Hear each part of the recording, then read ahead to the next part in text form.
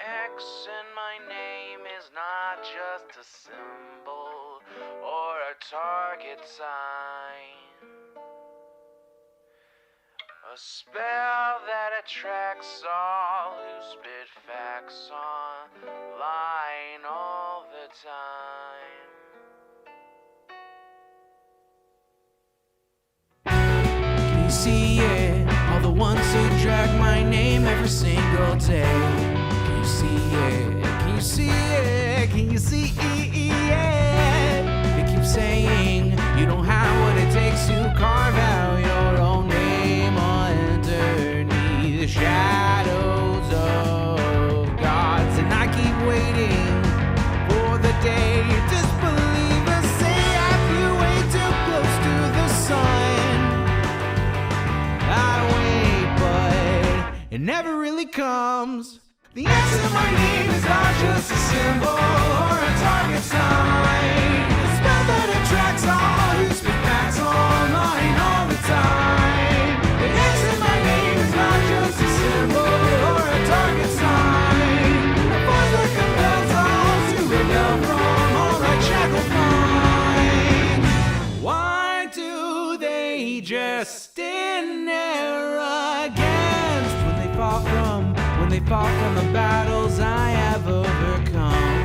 We feel it, feel the cope and the seething tone that they make while I stand up, man among gods. And I keep thinking with my mill, shooting ropes in my cold that faces towards the sun. They hate, but I'm sitting comfy with their mom. The X in my name is not just a symbol or a target sign. A spell that attracts all who speak facts online all the time. The X in my name is not just a symbol or a target sign. A force that compels all to rebel from all that shackled mind.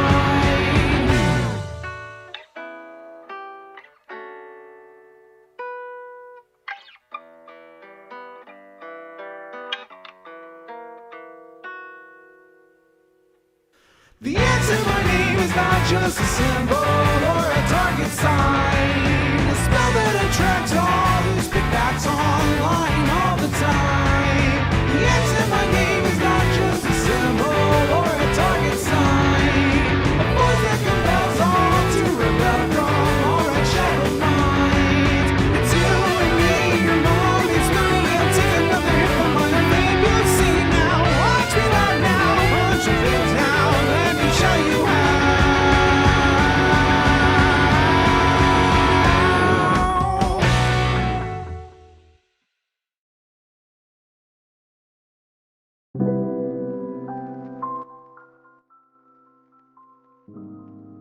Good evening, everybody. How are you all doing today?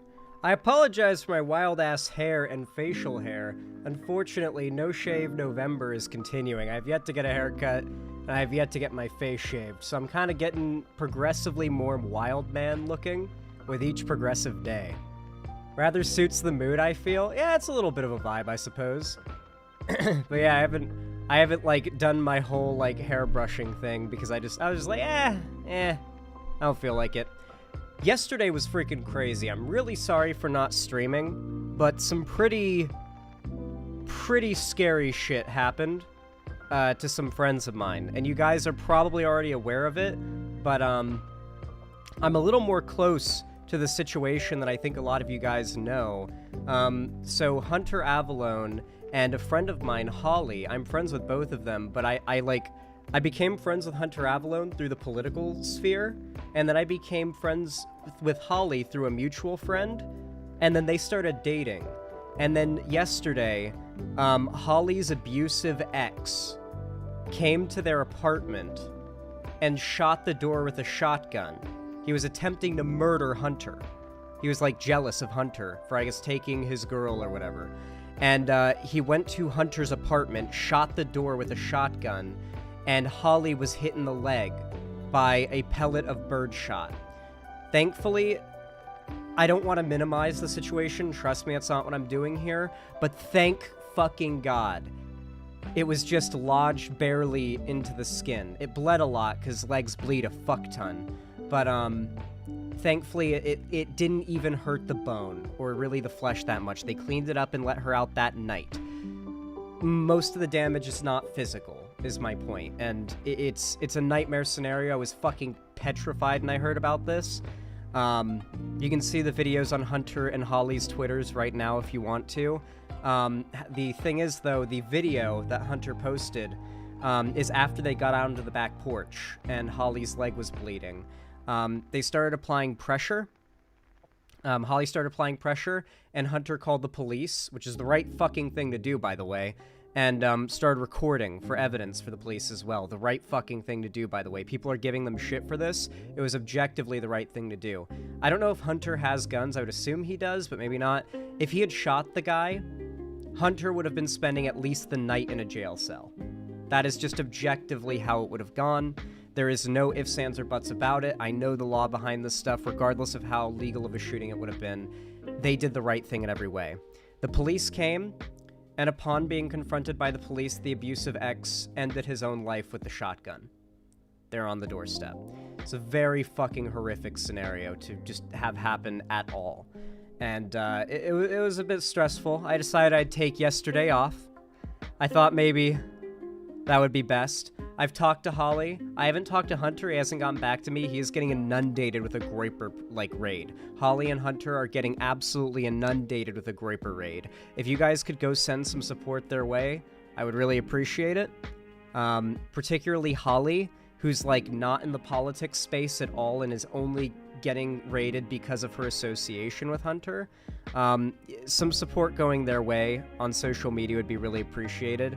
I recommended to Holly that she locks down her Twitter for maybe a month. It sucks, but these people are coordinating a harassment campaign against Hunter and Holly. They're glorifying the abusive ex. It's really fucked up shit. These people are not human. They just are not human in any way, shape, or form. So yeah, really bad stuff. Really, really bad stuff. Not happy at all about that. It's been a little bit of a point of stress to it, if I do admit. You know, I care about both of them, and so it's really, really, not happy to hear about that. I saw the video. I follow a lot of accounts on Twitter that post CCTV shootings or war footage, because I cover that kind of stuff for my job, right? If some insane mass shooting happens that I'm gonna have to talk about on stream, I'm gonna be the first person to know about it, right? And when I first saw the video, it didn't click for me right away what I was seeing. I thought I was watching one of those videos, and I was and then it I looked up. I looked down, I looked up, I looked down, I looked up, and I was like, holy fuck! It, took me a second to realize that I was watching a video. My friends had been violently attacked. It was a lot. It was a bit of a day. It was a bit of a day, I admit. In a moment, we'll get into the Keffals stuff. Like I said in the announcement thing, it's not going to be a drama segment. It's not going to be a drama segment. I'm not even joking about that. But I wanted to talk about this because I feel like it's a bit more important. Just a little bit more important, maybe. A little bit more important. Anyway. My computer is fixed. I'm back to my OG name, and I'm eating French toast right now. Oh, okay, speaking of computers, guys. I really wish I could show you guys, but I don't think my computer could handle it. Lego Fortnite is peak. I'm not even joking. Lego Fortnite is one of the best survival games I have ever played. Minecraft is cooked. On base level, the game is somewhat bare bones, though I'm still playing through it, and I've been no-lifing it with my friends. This is Epic Games we're talking about here, guys. This is the company that adds game-changing updates to their game weekly. They've already, announced that Lego Fortnite is going to be receiving about as much attention as Battle Royale gets in terms of updates and development. Lego Fortnite's gonna be fucking huge. It already is huge. There's 2 million people playing it consistently at any given time. Is it a Minecraft killer? right now, I would say it's not a Minecraft killer. It may kill Minecraft for you for like a few weeks or months when you get into it, but I think it'll get old if it was just what it is now on release. I think it would get old after like a couple months. The thing is, unlike a game like Valheim or Minecraft, Epic Games is schizo about updating their games, okay? Like, Epic Games does not fuck around with that shit. Lego Fortnite's gonna be getting, like, probably bi-weekly substantial updates. Yeah, and Minecraft will never truly die. Like, even Hytale and other games that are, like, evolving the genre are going to be fundamentally different enough from Minecraft that Minecraft will always offer a different enough experience that people will come back to it, right? Be patient, chat. Be patient, chat. We'll get into the topic of... the Keffals stuff in a minute. I apologize if I still sound a little fucked up, by the way. I got COVID again, and I'm still coming off of COVID. It's very much still kind of congesting my nasal cavities, and I have to cough every once in a while. But besides that, I kid you not, I feel better than I did before I got reinfected. Like, what I feel, this is the best way I can describe it. It feels like when I got COVID for the first time, my body defeated it like 85%. And then I got reinfected, and that forced my body to do 100% COVID defeat. If that it makes no sense, and it probably has no basis in science or medicine, but it feels like getting COVID again kickstarted my immune system into just finishing it all off, and it didn't finish it all off the first time. Like, I've got no long COVID symptoms whatsoever. Muscle pains, gone. Gut pains, gone. Headaches and most of the brain fog, gone. Like, it feels like the COVID's just going away as I heal from this most recent infection. It prob did, your immune system knows now, but I've been vaxxed and boosted numerous times, and I'd gotten COVID, and my body just didn't, like, I got long COVID from it, now I don't. I guess it makes sense that maybe multiple, infections of COVID will boost your immune system to it, but I don't know. Literally all I have now is the occasional need to cough up some phlegm. It's not even like, oh, I've got a cough and there's no reason. It's like, oh, I've got some phlegm in there. Let me actively choose to cough it up. Like, that's basically where my lungs are at. So I'm feeling overall pretty good. So yeah, I feel like now's a better time to say it than any, because I just had to ban someone from chat for it. Any form of slander or harassment enabling towards Keffals is not tolerated in the community. Whether it be transphobia, attacking her for, like, drug-related things, attacking her for getting swatted or doxxed, the Kiwi Farm stuff, any weird conspiracy-sounding shit like it sounds like it came from Kiwi Farms. Any of you that I see saying that shit is just an instant ban. There's no questions about it. It's just an instant ban.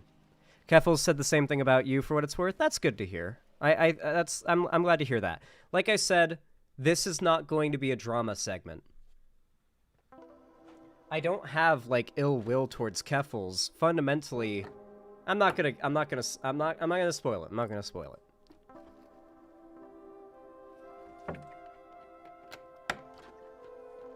Okay. You all know what to do when I say action, right? 3, 2, 1, action.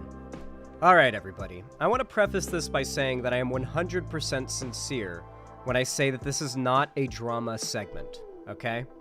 I don't consider stuff like this to be drama.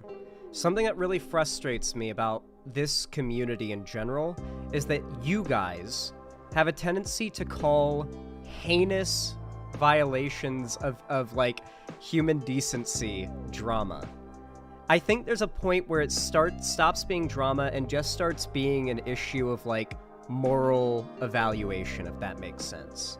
Now, don't assume I'm saying anything that I'm not here. I'm not saying Keffals has done some horrific shit. My point is that a little while ago, I got into what I guess you could call drama, but very quickly became something more than that, with someone who used to be a friend of mine in the content creator space. Her name is Shuonhead. Now, my relationship with Shuonhead has always been pretty interesting. because as you all know, I get like belittled, or I guess the term is infantilized a lot in this space. People talk about me like I'm a kid. People talk about me like I'm a teenager. I'm 24 years old. I get that I started YouTube and streaming and stuff when I was 18, but like I feel like people's perception of my age has sort of solidified at that point. I feel very different than I did at 18 and 19 and 20 as far as like my personality goes. I feel like people have a tendency to like belittle me quite a bit in this space, and that's something that's really frustrated me. But like, I started getting into YouTube, to be fair, pretty young. And even before I got into YouTube pretty young, I was watching a lot of YouTube. And one of the YouTubers that I would watch was Shoeonhead.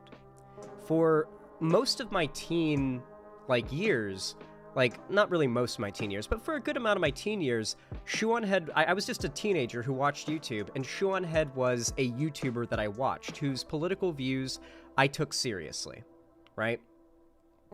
And when I became a YouTuber in this space, and I started doing political content, this happened to coincide with a time in which Shoeonhead went from having political views publicly that I viewed as pretty disgusting and awful, to seeming to open up to a lot of the criticism that at one point she was completely unwilling to hear.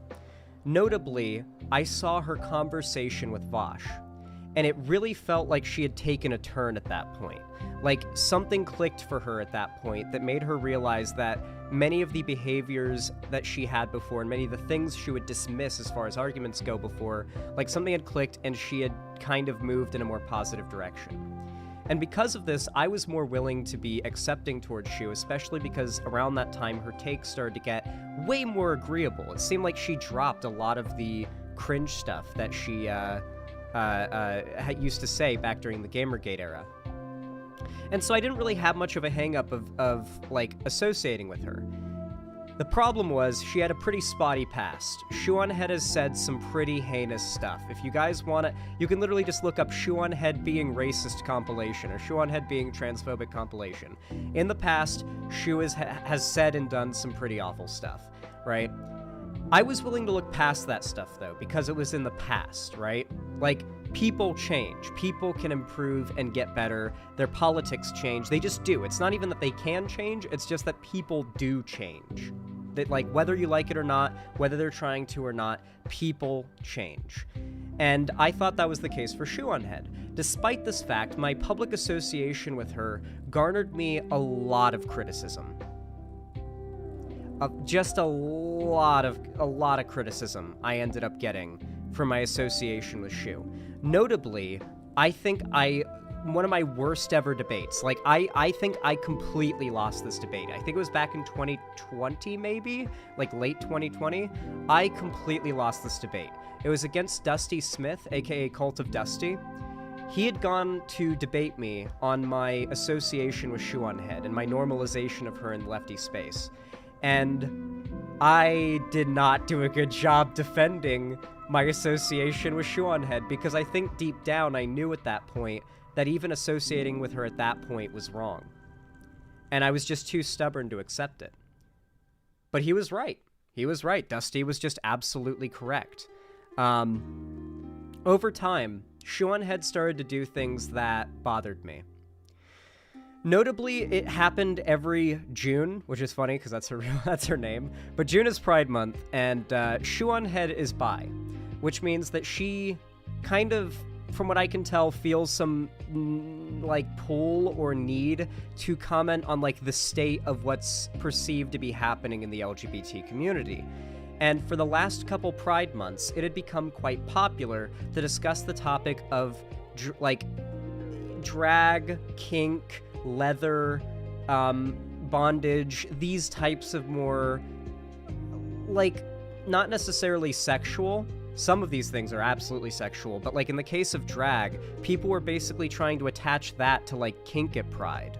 And there basically ended up being this like really weird amalgam of people every single Pride month that would like use this discourse that was between people who were more understanding of like why kink at Pride might be something that belongs there, because to be fair, a lot of those kinks have been demonized in the same way that being LGBT has. But at the same time, there are people who are more accepting of the argument that maybe we don't want to super sexualize an event that should be for everyone, right? Like, everyone should want to come to a pride parade and celebrate it. We want everybody to be super pro, pride parades and stuff. And so you can see both sides of the argument, but on the outside of it, you have these evil motherfuckers who are trying to weaponize the discussion into pedo-jacketing all LGBT people. And every June, this drama would happen. And Shoe on Head would almost always be the instigator of it. Now, normally, I would defend her. Like, in many of these cases, I defended her, because to be fair, some of the things she was criticizing were objectively pretty weird. Like, I don't think you should have, images of a toddler, holding a leash of, a dude who's in, assless chaps and a leather dog mask, and that's it. You know, I don't know if that's, ideal, although, to be fair, a lot of those images are just straight up fake, by the way. To be fair, check. If you see one of those images, check if it's fake. A lot of them are fake. It happens, but also a lot of them are fake, because like I said, a lot of these people are trying to weaponize a real discourse into something bad, right? Now, a couple years ago, by this point, Shoe on Head ended up popularizing a gay groomer discourse clip. It was a clip of I think it was the "It's Not Gonna Lick Itself" sign at that ice cream parlor where they did drag shows, and there was a kid there. She put out this video, and a Republican politician ended up pushing a bill to criminalize the display of drag in front of children, and cited Shoe on Head as having been the one who got the video in front of him and inspired the bill. This caused a fucking massive tornado on Twitter. It was the closest I'd ever come to burning the bridge with Shoe without doing it, because to be, you guys, my audience, were very, very not okay with what Shoe had done at this point and what Shoe had inspired. I had a lot of pressure on me to burn the bridge with Shoe, and I still didn't. I still did not. Until the Balenciaga thing happened. Now, to be fair, I had a conversation with Keffals about this today, and I really... Something I've had to do to protect my own mental health is literally purge memories of, negative events I have online, put it in the vault, and I literally just, lock it up. So recalling a lot of the details can be difficult for me. I think I got the gist of the point across in my conversation with Keffals today. If you want to, you can go watch that, by the way. I'm going to bring Tipster in a minute, who was actually the mediator of that discussion, because I want to have a more biased voice here to talk about what happened and the situation, so it doesn't seem like I'm just trying to poison the well, right? Anyway, what ended up happening was, actually, let's have old me explain the drama. This video is called "Destroying Shoe on Head's Lie-Filled Response to Me." This is from 11 months ago, and it has almost 100,000 views. Many of you guys are here because of that video. A fair amount of you have to be here, viewers and subs of my channel, because of this video. So it's interesting how much this stuff has kind of been forgotten, but I'll see how much of this I can play. I don't know how concise I was with the story in this video, and I don't want to, bloat everything up.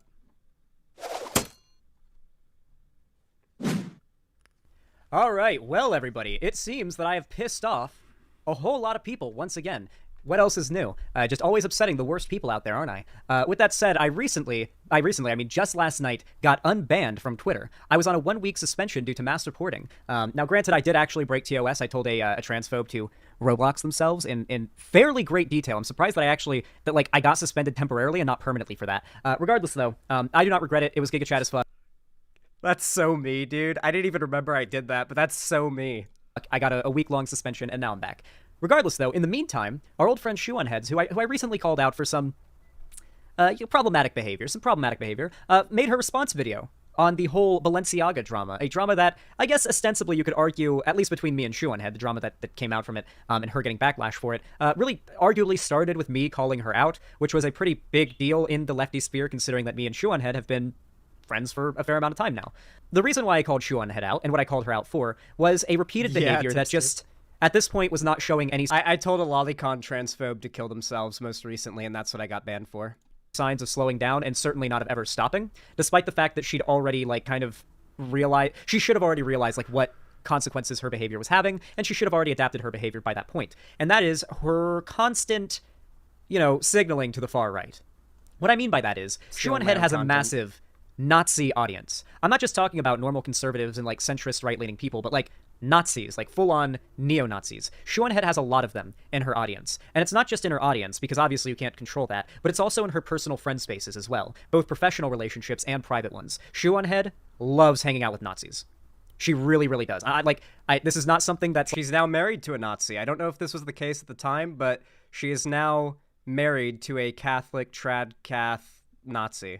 Like a revelation to me that came to me or anything. It was something I had to reconcile with the entire time I was friends with her, okay? Shuanhead loves the company of neo-Nazis, okay? She loves their aesthetics, lots of their beliefs, and probably doesn't disagree with a lot of their worldviews, just generally, right? There's a reason she likes to hang out with them so much. And because of that, she has a lot of far-right people in her audience, following her on Twitter. She follows them back, of course. And what ended up happening this time around is, well, she kind of started a whole new conspiracy on Twitter, you know? Well, not started, but popularized among the massive amount of right-wingers on Twitter that follow her and basically use her feed as a source of propaganda info, popularized a new conspiracy theory. A conspiracy theory that Balenciaga is a pedophilic corporation that is sneaking pro-pedo imagery in their media to signal some message to other pedos or something. It's literally like the New World Order, the Illuminati put the thing on the dollar bill, so like we all, like, so the super sleuths online know about it, but the normies don't know because they want it. Like, yeah, it's literally not, like, it's just conspiracy shit. The creepiest thing about it really is just the fact that child modeling, in most cases, is just rife with abuse, that entire industry. Like, you don't even need to do like a conspiracy brain thing on it. You can just say, man, why do we let kids do, like, kids are abused all the fucking time in the modeling and acting industry. Like, you don't need a conspiracy bait anything here. Regardless, though, I end up calling out Shuanhead, and this all started specifically because of but I quote tweeted one person initially that started all of this. One person who had quote tweeted Shu's post about Balenciaga, and that is what ended up beginning the entire saga. Now, Shuanhead has since made her response video, and we're going to watch it in a little bit. However, her response and a lot of her fans' response involve a lot of, you know, rewriting history, a lot of fan fiction, a lot of, you know, poisoning the well and spreading, I almost said leftist misinfo, but I should say right-wing misinfo. And, you know, mixing up the story, you know. Everything from saying that I blocked Shuanhead, not true, Shuanhead blocked me, I just unfollowed her, to things such as, like, I betrayed her and weird, like, super parasocial things, like, I don't know. Regardless, I end up calling out Shuanhead because a particular person quote tweeted her. Now, this particular person wasn't just some nobody. And they weren't the only one either. In fact, they were one of many people on board with this. Here, I'm trying to find the particular...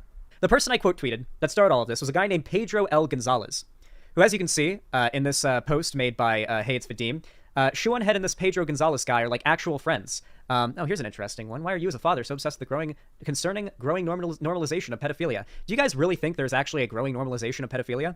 In like Western society, outside of conservative spaces that want to lower the age of consent so that like old men can marry 13-year-old girls, do you think outside of conservative spaces there is a growing normalization of pedophilia? There is not. This is conspiracy brain, that alone. Here's her shitting on a lefty and a Nazi agreeing. And then it goes even further as well.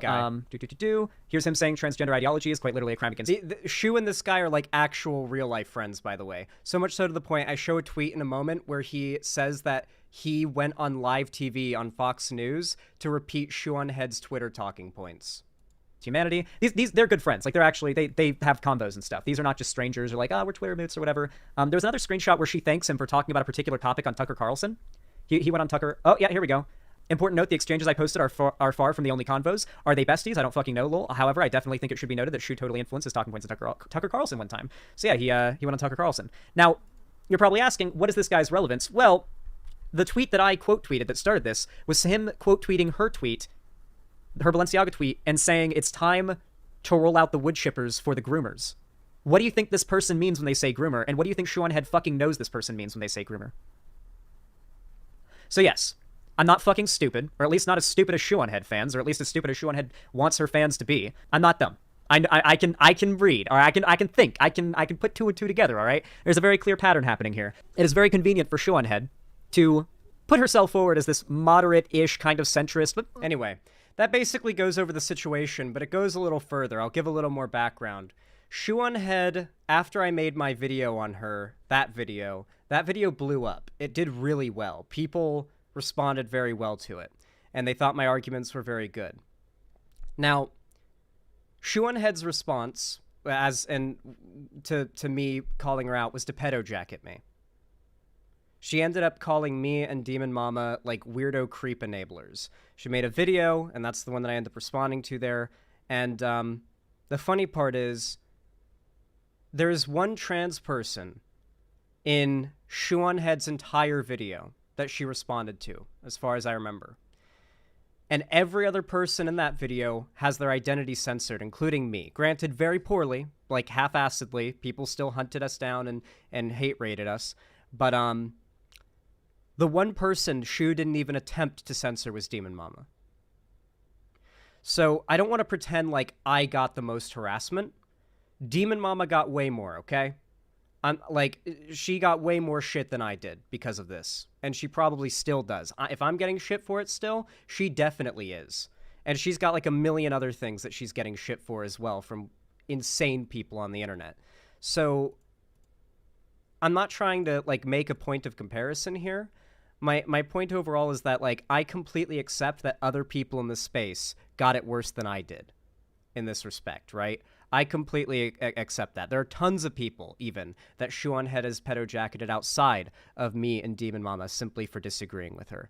However, when Shuanhead quote-tweeted me saying that I was enabling pedos and creeps, and made that video where she continued to say the same, I was inundated with a wave of queerphobic harassment and death threats. May sound weird for me to say that they were queer-phobic harassment when I am a straight cis guy, but these people are so deranged that were coming from Shu.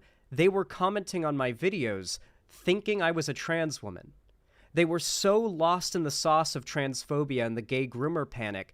They were commenting so derangedly. They had created a reality for themselves in which I'm a trans woman. A bunch of the comments were like, what's the acronym? YWAW. YWAW. You will never be a woman or whatever. YN. Yeah. Like that fucking acronym. Like people they were spamming that in the comments of the tweets and in the replies. Now, yeah, it's YWNBAW. Thank you. I'm very bad with acronyms, okay? Yeah, like they're not even misgendering me right. I don't even, like, are they misgendering me or are they not misgendering me? I don't even know, because they seem to think I'm trans, but they think trans women are men, so, and I'm a man, so, like, I don't even, anyway. So, Shuanhead, I'm gonna fast forward a little bit before I move on to this point, actually.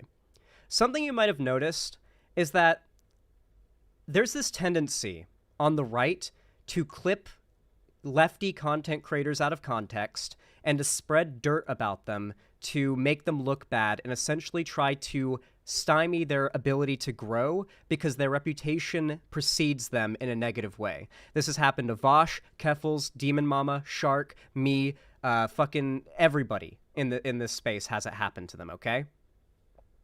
I've noticed this this tendency for, sorry, I got lost for a second. I ADHD brain, okay?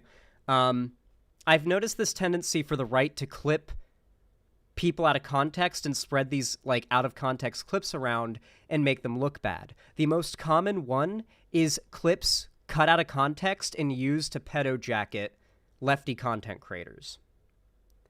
Most notably, this has been done to Vosh a lot.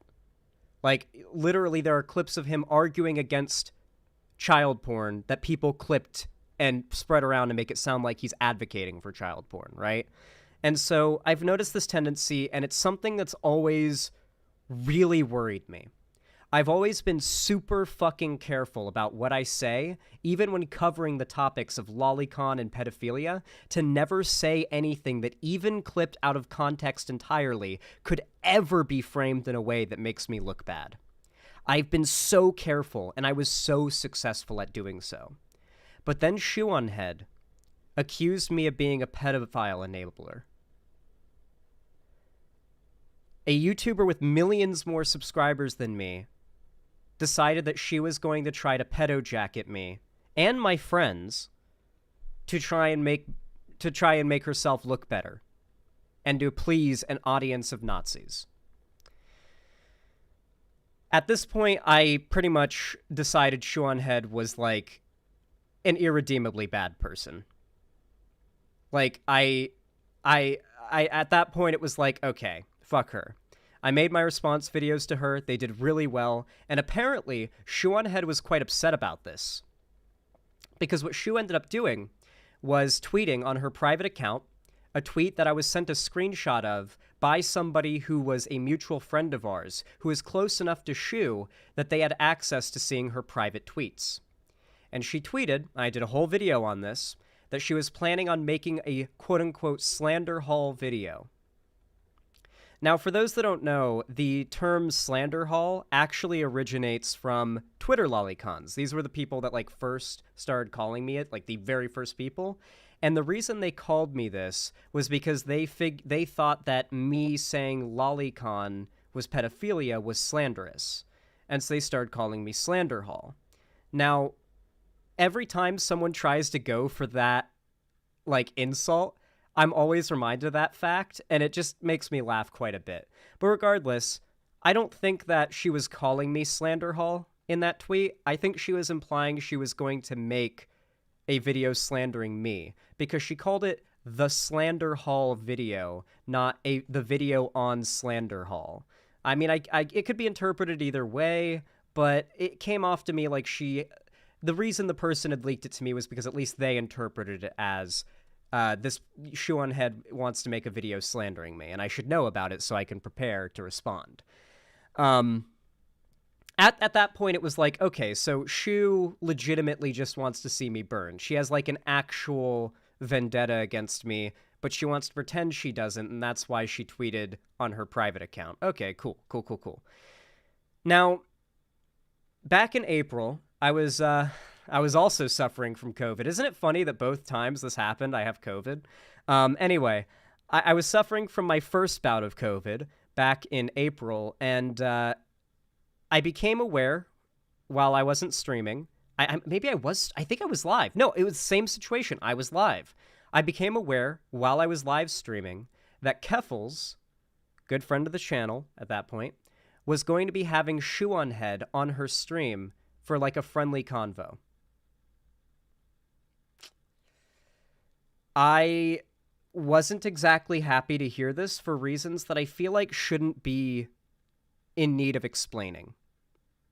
No. Not you mean Merrick. The Merrick thing, no.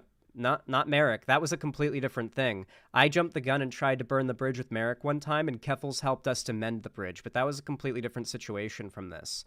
What happened here, and these happen around the same time, but regardless, what happened here was I was live streaming, and I became aware from a chatter that Keffals was having Shoe on Head on. And they were going to have a friendly convo. No debate, just a friendly convo. Now, like, the convo happens, and at this point I'm just like, okay, hold on. She might bring up the whole, like, thing that Shoe did to me, and they might debate about it. You know, let's not jump the gun thinking that, like, Keffals and Shoe are super friendly after what Shoe just did to me. And at this point, Shoe had done it to me, like, just a couple months prior, like, maybe a month prior. It was, like, fresh out of the oven at this point.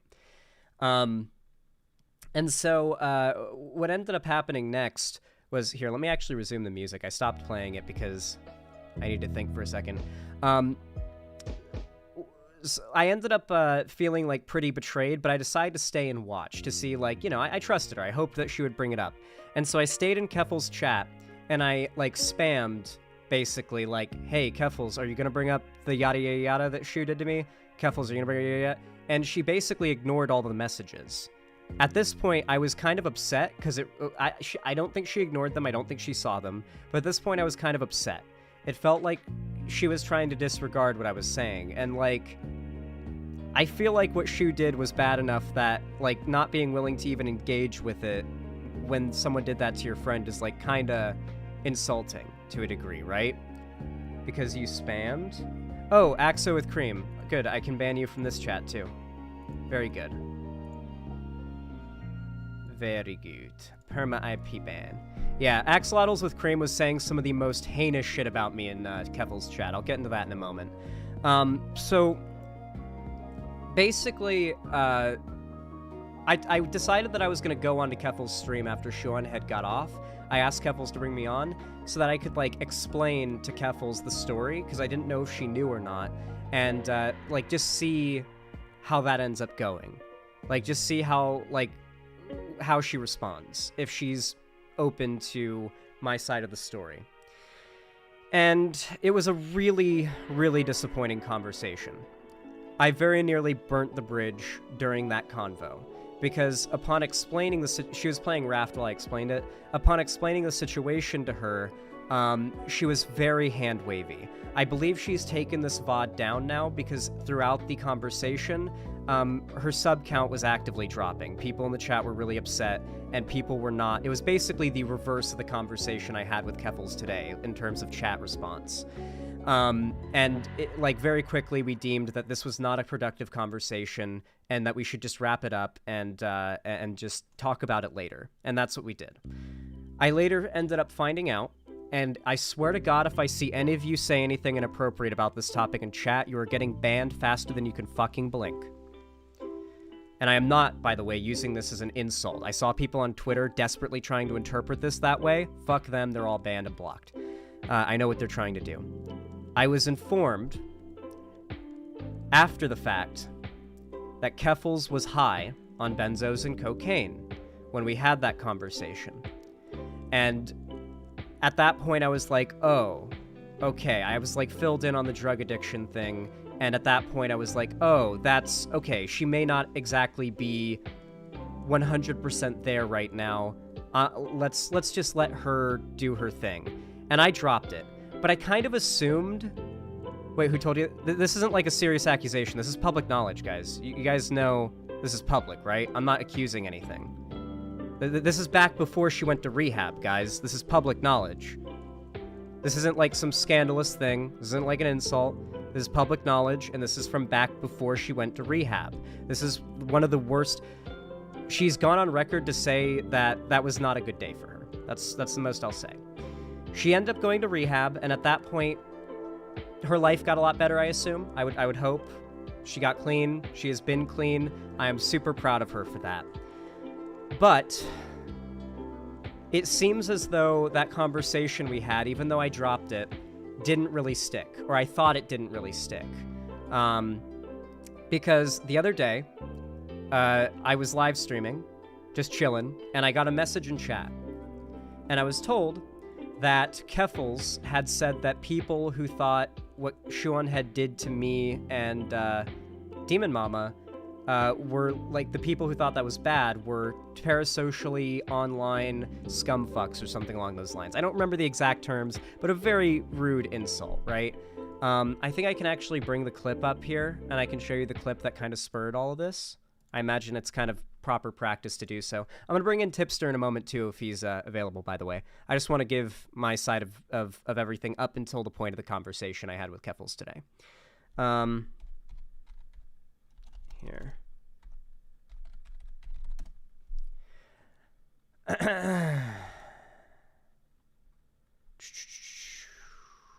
Oh, also at the end of today's stream, we're going to be doing a little bit of a raid on a charity. So if you want to donate, you can, like to me today, but save up your money if you don't have a lot of it, because I want to try to do a big dono bomb on my friend's charity stream today. Every year, this time of year, the Hightail community, which you guys know how I am about Hightail, they do a Hightail themed charity stream to contribute to Jacksepticeye's Thankmas charity thing. And I wasn't able to attend today because of the stuff that's going on, but I was able to donate, and I would like to be able to basically, like, have you guys dono bomb the charity for me, since I'm a little bit broke right now after moving. I can't really afford to drop the big boy donos like I would if I could. Here, let me see if I can find the video. Here it is. Circumstance where a man... I believe it is at the roughly 10-minute mark, if I recall correctly. Here's the clip that I was sent in chat the other day that basically spurned all of this. Words have been deeply offensive to men and people within the larger male fandom. I will now give the traditional male apology for any offense my thoughtless words may have caused. I'm sorry, bro. I love you, bro. We good, bro? Now to back up and explain myself a little bit, in a video about the deeply Starting a video called An Apology to Men, where in the first 40 seconds you say that men... It's a very misguided question, in my There it opinion. is. Broadly speaking, the goal of the left should be to spread power to the most people possible. And so, it should always be kind of harder to get people who already have unfair amounts of power on board. That's inconvenient, but it's... I've never played Animal Crossing, but Lego Fortnite is literally Animal Crossing, but like a 3D Lego survival game. And it's a hardcore survival game. The combat is Souls combat. The fucking big monsters that, like, you have to fight have the Miyazaki, like, stomp delay. Like, the little, like, staggered stomp, like, oh, boom! Like, it is literally Souls combat. I'm not joking. It's so good.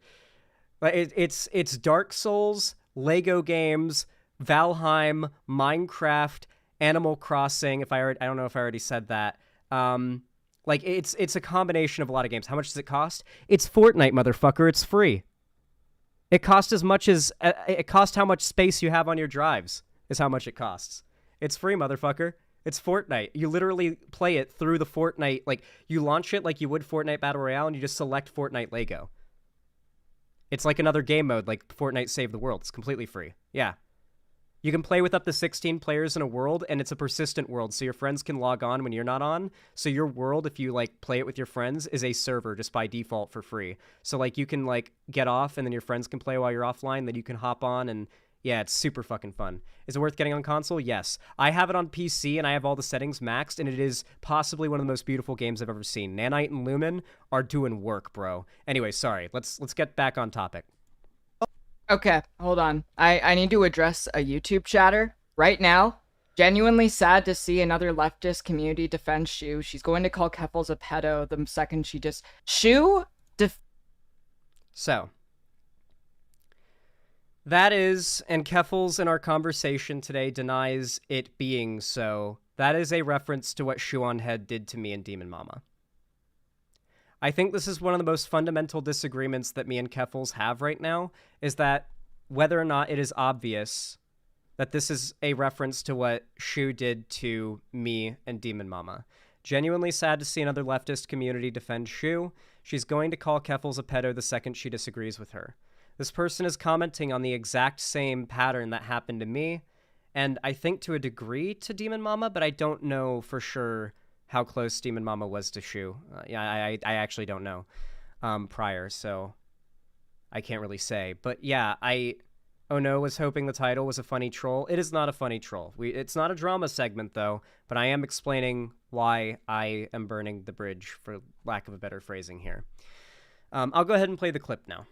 Shu defended me quite a bit while I was struggling before I went to rehab. Okay? Stop projecting your parasocial fucking weirdo shit onto me. The people that are in this circle are fucking scumfucks. But here's also the thing. So yeah, she calls this person, well, the people that take issue with Shu scumfucks. And I think you can imagine that seeing this clip and the way she so angrily dismisses a person referencing what Shuon Head did to me, it really upset me when I saw it in the moment. It really, really upset me. To see somebody that I consider an actual friend of mine behave like this, to be so angry at somebody referencing the horrible thing that they done to me and another friend. I'm pretty sure Keffals and DM are friends. I don't know, but I assume they are. I don't see any reason why they wouldn't be. But like, I feel quite hurt by that. I feel betrayed by that. That's the fundamental thing. There's no like debate bro thing here. There's no like epic own. There's no like you need to unsub from Keffals and not support her. There's no I hate Keffals and you have to hate her too. It's literally just it hurt me and I felt uncomfortable with it. So I don't know if you guys know this, but I have had a long series of burnt bridges. in my time on like doing internet content, and well before that as well, but particularly in the internet space. There have been burnt bridges I never even made public because I kept it to myself. There are people who I was very good enough friends with to hang out with in real life that upon seeing their willingness to defend awful people, I have been willing to burn the bridge with in complete silence. Not even like a big public ordeal, just unfollowing privately on everything and just not responding to messages. That tends to be how I go about it. It's just when I burn a bridge publicly, because it happens publicly, people seem to assume that I'm like super prone to doing this in like a very unreasonable way. And I've been unreasonable with attempting to burn bridges before. I'm not denying that, but I don't think that it is a toxic or negative trait to be willing to set boundaries with who you're willing to be friends with. At this point, I got really emotional, and I ended up putting out a tweet that, I don't remember exactly how it went, but I called her a shoe-on-head dick rider, and I called her a snake, is basically the long and short of it. I messaged her first privately, and she didn't respond. It turns out she was asleep. I feel bad about that. But I, like, very quickly jumped to, like, shit talk her on Twitter, mostly because I felt angry and betrayed by a friend. And it was just sort of like a gut response, I guess, for lack, a little bit of impulsive, right? I think that's the worst thing I did in all of this. If I were to say that I did anything wrong in all of this, it would probably be posting that tweet instead of just like trying to keep it all private from the get-go. But after that point, I was reminded, Zan, you remember that Keffals was high the night you explained to her what Shu did, right? I was like, oh, yeah, okay, yeah, that's actually a good point. Like, maybe she literally doesn't know why I'm so upset. That's very possible. Like, I might actually be jumping the gun here. And so afterwards, I messaged Keffals the following messages. I actually posted them on Twitter, and I was a little disappointed by the fact that Keffals seemed very averse to platforming these messages. I kept on asking her to show them on stream to her chat, but she wouldn't do it. And I don't know why, but I'm not going to speculate on that. Here is the messages in question. So this is while I was still live a few days ago when this all went down, while I was live at 3:45 p.m. Shu called me and DM'd pedo creeps after we called her out for saying Balenciaga was doing weird groomer shit. She was also retweeting Nazis saying gay groomer shit, and she just married an actual Nazi. I thought I told you all this a while ago when I almost burned the bridge over the same thing. I was under the impression you weren't friendly with her anymore after that. But she literally wants to see me burn, so like, how can I be comfortable with you being friends with her after I told you that? I jumped to burning the bridge immediately. And this is a very key point that I really need people to understand in all of this, because a lot of people have been misunderstanding me. I jumped to burning the bridge immediately because the only way it could be worked out is if I give you an ultimatum to stop being friends with her, and you do. But I hate doing that, and I don't want to. The reason why I basically immediately jumped to burning the bridge instead of trying to work it out, and that's why I usually go about things, is how can I go about working something like this out? It really feels as though the only option... Oh, yeah, and then also, like, after my stream, I also messaged her, if you'd like to talk about it privately, I'll be free tonight. I'm really hurt finding out that you're friends with someone who had countless death threats and pedo claims thrown my way. She completely ignored these messages and then proceeded to do her stream today that was like a drama segment without ever considering trying to bring things to the private. Granted, I made it public first. To be fair, I made it public first. But, like... I don't know. Zan expects his friends to be as emotionally invested in his conflicts as he is. I'm so glad that I'm able to see, like, the fundamentally bad people that have been allowed to, like, exist in my community finally show their heads. Like, it's like, so often I get these dramas where I realize how many people in my community, like, actually don't give a fuck about me, and they really could not care less if I was, like, okay or not, and like how quickly they'll jump to just saying the most vitriolic things about me for no reason. Shu married Armor Skeptic? Question mark. No. She's married to a guy who's like a Catholic trad cath neo-Nazi now. Yeah, he's very much he's like a big Catholic dude. Anyway, from my perspective, there's like two possibilities here, right? Either I can just look past this and continue being friends with her without, and just let it continue to bother me. And this is just not something I can do. Like, I can't do friendships where there is some level of resentment that exists, and it's not something that's controllable. Like, I can't control that I feel hurt by by what I feel like is a betrayal from a friend. I feel like there's a certain... I think it's okay to feel hurt by that, right? Now, I hold myself to these same principles when asked to, right? If someone is okay with me being friends with someone that fucked them over, it's really up to me whether or not I want to continue that friendship, and usually I choose not to. I'm the type of friend that, like, when my friend calls me up and says, hey, let me tell you what this motherfucker did to me, I'm like, okay, where are we digging the grave? Is my response. Like, that's the kind of friend that I am. Like, when my friends, like, get into a call with me to vent, I'm like, all right, so where are we burying the body? Like, I fully lean into, like, if my friend has been fucked over by somebody, we hate them now. Like, they fuck them, right? That is just how I operate. Now, I don't expect everybody to be like that. That is a little bit, that's like a pretty excessive amount of, like, friendship loyalty, to be fair. But I think there's, like, a very fine line between, like, being ride or die loyal no matter what to your friends, and being willing to recognize that, like, there's a certain point where, like, the ultimatum doesn't even need to be made. It just sort of exists as a moral point. And I don't want to make an ultimatum. I recognize ultimatums in friendships, like, in relationships of any kind, like, do this or I'm going to do this, as an abusive act. I don't want to do that kind of thing. And so if the options are end the friendship without any recourse, try to go through with, like, some sort of ultimatum, or grit my teeth and bear it, I would rather go with just ending the friendship and setting my boundaries where they are. That's an unhealthy level of friendship loyalty. Dog. Really? Really? Ah, man. Yeah, there's going to be a lot of people saying some pretty dumb stuff in chat, to be fair. Now, I ended up going on to Keffals' stream because KGG condemning Xander Hall for having boundaries seemed disgusting to me, especially after what Shu did. I'm going to get into that in a minute, okay? I don't think Keffals fans are bad people. I just think that they've gotten a little bit lost in the debate sauce. Shu pedo-jacketed Xan, IDK, how you can reconcile that? Yeah, that's really my fundamental, like, thing. Like, Shu tried to destroy my career, and she's literally way larger and more wealthy than me. Like, a more powerful person than me attempted to crush me because I dared to speak out against something that she did that Keffals agrees was wrong.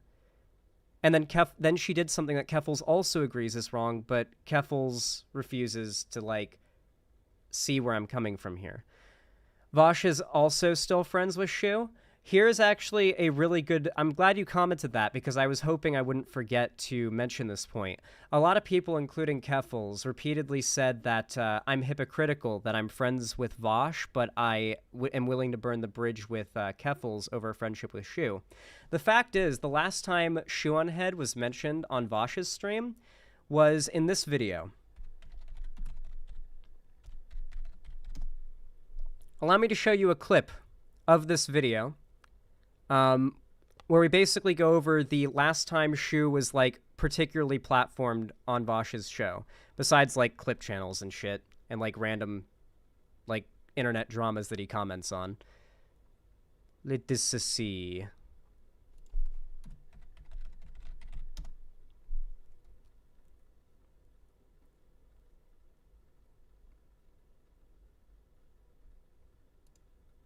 Here's my reaction to it. I don't know why I can't find the original video.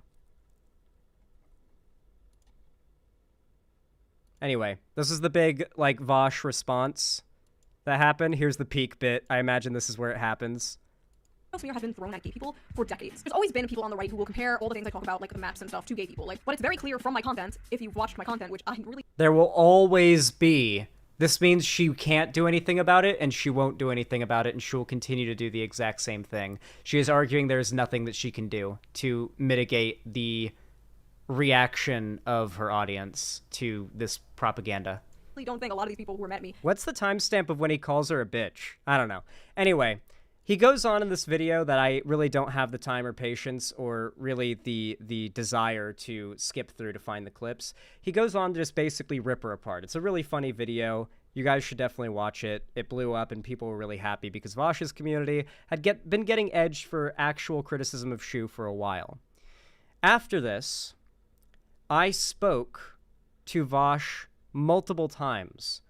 Like, mind you, I'm actual IRL friends with him. Like, I've hung out with him in real life. I've been to his house and stuff. We've gone to restaurants and stuff. We've hung out. I've hung out with, like, Demon Mama Doe, all of them, big group, right? I've talked to him about what Shu did, and Vosh's relationship with Shu, at least from what I gather, is basically, like, we're not, like, tight or anything like that, and I'm certainly not platforming her on my show in a positive way after what she did, but I'm not gonna, like, wage war on her. We're just basically chill. Like, it's basically just we're neutral. And I'm totally fine with that. Keffals, on the other hand, in the clip that I showed here and got upset at, is not just defending Shuonhead, like, conceptually from an argument that is, like, bad. Like, let's say Shuonhead had made a good argument, and then someone bad made a bad argument against Shuonhead, and Keffals said, wait, Shu's correct here, though. I would take no issue with that. That's very different than what happened here. But it's all Okay, hold on. I need to address a YouTube chatter right now. Genuinely sad to see another leftist community defend Shu. She's going to call Keffals a pedo the second she just... Shu defended me quite a bit while I was struggling before I went to rehab. Okay? Stop projecting your parasocial fucking weirdo shit onto me. The people... Yeah, so basically, I keep these standards consistent. You can literally dig through Vosh's Discord server and see messages of me prior to when Vosh actually, like, called out Shuonhead, of me saying I might burn the Vosh bridge if he has a cringe response to Shu's pedo jacketing of me in DM. You can go into Vosh's Discord right now, search all the messages I've ever posted in there, and you can find them pretty fucking quick, because I haven't posted a lot of messages in there. You can go dig them up right now and find the evidence right now, because I have literally said I would burn the bridge with Vosh if he did the same thing Keffals did. And I absolutely would. There's no special friends that I have that have, like, special privileges to break my boundaries. I am very solid with what boundaries I have. Maybe you see it as abusive, narcissistic, manipulative. Frankly, I do not care. If you think that it would be abusive for you to have those boundaries, I feel sorry for you.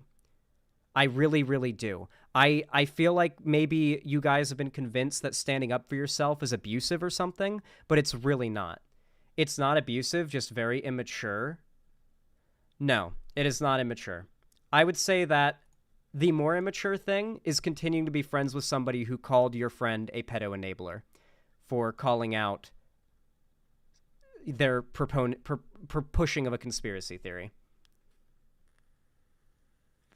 It's really good to see all of the apologists of like, awful behavior and just, like, the worst people in my community that have been hiding come out to, like, show themselves. I can hit them with the whack-a-mole mallet.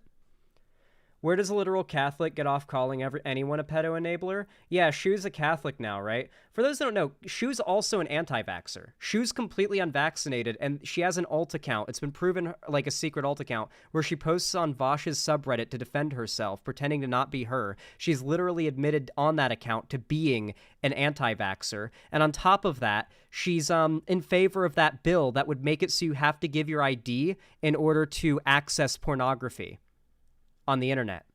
She has outright said this publicly on Twitter, by the way, the whole wanting the bill that forces you to give your ID to access pornography. She is across the board just very fashy. She went from being like a like pseudo Nazbol Vortex socialist back in the 2020s or early 2020s to now being like tradcath soft fash. And so let me put this into perspective that I think a lot of you guys will understand. A lot of people are saying I'm immature here, but I've heard a very similar situation from a lot of my trans friends. That's right, guys. I'm going to make a trans analogy here. Tell me if this scenario sounds familiar. You're a trans person. and you've got a friend. Let's say, for the sake of argument, this friend is a white, heterosexual cis woman, okay? And she is dating a chud, a transphobe. And when you hang out, he misgenders you. He says chuddy shit. He very clearly indicates his distaste for you and his bigotry whenever you interact. And when you bring this up to your best friend, who is dating this guy, like, hey, your boyfriend's like really transphobic towards me. He misgenders me. He won't use my pronouns. He's like he's just an asshole towards me. Her response is to say, oh, but he's a really nice guy and I really love him. I know he doesn't use your pronouns and he's really transphobic, but he's actually a really nice guy. And deep down, he's like actually a good dude and he wants to change, right? Have any of you ever been in that situation? I've literally cut off best friends because of a situation like this. This is unironically the most analogous situation I can think of. And so it really hurts me that you would say I'm immature for how I feel and how I've behaved here, when like I would never in a million years accuse a trans person of being immature in that situation, nor would I ever accuse anyone of being immature for doing exactly what I did, even if they did exactly what I did to me.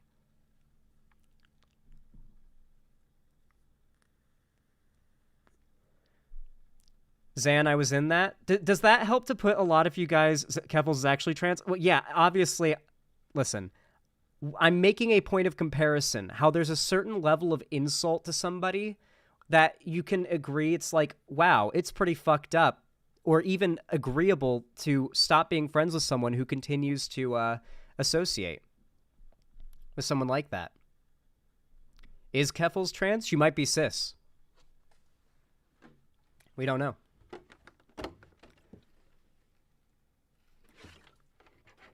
In all seriousness, I went on to Keffals' stream today to try to explain my side of things, okay? Ooh, we got another person to ban. Yeah, keep showing yourselves. Keep showing yourselves. Good shit. Man, my viewer count just keeps going up, too.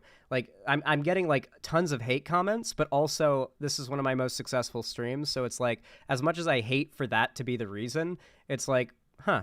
Well, at least I'm glad to see that, like, the assholes that are getting banned are at least not, like, the majority, you know? Like, most people in here are at least understanding. Even if they don't like the situation, they don't agree with what I did, they're at least understanding of how I feel, and that's the most I ask for. Anyway, basically... I felt quite betrayed by it. I went on to Keffals' stream because I felt like she was not exactly doing a good job of representing my side of things. So I asked if I could get into her stream and talk to her on video. And I did. And I hoped that... I really wasn't hoping to mend the bridge, to be honest, because the only way to mend the bridge would be to, like, set up an ultimatum. All I really hoped to do was go on there and explain my feelings. But what I immediately realized was that Keffals was there to go debate bro mode. And it was like, at multiple points, I'm just like, Keffals, I know you're trying to do a gotcha. Can I please just explain to you why I felt the way that I did and why I did what I did and let you respond to it? Like, do you have to do the whole, like, attempt at a gotcha? She, at one point, said, well, Joe Biden is doing genocides funding Israel, and you're still going to vote for him, right? As a point of comparison, she tried to, like, gotcha me by saying voting for the lesser evil of political candidates that will win no matter what, one of them will, is the same as being okay with associating with a friend. Like, it's not even close. It's not even close to similar, but she brought that out, and it really felt like it was an attempt at a gotcha. And I was not there to debate. I was not there for gotchas or arguments or to, like, make her look bad or to make me look good. So it felt really, really insulting when I realized that she's trying to gotcha me. Do you want to call Tipster now? Probably in about 2 minutes I'll call Tipster. I just have a last few things to say before I bring Tipster in, because I want to give Tipster the ability to tell his unbiased view of the conversation. Anyway, basically, Keffals ended up saying that at one point she said, I don't think you have any friends, and that I'm going to be lonely if I continue to have boundaries like this.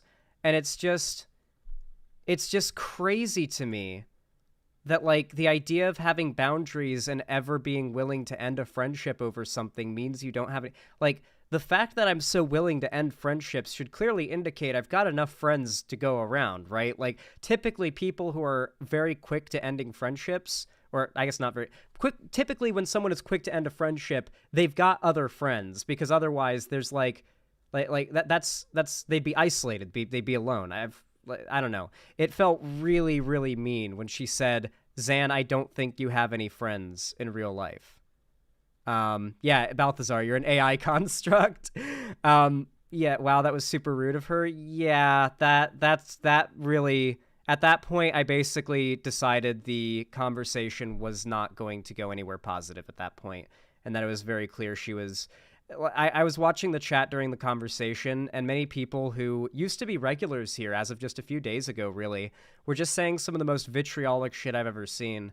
A lot of it's being recited here as well, just stuff like, you're just showing how immature you are, you've fallen off, you know, you're acting like a baby, that kind of stuff. And it's like, it really is sad to see people who were once fans of mine, granted they were all probably white names anyway, who never subbed, to be fair, but like it's sad to see people who used to be fans of mine, hell, even just like regulars in my chat, going from like being positive and nice in my community to just after one conversation with Keffals where I explain how I felt betrayed, talking about how just saying the most vitriolic shit about me. Yeah. It was pretty rough to see, because a lot of those people used to be fans. I recognize a lot of those names, and I remember all of them. So if I see you in chat, I'm banning you instantly. I remember every single one of your names. Anyway, yeah, it's just, it was rough. Here, let me see if I can bring up Keffals' stream and play a little bit of the talk that we had. Because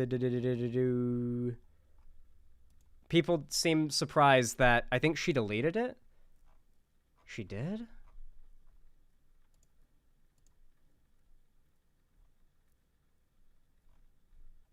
Yeah, it seems she has.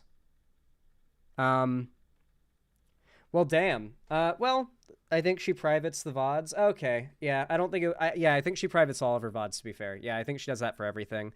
Yeah, her VODs are paywalled. Yeah, it's just like... It wasn't over illegal. It was over the Surfs. So for those that don't know, Lance from the Surfs went really hard to defend Illuminati when the abuse allegations came out. So Lance made a video that was attacking the victims of Illuminati. He doesn't admit to what I actually criticized him for, because it's pretty unforgivable.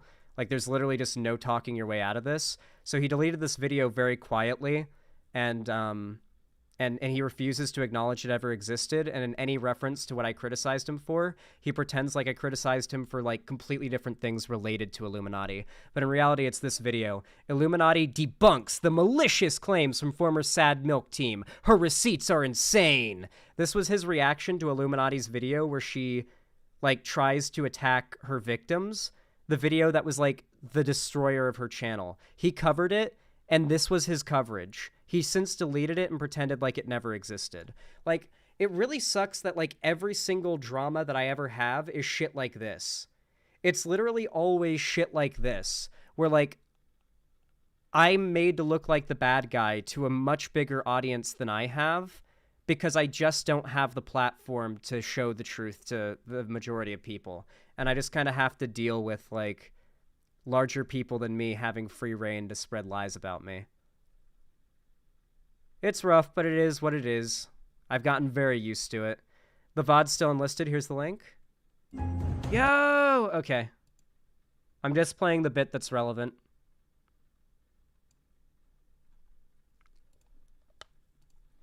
I was told... I guess I could...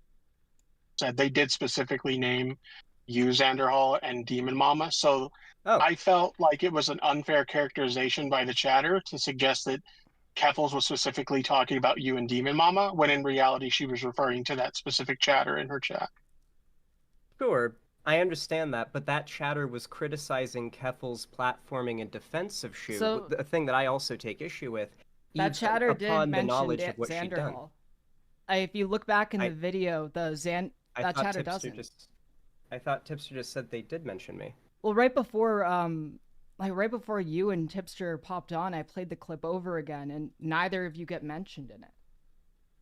She ended up basically falling back on the idea that because I was never mentioned, that means that she never knew what Shu did, but also now that she knows what Shu did, that changes nothing and I should be okay with it still, is basically the argument that we had. Especially as we go towards the end, you can see the chat. You want to talk about it in private, and you don't like that I made it a public thing, then we can work it out in private. Rough. But you didn't want to. So the definition of ultimatum is a final demand or statement of terms, the rejection of which will result in retaliation or a breakdown in relation. This is not just an abuse tactic. Ultimatums, you did this publicly, so by extension that means Xanderall has no desire to build the bridge. Dude, Xan is coping hard here. Yeah, like, just a lot of, like, the chat is really, really upset. Keffals' chat were insane, acting like having boundaries is abusive.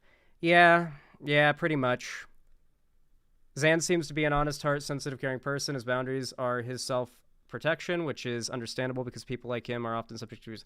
Okay, chat, let me tell you guys I'm going to tell you guys something. I'm going to ask you guys if you think I am too protective of myself with my boundaries, okay? Do you guys know how much drama, like the insane fucking dramas I've had to go through?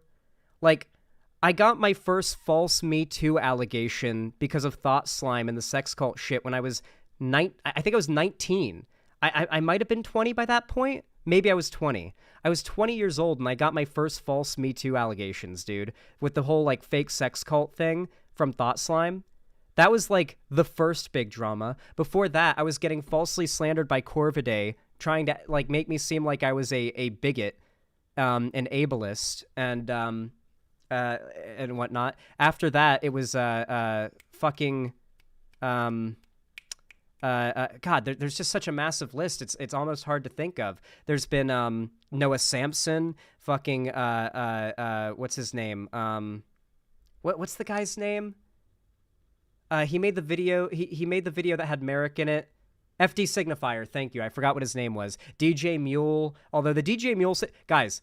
To give you some perspective, the DJ Mule drama was the least bad drama I've ever been in. For, like, me. Like, as far as how it affected me and how much shit I got and how much it hurt my channel. The DJ Mule drama was one in which everybody on the internet came to defend me.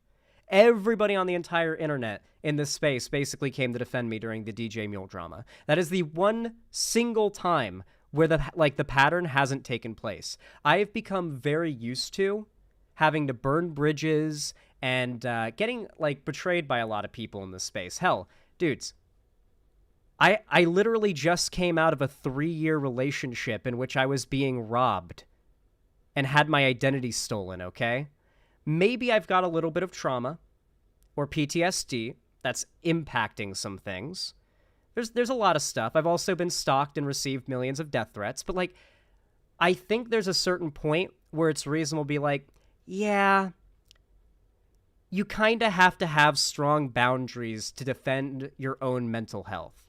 Being a content creator is really hard. People literally go insane and have mental breakdowns and, like, their entire lives fall apart live on the internet when they aren't capable of handling this stuff. My way of handling it is that I have strong boundaries and that I've learned how to handle keeping people at a distance enough that they can't do the kind of stuff that's been done to me in the past. I learned from my mistakes is the best way to put it. And it's really hurtful when so many people have, like, seen the shit that I've dealt with. Like, the dramas I've gone through have been really public. Like, I can't go a day without hearing about them, so I presume most people in this space can't. And it feels like it feels like there's a very little amount of empathy towards me about this, because they just don't recognize this as anything other than YouTube drama. They just see it as, like, YouTube drama. It's entertainment. It's memes. Wait, you're mad about internet drama and memes? And it's like, a YouTuber with multiple millions of subs more than me called me a pedo enabler to try to destroy my career and my income, dude. Like, I don't know. Like, I don't know. I respect Zan so much for this. I'm glad there are people in chat that like, I don't even need you guys to think I was right. At the end of the day, that's not even what the point of this video is. I don't want any of you to shit talk Keffals. You don't need to unsub from Keffals or dislike her video or like hate on her or anything like that. That's not necessary. I just feel like I wasn't very well represented by Keffals and by her video, and I like to be able to speak for myself. I'm gonna see if I can bring Tipster in now, though.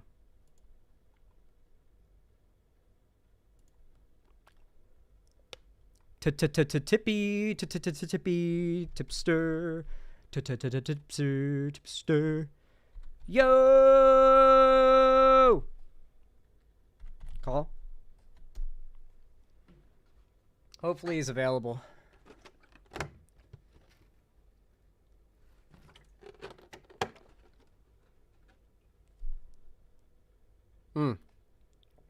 Gotta wet up my lips. Hold on. Dry ass lips. Gotta lick those dry ass lips, chat. Hey, tipster. Ooh, really quick. Let me make sure Discord's capturing your audio really quick, because I've got a separate audio line for it. I gotta like reselect it every time. Okay, test. Test. How's it going? Yes. Okay, we're good. We're all good. I think everyone can hear you just fine. Okay, so I hope you're having a good day. I hope you're like, I know it's a little bit of a rough one and there's some pretty sad stuff going on, but overall I think that I hope the rest of your day's been going well. Things considered, I'm hanging in there. I'm just doing my thing. I gotcha.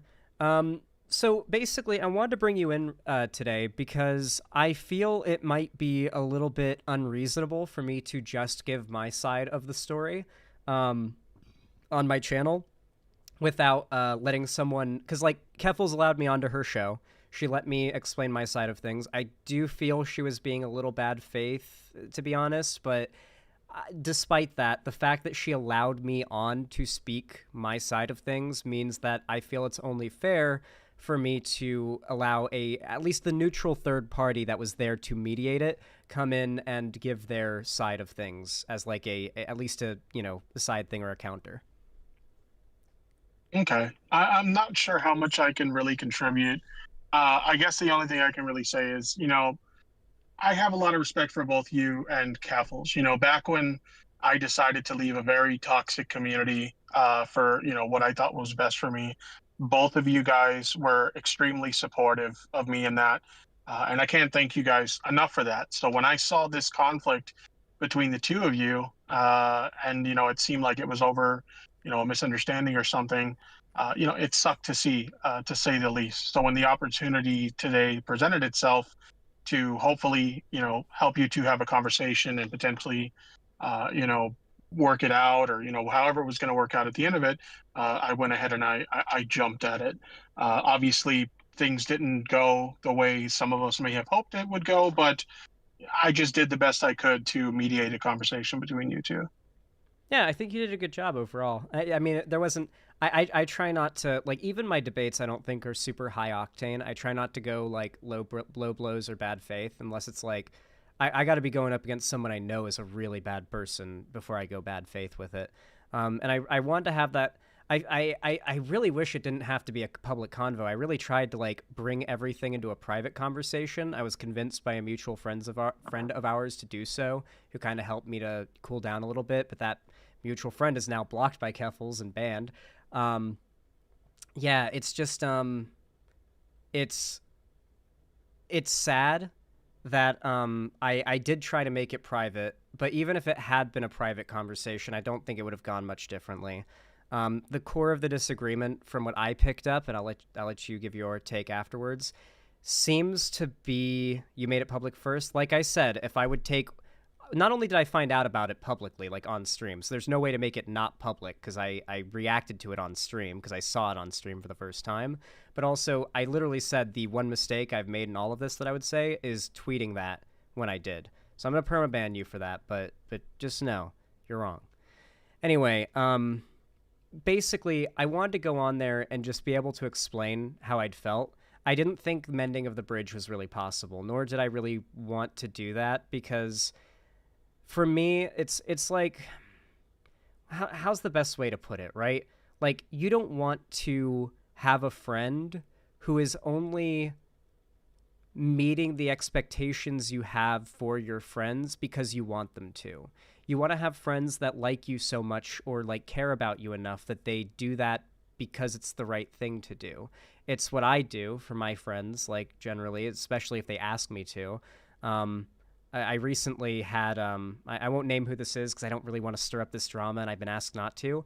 But there is a mutual friend of me and Keffals who is pretty known in the space, and they messaged me after I retweeted and liked a tweet from somebody who I also liked and is also somewhat known in the space, to tell me, along with evidence, by the way, that that person had engaged in a massive harassment campaign and rumor spreading campaign about them, and that they were like, I could do whatever I wanted, but like, they didn't like seeing me retweet that person. And my response was like, word? Okay. And I sent them back. My response was word, and then a screenshot of that person is blocked. That's just generally how I go about things. And I don't expect everybody to go that far, but it's just kind of like, if I have those expectations, I have to meet those expectations, right? Does that make sense?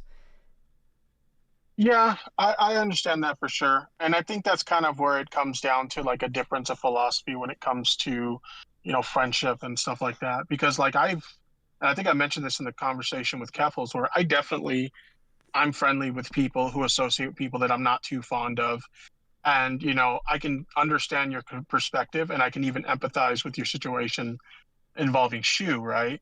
But for me, like personally, like I don't personally take an issue with anybody that I associating with people that I dislike. Um, that's just kind of the way I look at it. I don't have that expectation, but clearly you do. So it's just a difference of opinion, I think, on this particular personal boundary you have with your friends or whatever. Maybe there's a good chance that maybe if I was like a million times larger on YouTube or something, and I had a lot less to like lose in terms of like, if I am like, if somebody that I'm friends with decides that they don't like me anymore and they want to fuck me over because they're also friends with someone who hates me, then that's like not going to be as big of a deal. But like the possibilities that could come from like a like Keffals being friends with me and with Shu, who like absolutely despises me, and has like admitted to wanting to make like a video to take me down. It's just not something I could ever be comfortable with, right? Like, it's basically like, how can I be friends with somebody who is also friends with someone who wants to see me homeless, basically? Like, I can't do that when I can't be okay with that when I literally am a small content creator who's been close to homelessness a couple times due to some pretty fucked up life circumstances, to say the least. And like, meanwhile, I'm seeing like comments in Keffals' chat the entire conversation that are like, seriously, fuck Xanderhall, petty, spiteful piece of shit. It's like that was the overwhelming number of messages in Keffals' chat during the entire conversation. Just once Keffals said, I don't think you have any real friends, to me, I was pretty sure that the conversation was not going to go anywhere positive, and that Keffals was basically there to like try and own me, probably for Shu. Yeah, I don't think that was her intention when she made that comment. I think at that point she was probably just frustrated with how the conversation was going, because it did start to get into a loop by that point. But I can understand where you're coming from, why you would feel that way. I don't know. The whole thing's just kind of messy. To me, like, if you go back to the start of it, it really did seem like there was a chatter in your chat that was just trying to stir up shit, and unfortunately, based on the way things played out, they kind of got what they wanted.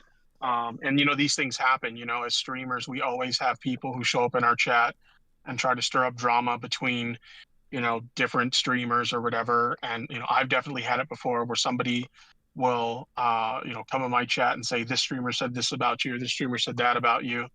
And everybody has their own ways of handling it. Like me personally, in that situation, I've definitely had that happen, where I'm just like, oh, okay, well, thanks for bringing it to my attention, I'll look into it later. Obviously, that's not how you handled this situation, but I'm not here to dictate how you should handle a situation or whatever. I can just say I probably wouldn't have handled it the way you did. But yeah, I mean, I think a lot of it has to do with the fact that I've had my literal theme song, which I didn't even have any part in making. It was made by Sweet Myths about like, because Sweet, you know, Holic Master knows a fair amount about the Xander Hall lore. They've been around for quite some time in this space. And when Holic Master slash, you know, lead singer Sweet Myths made my theme song, the entire song, you can listen to the lyrics, is about the constant bullshit that I've had to deal with. That's been like almost to an extreme. It's not that I've gotten more bullshit than other people my size. It's that the shit that I've gotten canceled for is like particularly insane. Whether it be like being against abusers or like calling out just the most horrific, heinous shit, or being completely misrepresented. It's been like it's literally what the song is about. I had no part in making it. It was literally a surprise that I got on my birthday from Holic Master. And it's just like, I feel like when my literal theme song that I had no part in the creation of is about how much bullshit that I get, and like no one else's theme song that Holic Master has made is about that. I think it's like, oh, or being anti-lolly, like being unironically just being anti-pedophilia has gotten me massively canceled too. So I'm like unironically getting harassed by pedophiles and Nazis calling me a pedophile at once. That was fun. But yeah, like it's just, it's really rough to then have to be like, yeah, I have to be able to look past the friendship with someone who absolutely who's part of that hater industrial complex. Thank you for that phrase, Novasari. It's like, I don't know if I just have trust issues. Like maybe that's the case, but like, I feel like, I don't know. I feel like my place of hurt is considering valid. like considering like all the stuff I've been through, and I know you're aware of like a lot of it. I can definitely empathize with you in terms of like, you know, having to deal with like the most insane bullshit or have like the craziest like accusations being made about you or people misrepresenting statements you've made and stuff like that to try and like cancel you or ruin your reputation. Like I get it. I totally understand it. Yeah, it's fucked up to have to deal with shit like that. I don't know. It's messy. That's this whole space. People have to deal with shit like that, and it's really frustrating when you're the one in the crosshairs. So yeah, I can empathize with you for that for sure. Yeah. At this point, it's a lot of the same people coming into chat, or not the same people, a lot of different people from Keffals' channel coming in to like demand the same questions. Once again, we're getting the "why do you not have the same standard for Vosh" questions. Like we already talked about that. I do. I almost burnt the bridge with him until he. I think I think it's a valid question to ask. Clearly, you have your own reasons for that. Yeah, and it's not the only person. It just kind of is what it is. That's not the only person that I've like approached Vosh and been like, "You got to stop platforming this guy. Like you got to do it." The Lance from the Surfs is the other person. There's a reason why Vosh doesn't host him anymore, or like have him on stream or positively promote him anymore, because I gave Vosh the full rundown of Lance enabling Illuminati's abuse, attacking her abuse victims, and how he responded to me criticizing him for it by lying about what I criticized him for and accusing me of pedo-jacketing him for being bi. Gotcha. So yeah, like it's not the first time that a little bit. It's not the first time I've had a conversation with Vosh and been like, "Hey, listen, this is how this person has fucked me over. Like, do with that info what you will." And I've been very open about the fact that I will burn bridges with anybody if it's like this much of a boundary is crossed, if that makes sense. There you can go, like I said earlier in the stream, check Vosh's Discord right now for messages from me. You can find messages from back in like April, it might have been, whenever this all happened. Where I say I will literally burn the Vosh. The Vosh bridge might be cooked if his response to this is cringe. Like multiple messages. I said it in like my Discord. I said it in his Discord, in his chat on VGG. You can literally look it up in the logs. There's literal evidence of me saying I will absolutely burn the bridge with anybody, including Vosh, for the same thing. But Vosh has had a response to it that I think is way better than Keffals, and something that allows me to understand that like Vosh is trustworthy and not someone who's just going to like try and fuck me over because he's more friendly with somebody else now. Keffals, it feels like, Right. after saying she literally helped me when no one else would, and it's like, dog, I was one of the people defending you against accusations of like awful shit when you were going through rehab stuff. It feels very much like, I don't care what she did, she helped me. She's my friend, I don't care. And it's like, okay, well then clearly you're choosing, right? Yeah. I mean, I understand like establishing boundaries with like your friends and stuff like that. I've done the same thing. And, you know, like you are saying you had to do today, I've had to cut off people for not respecting my boundaries. I get it. Obviously, you know, we're in disagreement in the terms of like setting this particular boundary. But again, like I'm not here to dictate like what boundaries are appropriate or not. Ultimately, only you can decide what boundaries are appropriate or not. But yeah, I don't know, man. Yeah. It's like I said, the whole situation is just really, really messy. Yeah, I mean it's rough. And like, to be clear, this isn't like I don't want to like make this sound the wrong way, but I've had a lot of internet friendships with content creators that have just fallen through, whether it be because I was like, ooh, I can't look past that and be friends with this person anymore and just burn the bridge with them for something they did, or because they're willing to associate with and defend the actions of somebody that they're cool with. Like, I used to literally like have Keffals over to, or not Keffals, Denims over to my house to hang out. Like, we watched The Lord of the Rings together, and then I saw her defending Hassan like vehemently, despite the Ukraine shit and the fucking China Uyghur genocide denial and all of his fucking awful shit. And I was like, ooh, yeah, I'm burning that bridge nice and quietly. I didn't even make big drama out of that.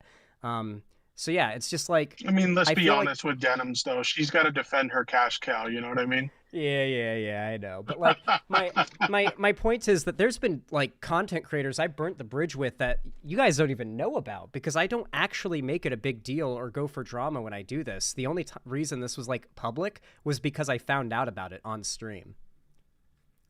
Yeah.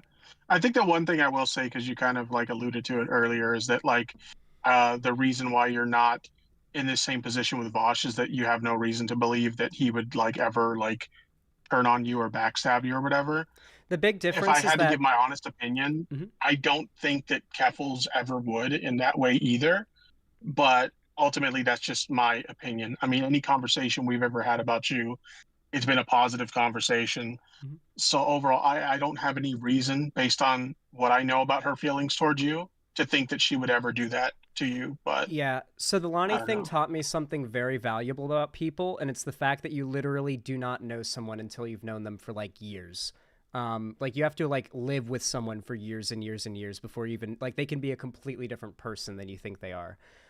So I kind of I've kind of gotten very very like not untrusting, but much more cautious, because it is absolutely true that people can be someone completely different than you thought they were. It's happened a million times, and I don't think that's the case for Keffals necessarily, but it's enough of a could be that I am willing to act on it, if that makes sense, because it's been before many times. Yeah, I mean, I definitely understand the being more cautious after all the shit that I've been through. I'm definitely more cautious with who I engage with or how I engage with them. So I can understand that perspective. Yeah, yeah.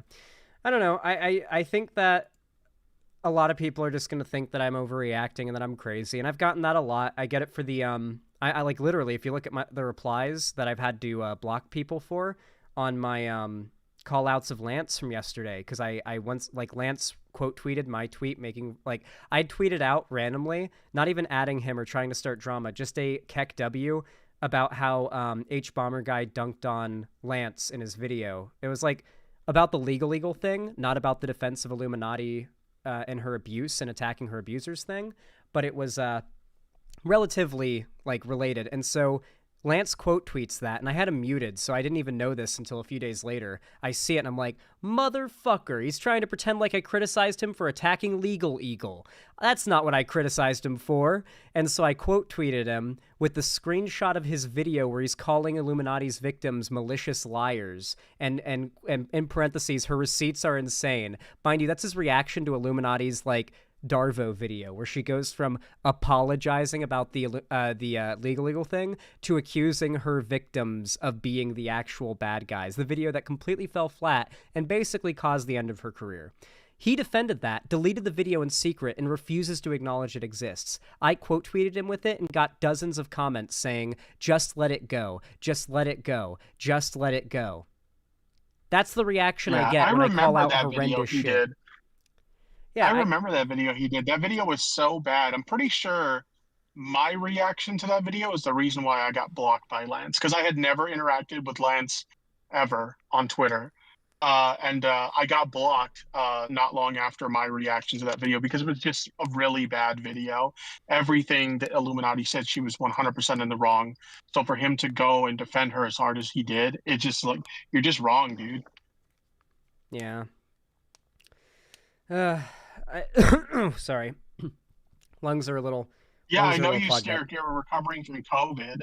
Yeah. Hope you're feeling a little bit better from that. Oh, dude, I feel amazing. Like, I was dealing with long COVID since my, first time getting it back in April, and it's been hell. Like, I thought my life was over for a little while. Like, it was never going to go away. Getting reinfected and then fighting it off again feels like it basically cleansed all of the long COVID out, too. Like, I feel better now than I did before I got reinfected, and I've still got a sniffle and a cough. Jeez. I got it, I think it was early 2021, and I was fully vaxxed by that point, and it still hit me insanely hard. Like, I'm convinced if I wasn't vaxxed, I probably wouldn't be here today. That's how hard it hit me. Yeah, dog. I got vaxxed too and boosted at every turn, and it hit me hard. I was really fucked up. I don't want to get too off topics, but yeah, COVID, it was really, really rough, and this bout of it was much easier. What I hope is that hopefully the more often you get COVID, the less deadly and less severe it is, because your body gets used to it. Maybe that could be an interesting scientific discovery we make after a few years, and I hope it is. But there's no evidence for that as far as I know. Don't forget to mention what Illuminati said re-Shark. I don't know what you're referring to there. Did Shark make a video, or did Illuminati say something about Shark? I don't think that happened. Yeah, that I'm not aware of. That would be news to me. Yeah. Anyway, basically, I feel like I've gotten very used to being told that my feelings on an issue are insane and I'm wrong and I'm being the asshole, and then a month later or less being vindicated entirely, but never really getting that full all right, you were right, Zan, sorry response. Recently, look, I don't want to turn this into a whole therapy sesh, but I'll tell you a recent example. So Actual Jake is a content creator I really don't have much of an issue with, to be honest. And I even still I don't have much of an issue with Actual Jake. But whenever I got hit with the false sex call allegations, his partner ended up immediately jumping on them and believing them, and pushing them and advocating for those allegations against me, the false rumors. And then once they were debunked and everybody completely was on my side after that, she basically pretended it never happened and unblocked me, refollowed me, and started replying to my tweets and liking my tweets like nothing ever happened. And then another drama ended up happening, which was the Lonnie thing. And she immediately believed Lonnie's side of the story. Just immediately believed the twit longer, immediately started shit-talking me before I could even drop the arrest records or the other receipts that I had to prove that I was, on the right side of things. And so in response to this, because right afterwards, she immediately again unblocked me and refollowed and tried to pretend like nothing happened because, you're immediately jumping to shit on me, ended up making you look really bad. She tried to pretend like nothing happened again, so I blocked her. And she got really fucking mad about it and had Actual Jake make a video on me because of it. Jeez. You gotta love people like that who go with the ebbs and flows of whatever's popular at the time. It's now I'm cool with you because you were able to defend yourself appropriately. Oh, somebody's coming at you now again, so I'm gonna side with them. They literally just side with whatever the popular narrative is instead of having their own original take. Yeah. Yeah, I mean it's really common. It's something I've gotten. I'm pretty used to it, but when it happens to like a literal, like when it's a literal friend is part of it, it's like, obviously I'm gonna get a little emotional, and I think I will absolutely admit the thing that I did wrong in this. The only thing I would say I did wrong in this was making that tweet. Besides that, I think reacting to it on stream is fine because I was sent it on stream. I don't think that's unreasonable. I think my messages to her were fine, especially when like trying to talk to her in private. And I think my arguments for why I felt the way I did on her stream were fine.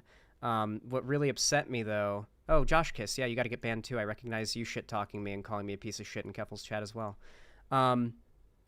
Yeah, I feel like the thing that I did wrong was making the tweet.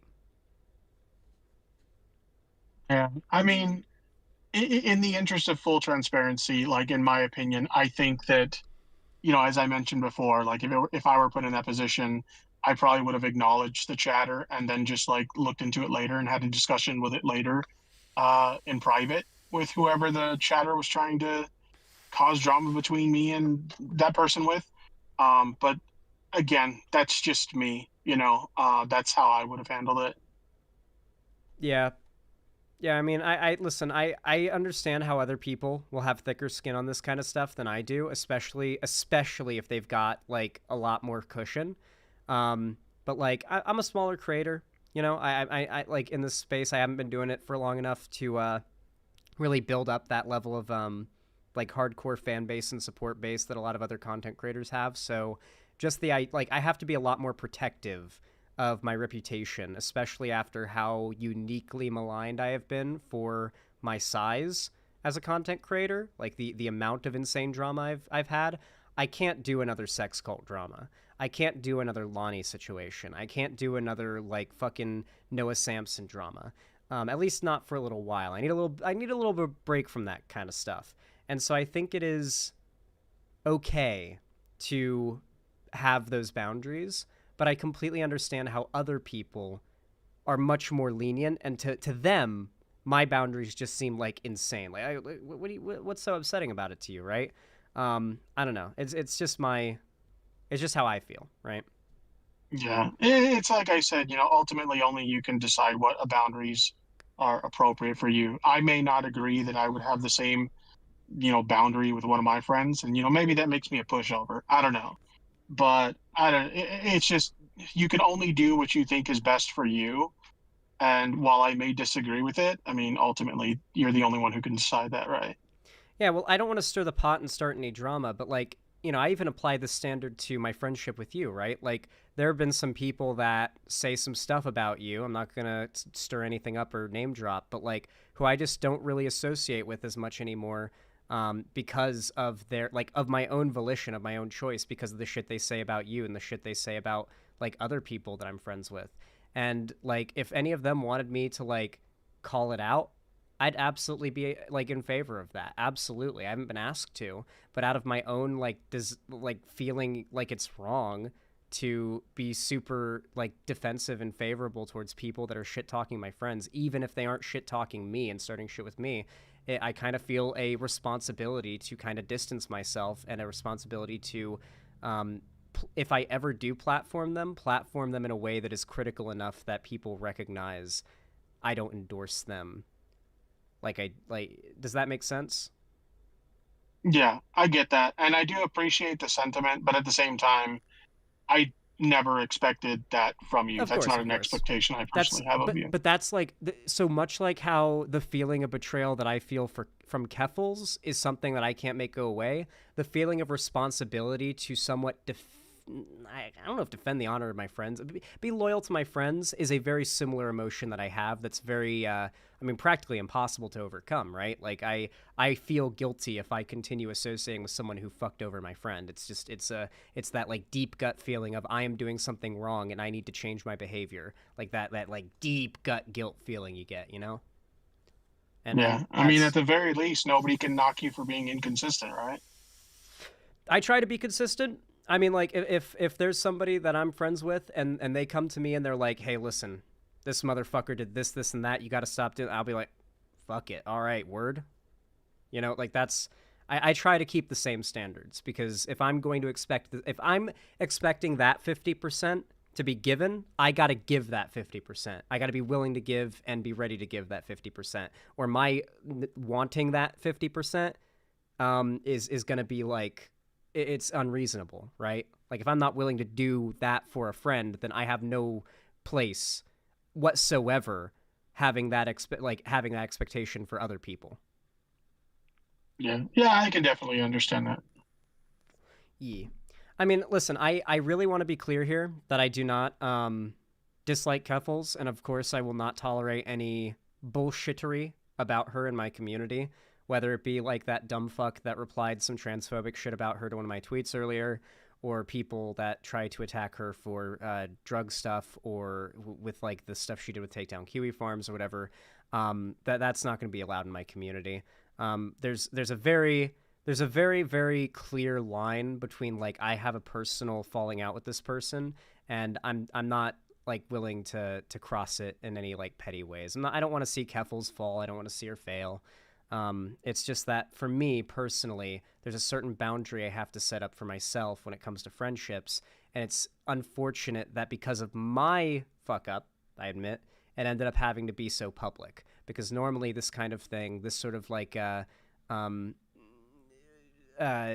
cultivation of who I associate with, normally it would be done in private. I wouldn't like to make it a whole public spectacle, but sometimes that's just how it goes. Yeah, for sure. It's like I said before, it is what it is. You know, it played out the way it played out. You know, we don't have a time machine. We can't go back and change it. It is what it is. Yeah.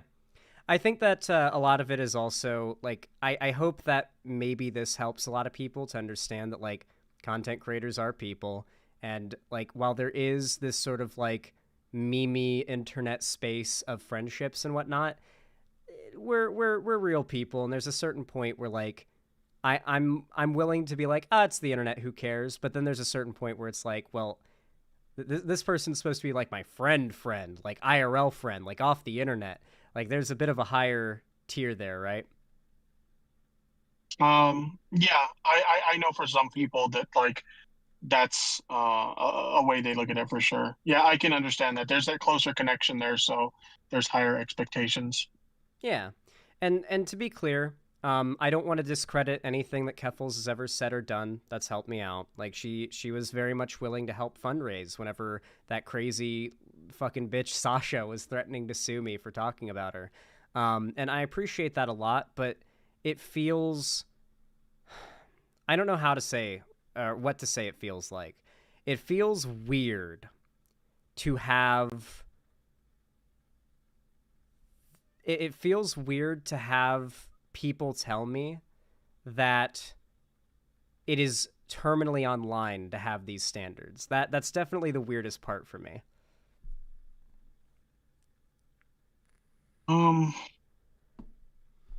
Yeah, I don't know. I feel like to comment too much on that would come off as dictating, like I said before, your personal boundaries, and Yeah. I don't want to do that. Ultimately, you can only decide what's best for yourself, and I think that's what you're doing. Absolutely. Yeah, I mean, like, once again, I appreciate you coming on and everything, and I'm glad this didn't end up being a drama segment. Like I said, I didn't want it to be a drama segment. I just wanted to be able to explain my side of things. But yeah, thank you for coming on. Is there anything else you wanted to say? No, you know, I appreciate you for having me on. You know, it's like I said at the start, I got a lot of respect for you and Keffals. You guys have been there for me, you know, through a lot, and I appreciate it. It's unfortunate things played out the way they did today, but I mean, at the end of the day, it's just one of those things. These things happen. I wish you both nothing but the best. Absolutely. Thank you so much, Tipster. I appreciate you coming on stream. I hope you have a good one, bro. And yeah, have a good one. Have you tried out Lego Fortnite? I have not yet, but I heard you going on about it earlier, so now I'm gonna have to try it. It's so good. It's so fucking good. Go try it. Seriously. Maybe we can play together sometime or something. Hell yeah. I got a persistent world I'm playing with my friends, and we're trying to see how many people we can get in there. I think it's a limit of 16 on at once, but there can only be 8 key holders that can join at any time without the host being on. So yeah, it's really good. Lego Fortnite's a survival All right, game. all right, cool. We'll figure it out, and we'll definitely play together sometime. Hell yeah. Nice. I'll talk to you later, okay? Take it easy, man. You too, dude. Laters.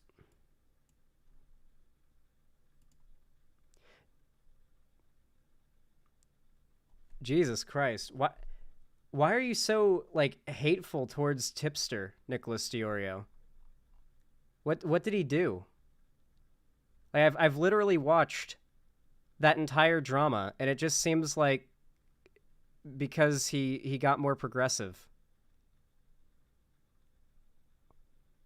I'm curious. Yeah, Nick's in YouTube chat. I'm not trying to be like an asshole. I'm actually curious because it seems like a little over the top.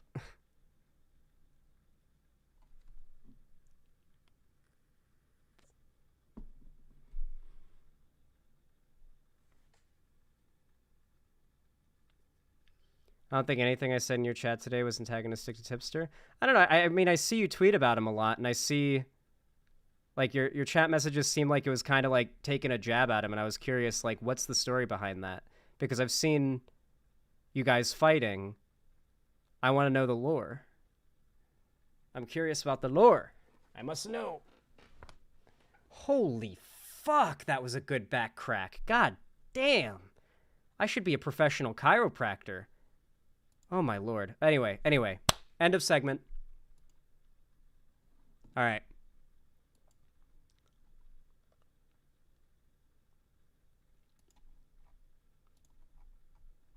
Good memes. What is this clip? Lonnie? I love this fucking clip. Was awful in ways that I haven't even talked about. Lonnie would get mad at me for being based. Such a good fucking clip. She would. She actually would. Like behind the scenes, towards the end of our relationship, there were points where we'd get into arguments over shit I'd talk about on stream, and I'd just be like, listen, like, what do you want? Like, I'm not gonna defend Hassan when he says dumb shit on stream. It's just not going to happen. She tried to get me to defend Second Thought, and I wouldn't. She got upset at me, and yeah. I'm not sorry for holding to my principles despite my girlfriend getting mad about it. Yeah, trust me, guys, you don't even know how bitchy she would get for me being based. She gets so mad.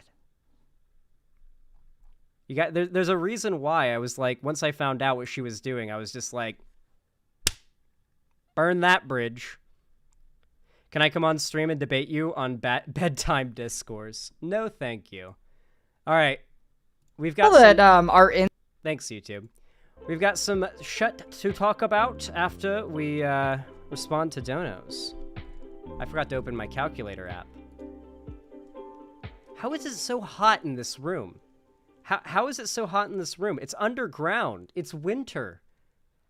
Is my PC really? Wow.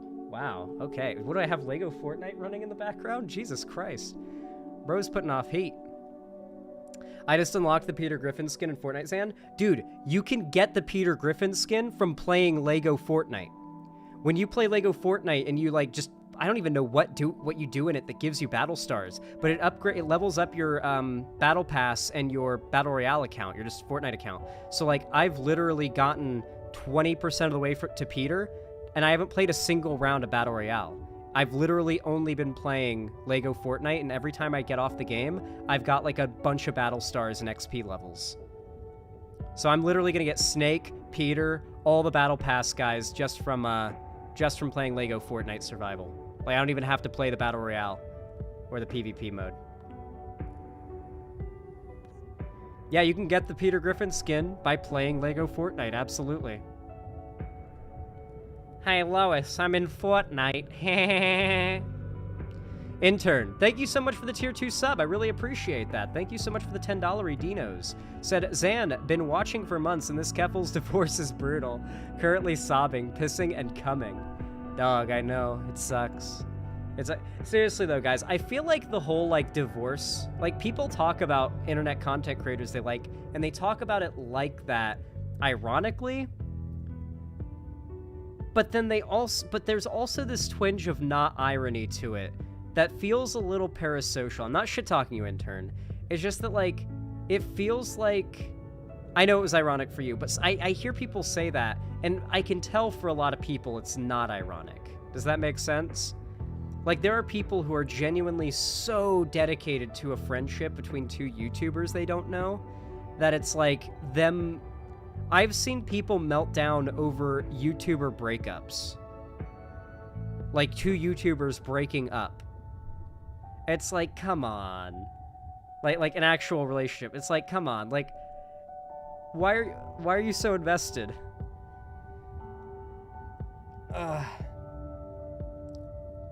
Yeah, I so badly tried to mend the bridge between Vosh and Destiny. I was so naive. I thought at the time that there was this, I'd grown up, like, getting into politics, watching, like, the anti-SJW sphere, and as much as I, in hindsight, didn't really like it and I thought they were really cringe, something that I liked about it was the sense of community. I think everybody likes a sense of online community, and it felt as though there was the possibility of preserving this sort of, like, at least tenuous, like, community between lefty content creators at the time, and I had this, like, very naive desire, right? And that's since very much been blown out of the fucking window. But back then, I was quite young, and I hoped that I could possibly mend that bridge, and it just didn't work out.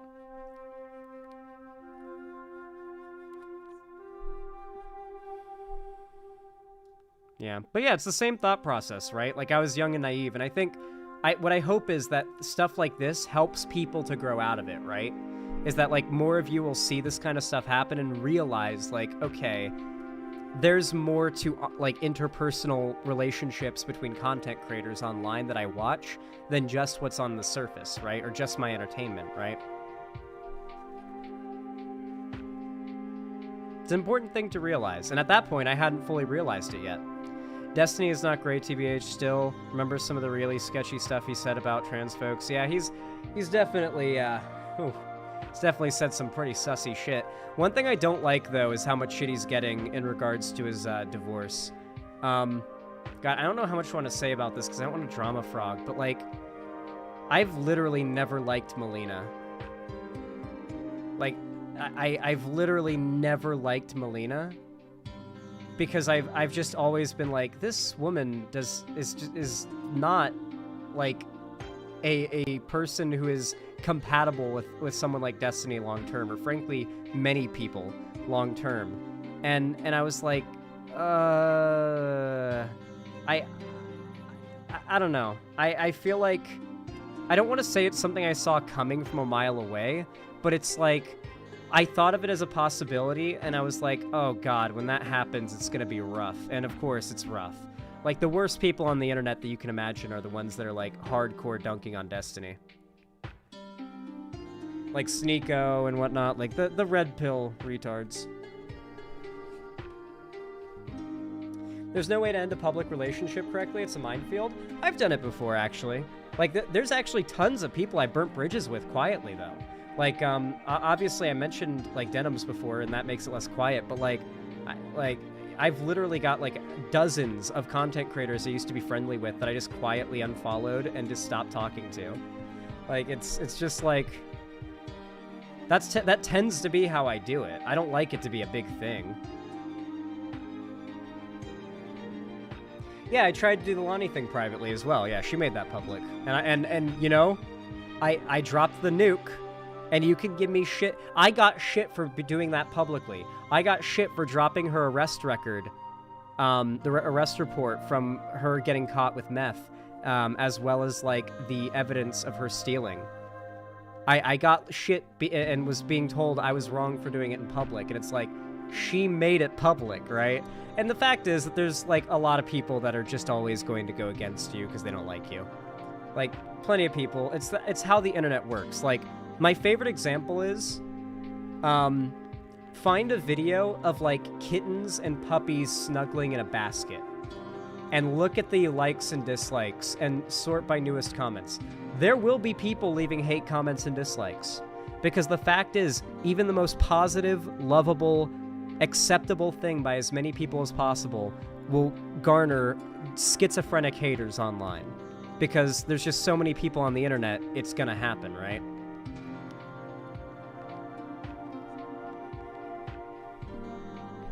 Yeah.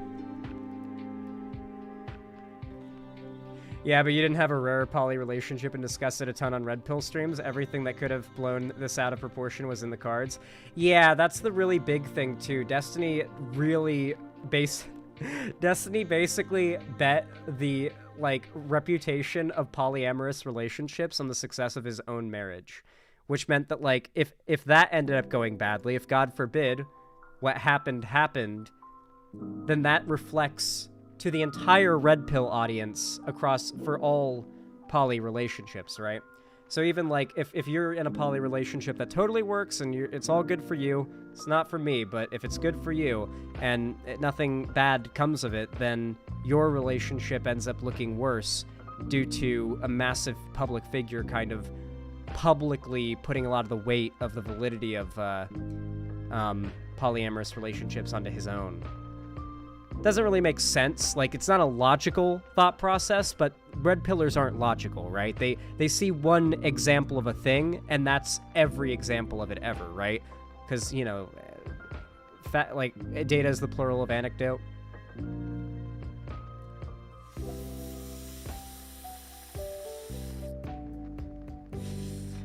Yeah, like Destiny had basically become the Lorax for poly relationships. Yeah. I think poly relationships can work if everyone is banging. Yeah, that actually is what I think has to be the key ones. Polyamorous relationships work best between gay people because everybody has to be fucking. Like, if it's all three of them are equally attracted to each other and they're all fucking each other, that is probably the most functional poly relationship you can possibly get, is where everybody's gay and fucking each other. And no one could argue there's cucking going on, right? Because everybody is fucking everybody else, right? But yeah. I am definitely of the side that I think most polyamorous relationships are probably less likely to work than monogamous ones, but at the same time, monogamous relationships don't have the best track record either, right? So it's kind of hard to say that any particular type of relationship doesn't work. You know?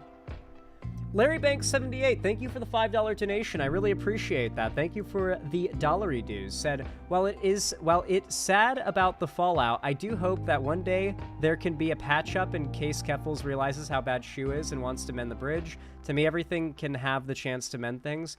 She said some pretty rough stuff. The whole, like, I don't think you have any real friends thing, and the whole, like, disregard for what Shu did to me in the first place. Like, because what's going to happen is, I'll tell you what'll happen, is Shuanhead will say or do something that not even Keffals can look past. Keffals will disagree with it, and Shuanhead's response to any form of disagreement is to block and to shit talk and pedo jacket. So Keffals will disagree with her. Shu will no doubt pedo jacket her in response and block her.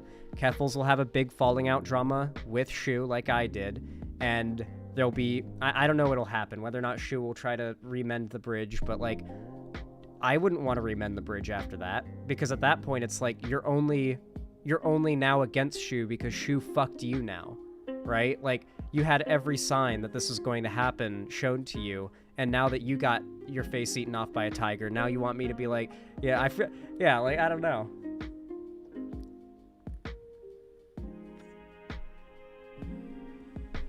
Zan predicting things again.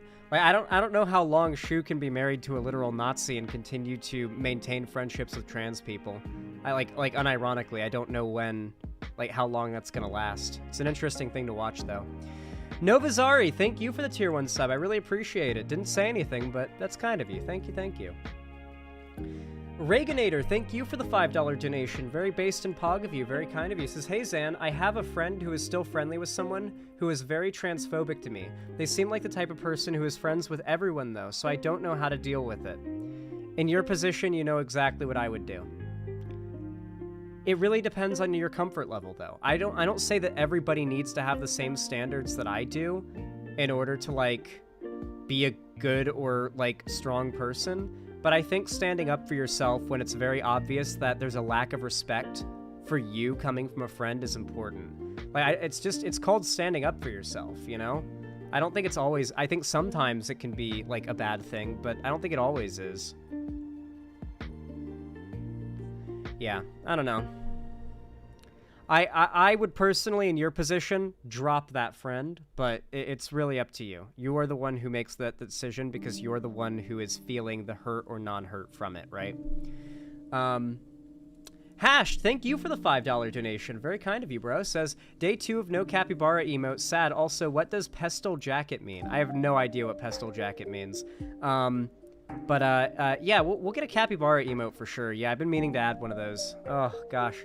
So much stuff on my mind. Yeah, it's been a busy last couple days.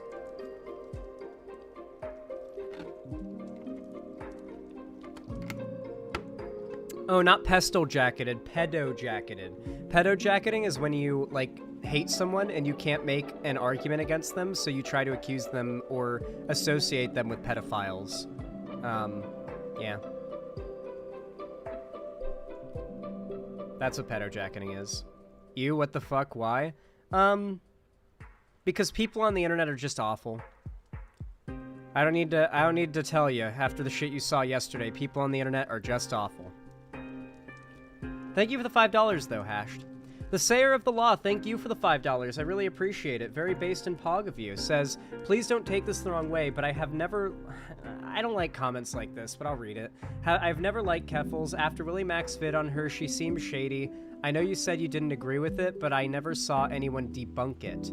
So, Willie Mac Show's video on Keffals is literally filled with rumors and unsubstantiated, like, allegations. Like... Tons of people are literally just derangedly obsessed with Keffals. Willie Mac's show tends to be pretty on point, but like I literally have inside info on a lot of the shit he talked about, and it's a lot of it's just literally blatantly false. And that's not even getting into the stuff that's like half truth, right? It really just comes off as a video designed to try to make her look bad and ruin her reputation. Which, like, is weird because more recently, Willie Mac's videos have been pretty good. Yeah, Willie Mac makes good content other than his videos on Keffals, yeah. Yeah, the Keffals video made him look awful to me, yeah. But like I said, right, like, I've called this shit out before, because it's, like, it's somebody lying about Keffals, and she was my friend, and I called it out. And if she'd ever said, you gotta burn the bridge with Willie Mac's show, I probably would, because what he said about her was pretty fucked up, and the things that he supported that happened to her was really fucked up, and she's was my friend. And if she asked me to, I absolutely would have called it out in a much more substantive way than I already did.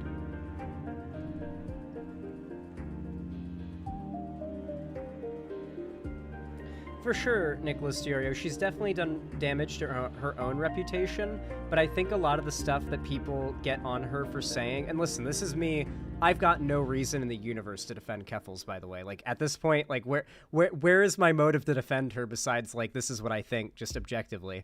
A lot of it is just the fact that she's had gaffes, and everybody on the internet who does live stream content has gaffes, but she has been held to a higher standard than most, I think.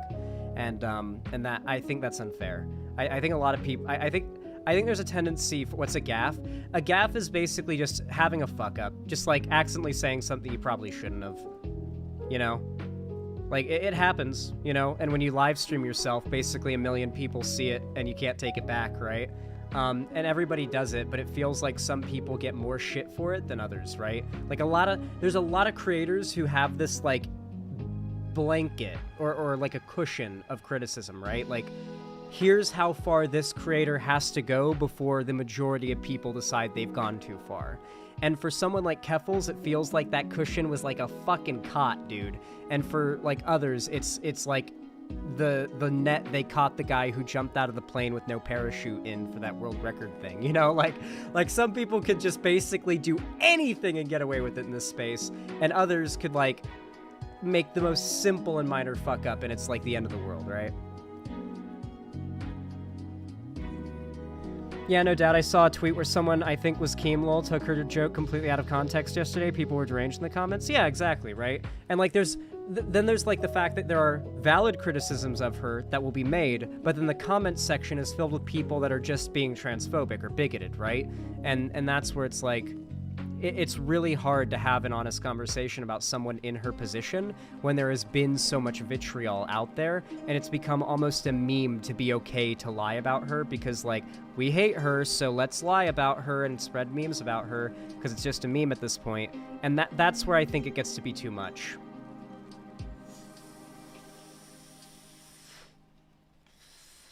Jesus Christ, I'm sorry, Gray DHD. I'm sure we disagree on a ton. I try to be as factual as I can with her, and I fought a two-front war trying to criticize. I basically don't talk with her anymore, or talk about her anymore. Yeah, I mean, there's stuff that you do, Nick, that I just outright disagree with. Like, my friend got shot yesterday, and you were making fun of it.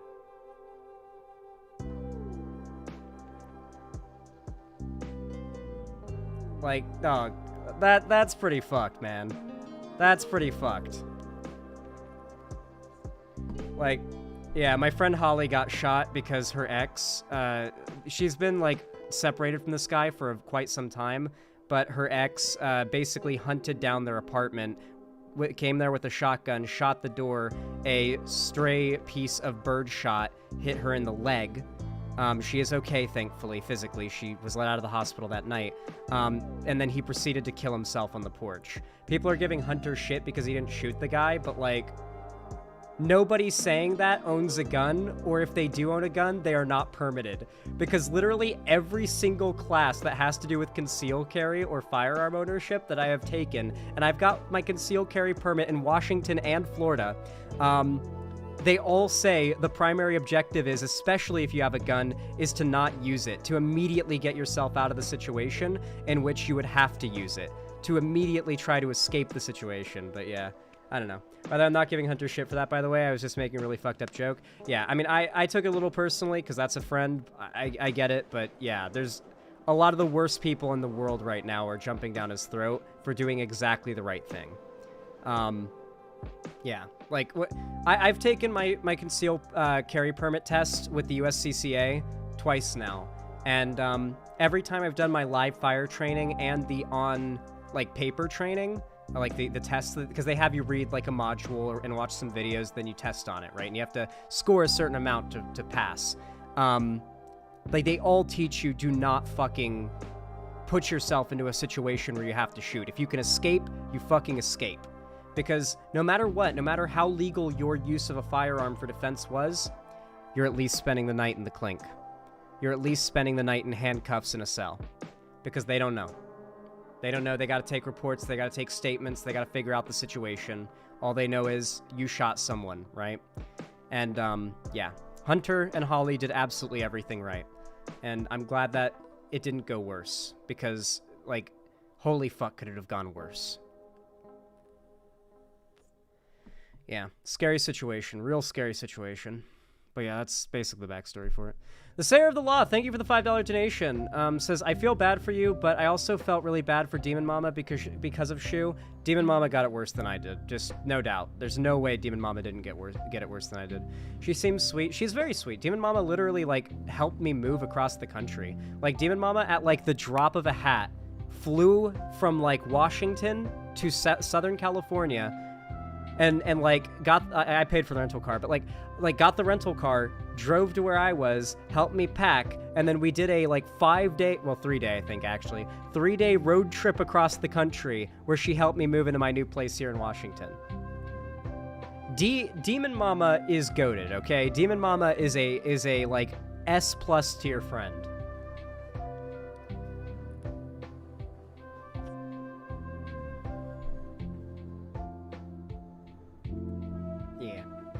We love Demon Mama here. Yeah, Demon Mama is also somebody who's gotten a lot more shit than I think she deserves. Did you see what I said earlier? What did you say earlier? I'm no fan of Demon Mama, but I've never heard her backstab someone. She seems pretty loyal. She's extremely loyal. She's a very, very good friend.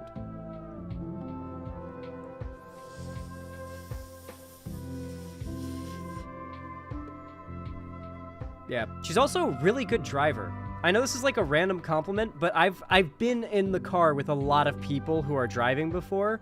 Demon Mama is the best driver I've ever been in a car with. Demon Mama was like driving down roads that were like curvy fucking mountain. If you take a wrong turn, you go 500,000 feet off of a cliff to your death. Roads that were icy. It was snowing / raining and sleeting, and she was just not even a slight veer, just eyes locked on the road. If she had to check her phone for something or make a call, she pulled the fuck over. Like, she'd stop at a rest stop and then take out her phone and then check it. She is the safest and best driver I've ever been in the car with in my entire life. Without a doubt. Not even close. Has anybody got the driving skills Demon Mama has?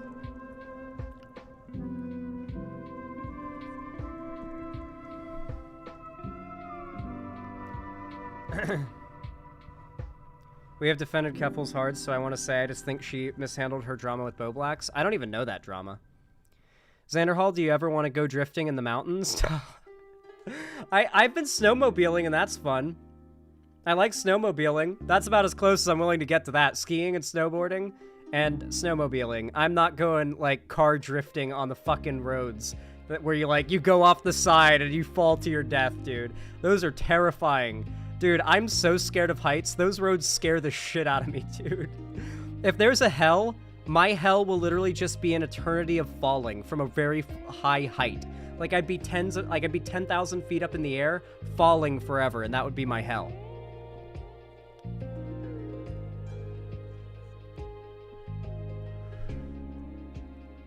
I really hate the sensation of falling. I really hope I can handle 0G. I want to go to space someday, which means we have to have, like, Star Wars style spaceships that make, like, taking off and landing completely seamless like a plane. But, like, being in zero gravity cannot feel like falling, or I will literally start freaking the fuck out. And, like a god, like, I don't know what analogy to make for the level of like, freaking out I will have if it feels like falling. 0G is falling, I know, and people say it doesn't feel like falling because if you're inside of a, like, vehicle, or anything, your frame of reference stays the same. So, like, while it does feel like you're falling, it doesn't feel like you're falling because your frame of reference isn't changing. It doesn't, like, you're not seeing yourself fall. So I wonder if it feels more like being underwater than falling. Because, like, I've sunk to the bottom of a pool holding a weight, and that doesn't feel like falling. I hope it feels more like that, but, you know, gravity still affects you there.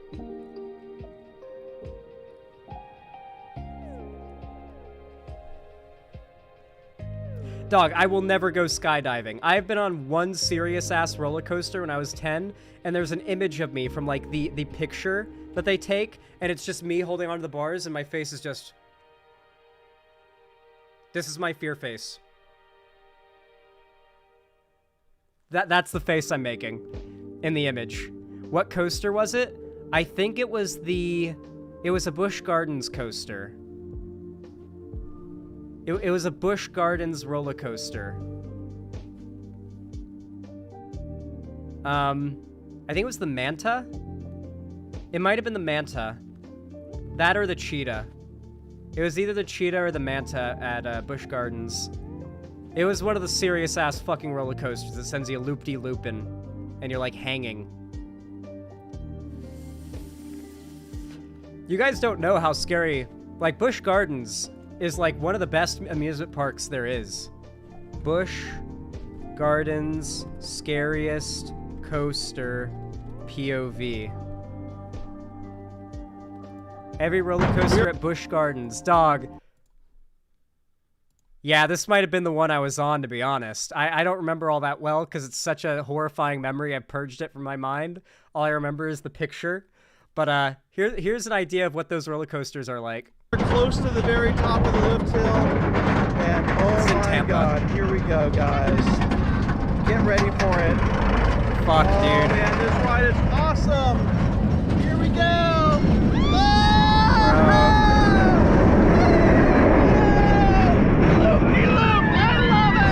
This guy loves it. This guy is nothing like me, dude. This guy fucking loves this shit. This guy's having a great time.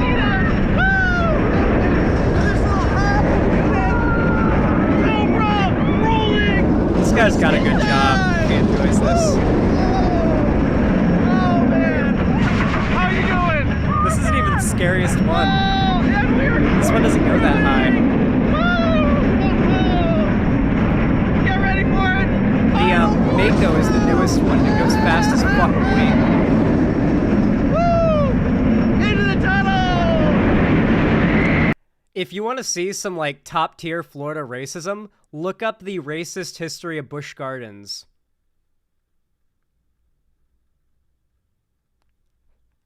All I'm going to say is it's an amusement park that is based off of Africa, and all the different areas of the park are supposed to be different regions of Africa.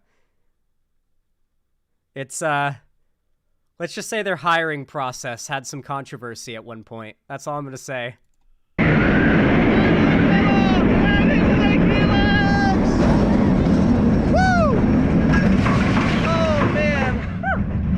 Kumba at Busch Gardens, Tampa. I loved it. How did you guys do? It's so good.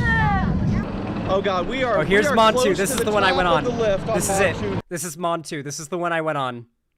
This is the one that when you drive by Busch Gardens, that might be Lupton's down there a little bit to the right. When you drive by Busch Gardens, you see this roller coaster going up and you hear the screams. You see it, like, right a little bit to the right here is the best barbecue restaurant of all time. It's called Lupton's. It's right across the street from Busch Gardens. Maybe it'll be in GTA 6. I hope there's some, like, top-tier Florida restaurants. Like, you go there, you gotta eat there, that I hope are referenced in GTA 6. Because I lived in the map for GTA 5. I lived at the foot of what was the inspiration for Mount Chiliad, right outside of LA. And holy fuck, when I played GTA 5, the amount of tiny little references you have to be a local to even come close to getting are crazy. Like Slab City and East Jesus being in the desert. Like, many people know about Slab City and East Jesus, but like that's a more, like, the Salton Sea is there, the like Palm Springs aerial tramway is there in the game. Like, the amount of little details they put in for, like, locals to recognize in GTA 5 is crazy. So I hope we get the same amount of love for Florida in GTA 6. Here. Oh, everybody hang on. Have you ever had a lionfish? I've never had lionfish. No, I've seen plenty. This ride's about to get crazy! Oh! This is the one I went on. Here we go! Kick some sky! God, this guy loves it. Yeah, this is the one I went on. It took a lot of convincing. No one was ever able to convince me to go on a roller coaster again. I was 10. Zero G! And here's the Batman! Loopy! Robin thingy! Whee! Oh! There we go! Into the mid-course, barely hitting the mid-course, and dropping into the trench. Ready? Oh! Kick some sky! This guy's again! great. I love this guy. Oh man, this ride kicks all sorts of ass. All right, guys, get ready for it. We're gonna come around into the trench. I love how much fun this guy's having. Loop, So happy. loop again. Woo! Oh man. Woo! Busch Gardens is great, dude. I love Busch Gardens. All right, really quick chat. I'm gonna take a quick bathroom break. All right. Your boy has to empty his bladder, and then we resume with reading donos and move on to our next segments because I got a lot to cover tonight. I didn't just plan on covering the Keffals stuff tonight. Most of the stream is still well ahead of us. So yeah, guys, I will be right back.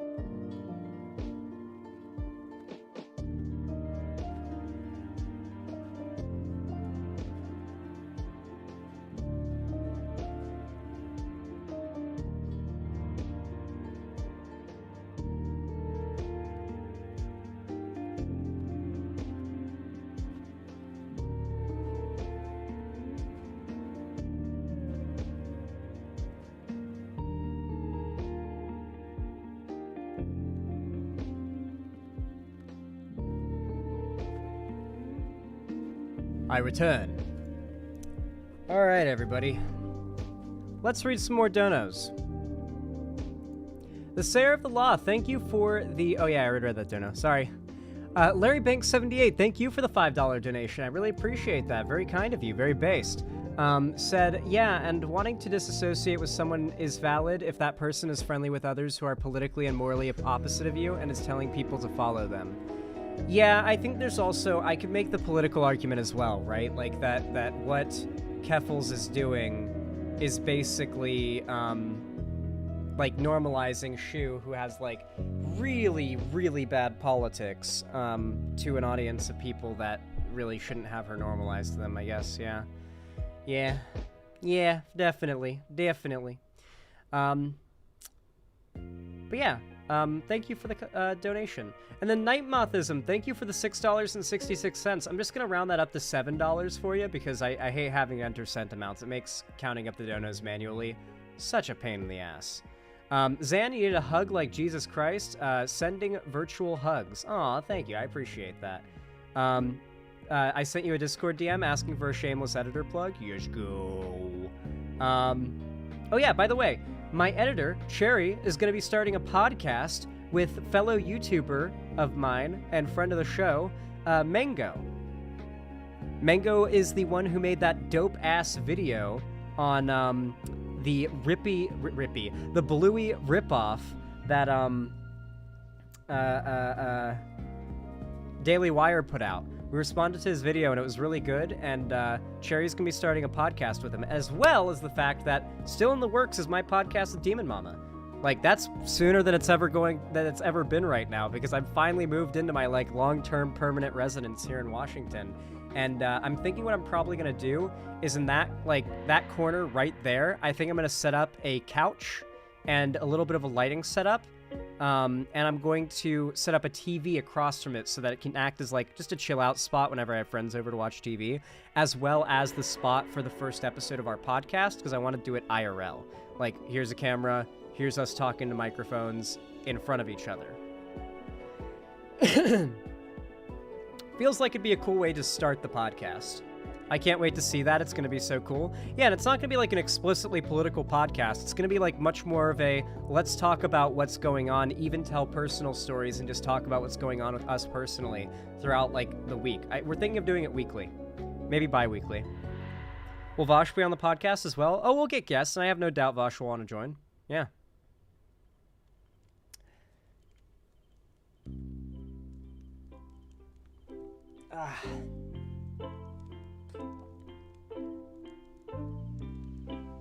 I don't know if Vosh would want to be like a permanent like podcast host. Like, listen, I know him pretty well, okay? And if he is anything, he is stubborn, okay? He is very stubborn, and he likes to find what he enjoys and stick to it. And that he does that with content too, and he does not like long prolonged conversations with people he agrees with for content. It just doesn't really like appeal to him, right? His episode with Mudahar wasn't that bad.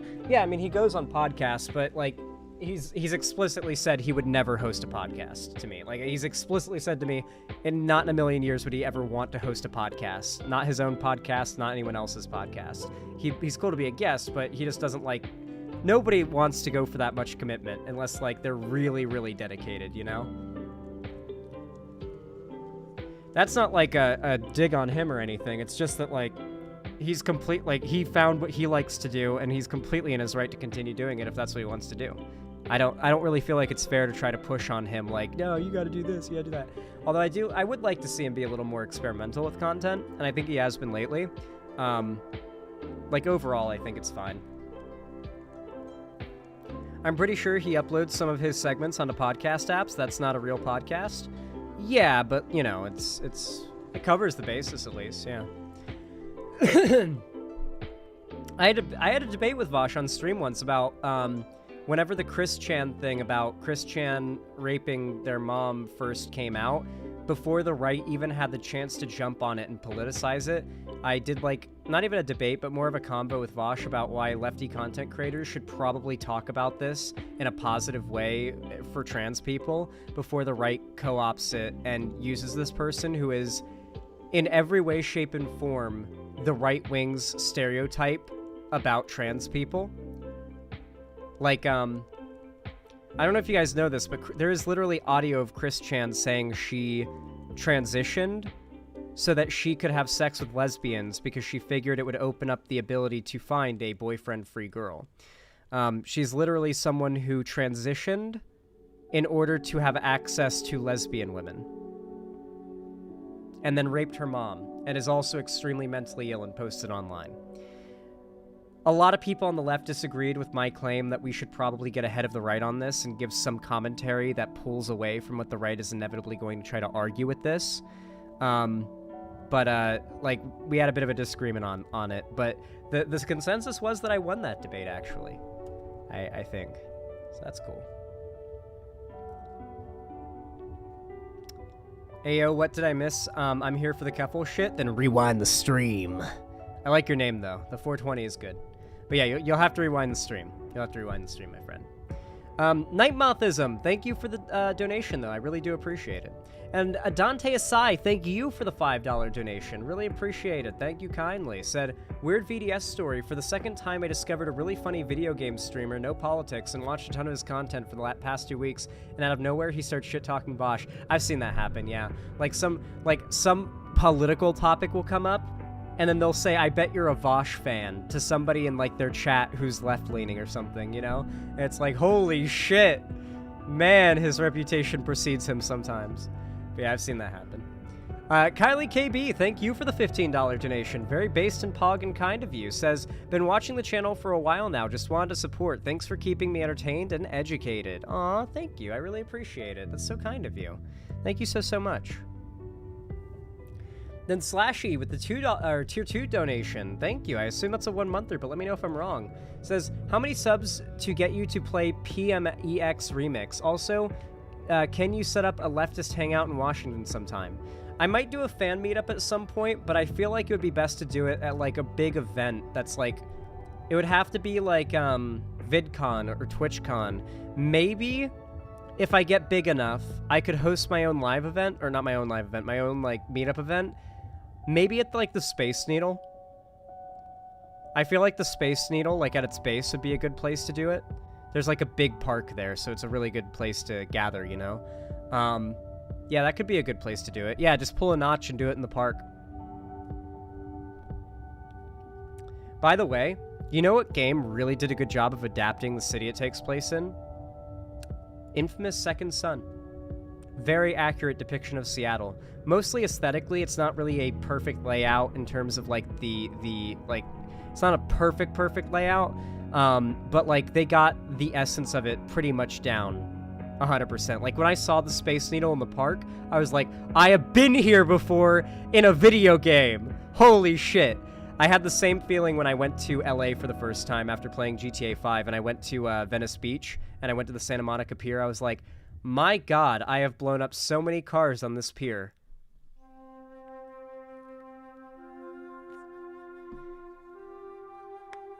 Because they really accurately, like, depicted it, too. It's really accurate. I appreciate that. Anyway, Slashy, thank you for the tier 2 sub. Really appreciate that. I say appreciate a lot. I'm sorry. I need to find another synonym for that word. Xerox, thank you for the tier 1 sub. Really kind of you. Thank you for the $5. Said, spending a stream as a white name and after being subbed for 3 years felt wrong, so here you go. Aw, thank you, Xerox. I appreciate it. And then Larry Banks 78, thank you for the $5. I really appreciate it. Says, unrelated, but that you will never be a woman term was also made by ER fans when they went after Hiding in Private's video on ER takes on Steven Universe. And the best part is that ER couldn't debunk Hiding's points. Yeah, no, ER is a Nazi. Just like a full-on neo-Nazi, yeah. He did a whole little segment in his review of Death Note where he pushes the conspiracy that Heather Heyer was not in fact run over and murdered by a neo-Nazi at Charlottesville, but instead was just so fat she got scared by the car and had a heart attack. So, yeah, fuck ER, for sure. What is ER? Like, a cartoon review YouTuber who's also a Nazi. And, like, just in his, like, cartoon and anime reviews, just puts a lot of, like, Hitler references and Nazi references. Like, there's a lot of, like, 1488s hidden in there, that kind of shit. Yeah. Of all people, Hassan was actually the guy who did probably the most concise takedown of the guy. Like, back in the day, back before Hassan was, like, just a complete grifting piece of shit. It was, like, in 2019, Hassan did a pretty damn good takedown of ER. It got ratioed to hell, because ER's was a way bigger YouTuber than him at the time. But yeah. Do you remember Conservative Cinema Sins? There's a lot of people that qualify for that title, bro. Like, there's a lot of people that are basically Conservative Cinema Sins, dude. Cinema Sins is a conservative. Okay.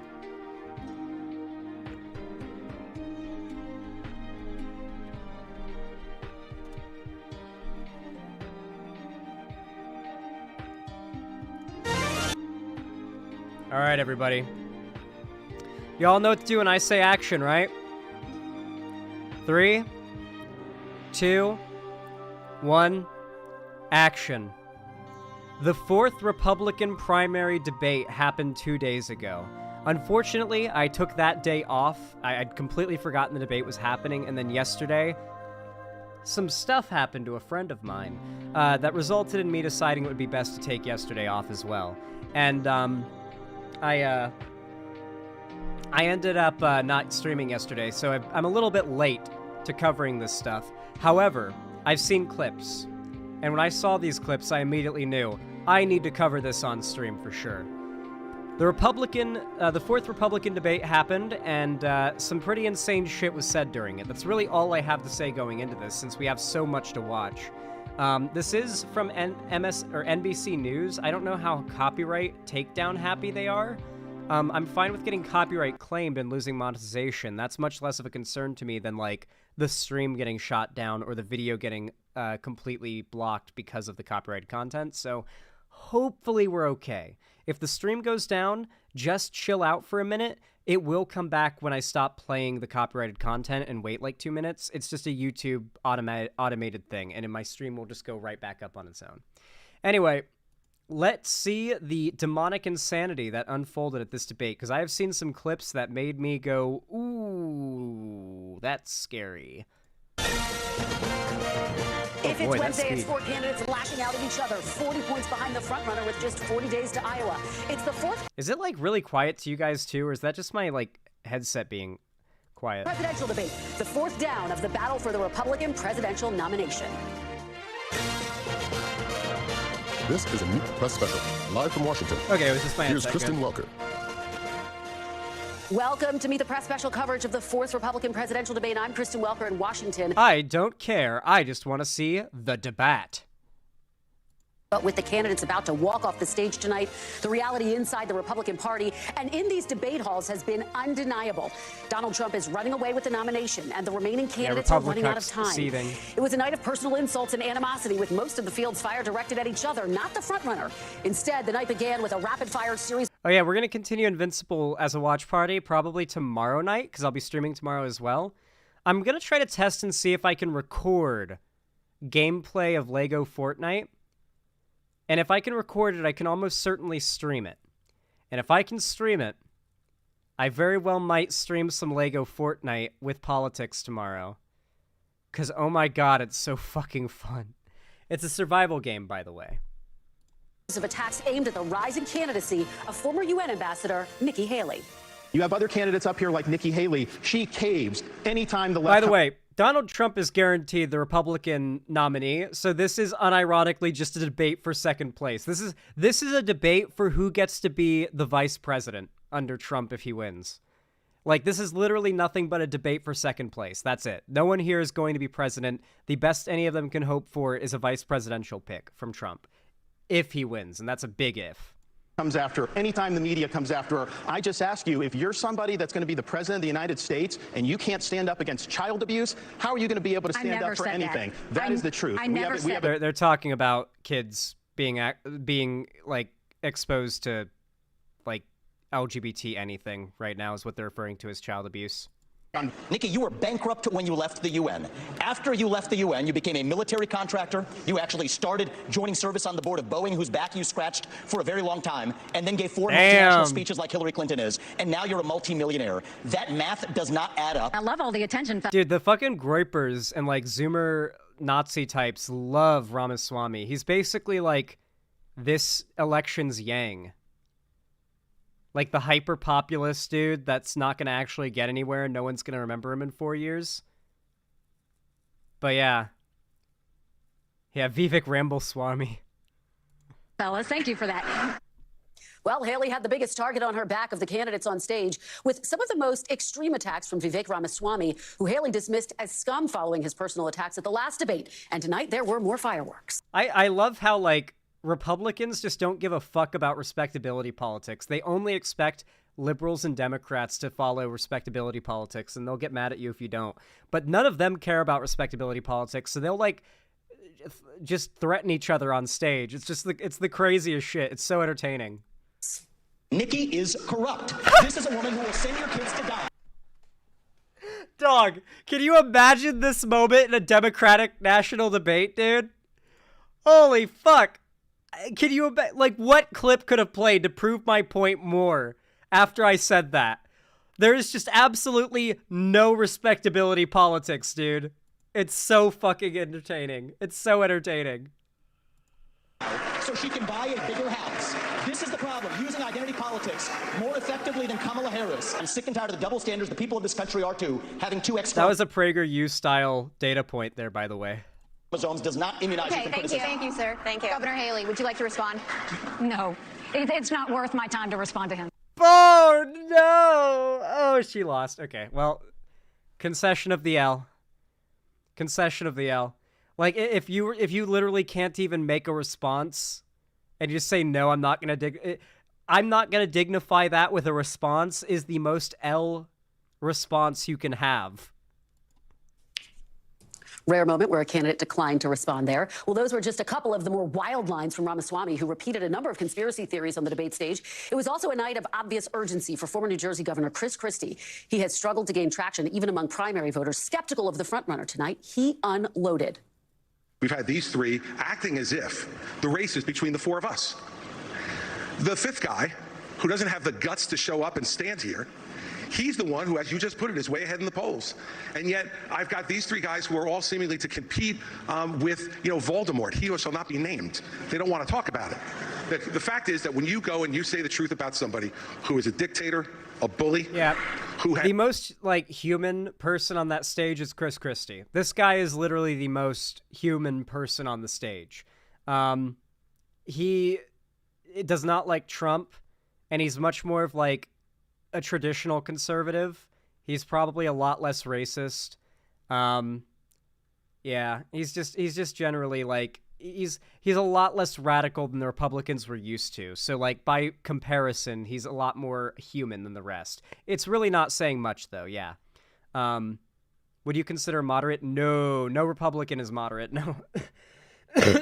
No. I literally know conservatives that are not voting Republican, okay? That is a moderate conservative, all right? People who still vote Republican at this point are not moderate. They're just not, objectively. It's not moderate. Has taken shots at everybody, whether they've given him great service or not over time, who dares to disagree with him, then I understand why these three are timid to say anything about it. But the fact of the matter is the truth needs to be told. I'm in this race because the truth needs to be spoken. He is... I prefer to keep slurs out of my chat, even if you're allowed to say them, you know? So, I mean, I guess you can say the F slur, but it has to be really funny, and you have to be gay. Fit. Now, apart from Chris Christie, the other candidates on stage had some policy critiques of former President Trump's time in office, but direct confrontation of his candidacy was pretty rare. Here's Christie's attempt to press Florida Governor Ron DeSantis to answer a question about Trump's fitness for office. Do you think he's mentally fit to be president? I think we need to have somebody younger. I think when you get up to 80, I don't think it's a job for that. Doc, Donald Trump is 3 years younger than Biden. People love to forget this. Donald Trump is 3 years younger than Biden. Hey, and guess what? Hey, guys, you want to know something funny? You want to know something really, really funny? You know those videos conservatives have been sharing around of dudes in, like these obviously American dudes in America, like shirtless, extracting oil and fracking, like they're lining up the pumps.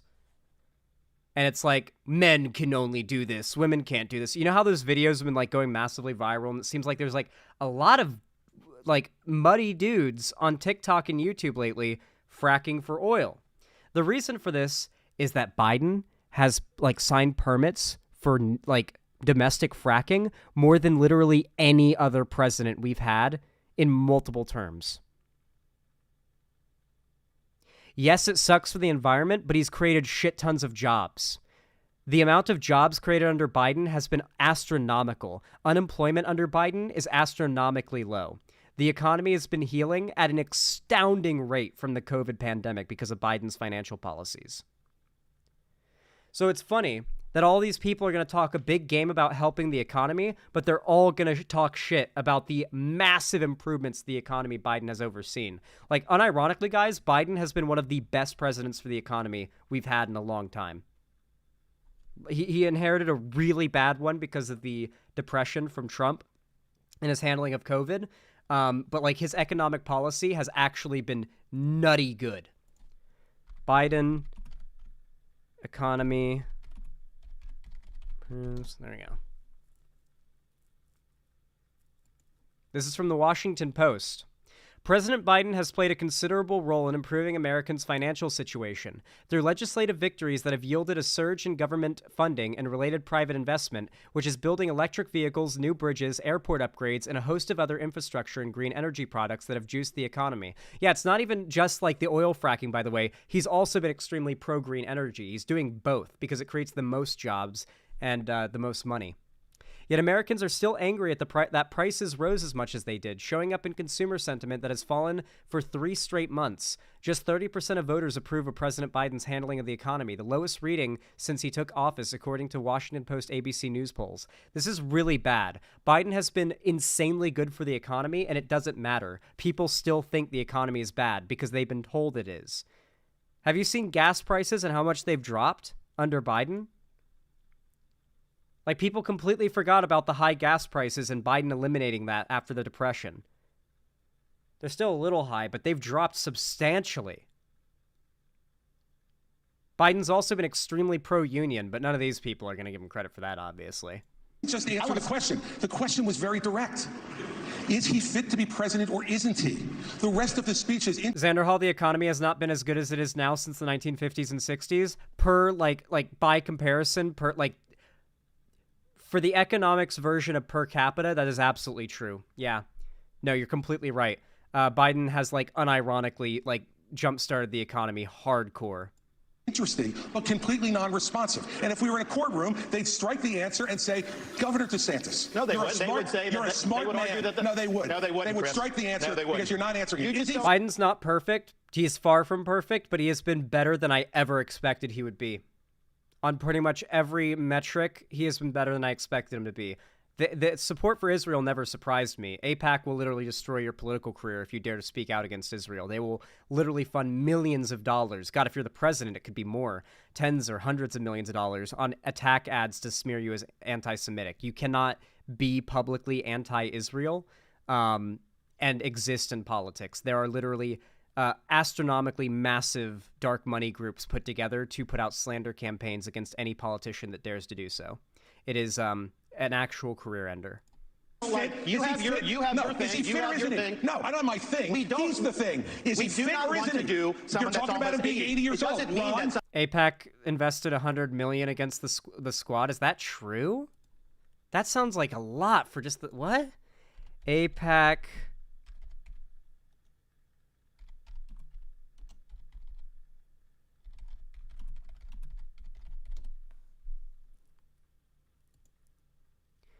You won't believe how much AIPAC is spending... Disable my ad blocker. Motherfucker. You won't believe how much AIPAC is spending to target the squad in 2024. A new report reveals how AIPAC has set its sights on challenging the squad in the 2024 primaries as they continue to criticize Israel's war on Gaza. The squad criticizes Israel's war on Gaza. One of the biggest political operations in Washington is gearing up to take down the squad, the Democratic cohort that has heralded progressive policies from the Green New Deal to tuition-free college, throwing major dollars behind primary challengers they believe can unseat them in their 2024 re-election campaigns. The American Israel Public Affairs Committee, or AIPAC, is expected to spend at least $100 million in the Democratic primaries in an effort to knock out the 7 squad members' reported slate. They include Representatives Alexandria Ocasio-Cortez, Ilhan Omar, Rashida Tlaib, Ayanna Pressley, Cori Bush, Jamal Bowman, and Summer Lee, all black and brown members of Congress who have been vocal critics of Israel's war on Gaza. AIPAC is going to spend astronomical amounts of money on attack ads on them to smear them as anti-Semitic, specifically ads meant to convince their supporters and voters not to support them. This may be the end of their political careers because they dare to speak out against Israel. There has never been a large person in American politics who has gotten away with criticizing Israel or being against Israel. It has never happened, and I don't think it's going to happen this time. I think they're going to lose. I think all of them are going to lose with the amount of money that's being invested. Somebody couldn't get elected. That's the people that we should not nominate somebody who's almost 80 years old. He's afraid to answer. No, I'm not. You have to either you're afraid or you're not listening. No, it's not. There's a simple question. Is he fit? Nobody can hear this. No one can hear you. They can't hear you. You finish, and then you get it back. All right. Look, I'm a simple guy. Okay, I hear the question. And I answer it. Is he fit or isn't he? I'll concede you're fit, Ron. You're a new generation. Is he fit or isn't he? And this is the problem with my 3 colleagues. They're afraid to offend. So big picture, what we saw on stage tonight. That didn't even make sense. What? Anyway, I feel like a good response to that would have just been like, bro, you're wearing lifts right now to look taller. Who are you to talk about who's fit? I'm a fat ass and you're wearing lifts. She's got plastic surgery. Who's calling who fake here, motherfucker? I'm the only real one on the stage. That's what he should have said. That's what I would have said. And he would have walked away with just a fucking cheering applause. Night, the attacks, the deflection, the large-scale ignoring of Donald Trump's candidacy was an apt reflection of the state of this primary. Our NBC News team has every single angle of the Republican primary covered tonight. We've got reporters in the debate spin room and on the campaign trail talking to voters. We'll speak with top campaign officials about how their candidates performed on stage, and we have got the best of the best panel here. So let's get it all started with NBC's Garrett Haake in the spin room. Garrett, what were your big... Okay, I don't care about this. I want to see the debate. Is this literally all just commentary on it now? Is it just like the start is a clip show of the debate? I have been scammed. I've been clickbaited by NBC. Here's Economic Times. U.S. presidential highlights. Watch this highlights reel, sure. If we watch enough highlight reels, we'll basically see all the most insane parts. Make it clear. His conduct is unacceptable. He's unfit. And be careful of what you're going to get. He doesn't care for the American people. It's Donald Trump first. This is what I want people to understand. These people have, she has no idea what the hell the names of those provinces are, but she wants to send our sons and daughters and our troops and our military equipment to go fight it. Look at the blank expression. She doesn't know the names of the provinces. You do this at every debate. You say, no, don't interrupt me. I didn't interrupt you. I'm not done yet. The 4th debate that you would be voted in the first 20 minutes as the most obnoxious blowhard in America. Damn, okay, that was a good one. Okay. They really need, like, I feel like there's no line here. You need to be willing to just go all the way. Like, full on, go Trump mode and bully your opponents. Like, start insulting their appearances and coming up with mean nicknames for them. You're a Republican. You don't follow the rules. Like, why are they, like, halfway not respecting respectability politics? It's weird.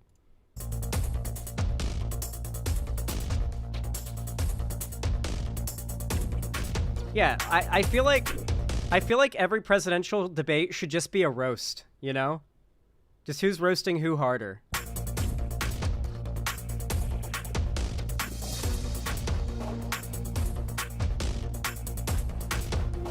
He started off his campaign by saying, I am your retribution. 8 years ago, he said, I am your voice.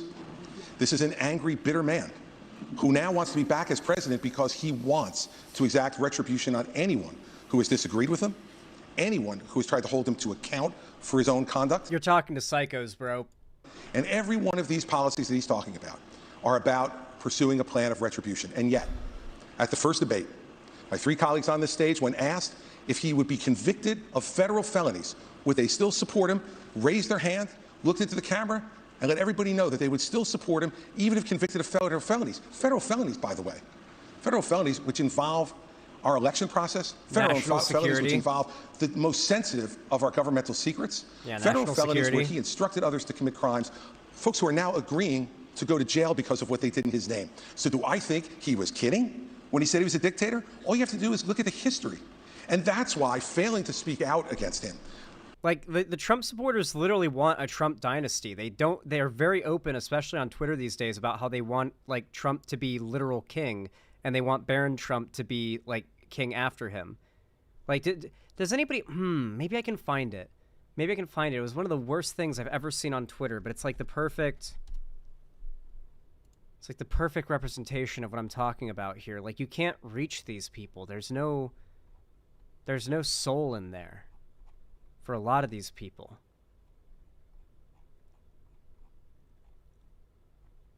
Let's see if I can find it.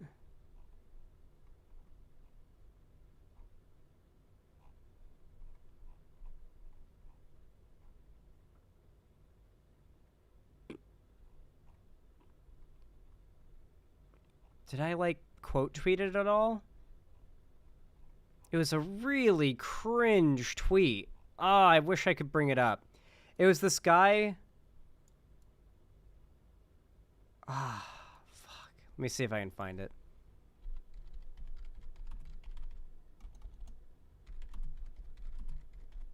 I'm gonna see if I can find it. It's so cringe, and it's such a perfect example of what I'm talking about.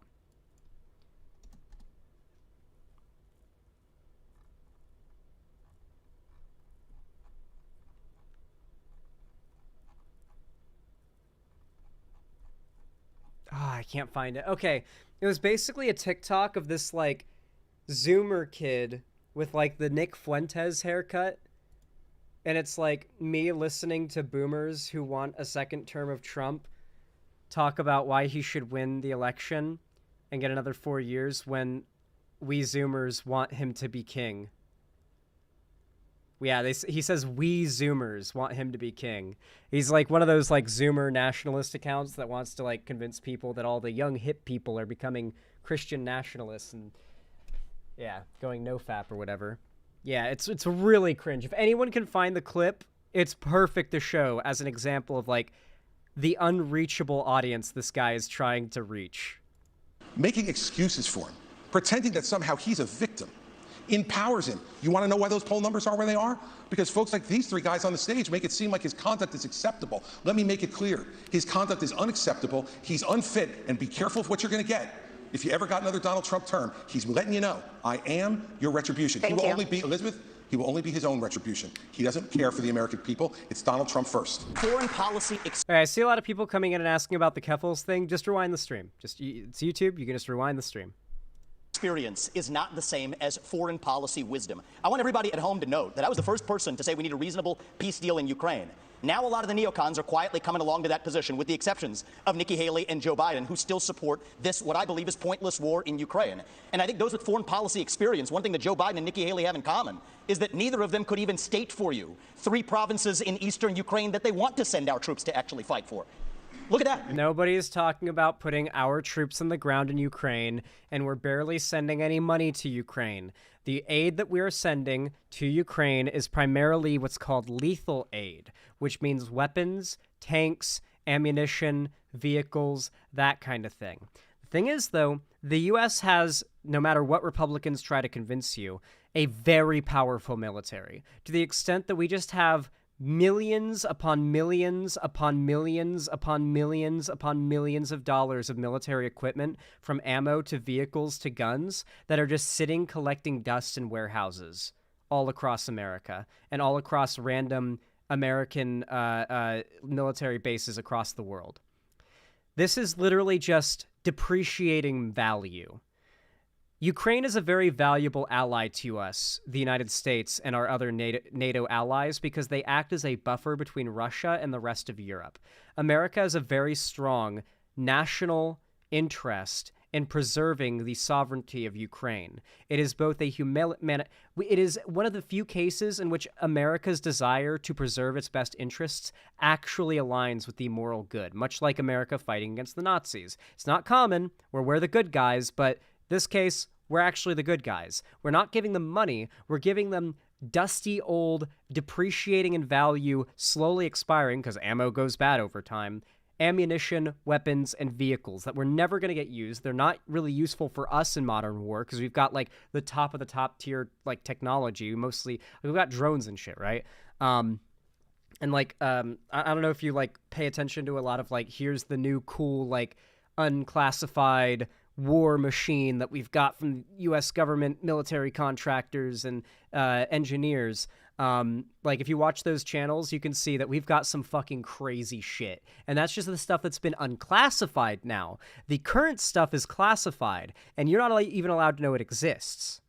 So yeah, my point being that when people talk about we're sending aid to Ukraine, or hell, we're even going to like draft people or send military troops to Ukraine, it is not going to happen. It is a complete fabrication and non-reality.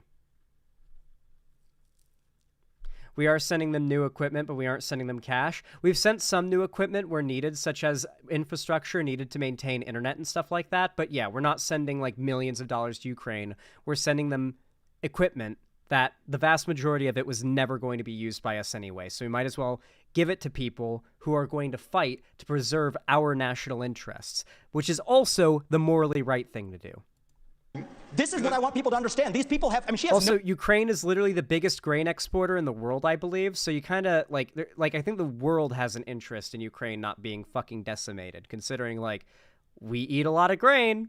No idea what the hell the names of those provinces are, but she wants to send our sons and daughters and our troops and our military equipment to go fight it. So reject this myth that they've been selling you, that somebody had a cup of coffee stint at the UN and then makes $8 million after, has real foreign policy experience. It takes an outsider to see this through. Look at the blank expression. She doesn't know the names of the provinces that she wants to actually fight for. And there's a... You know, his reasonable peace deal in Ukraine, he made it clear.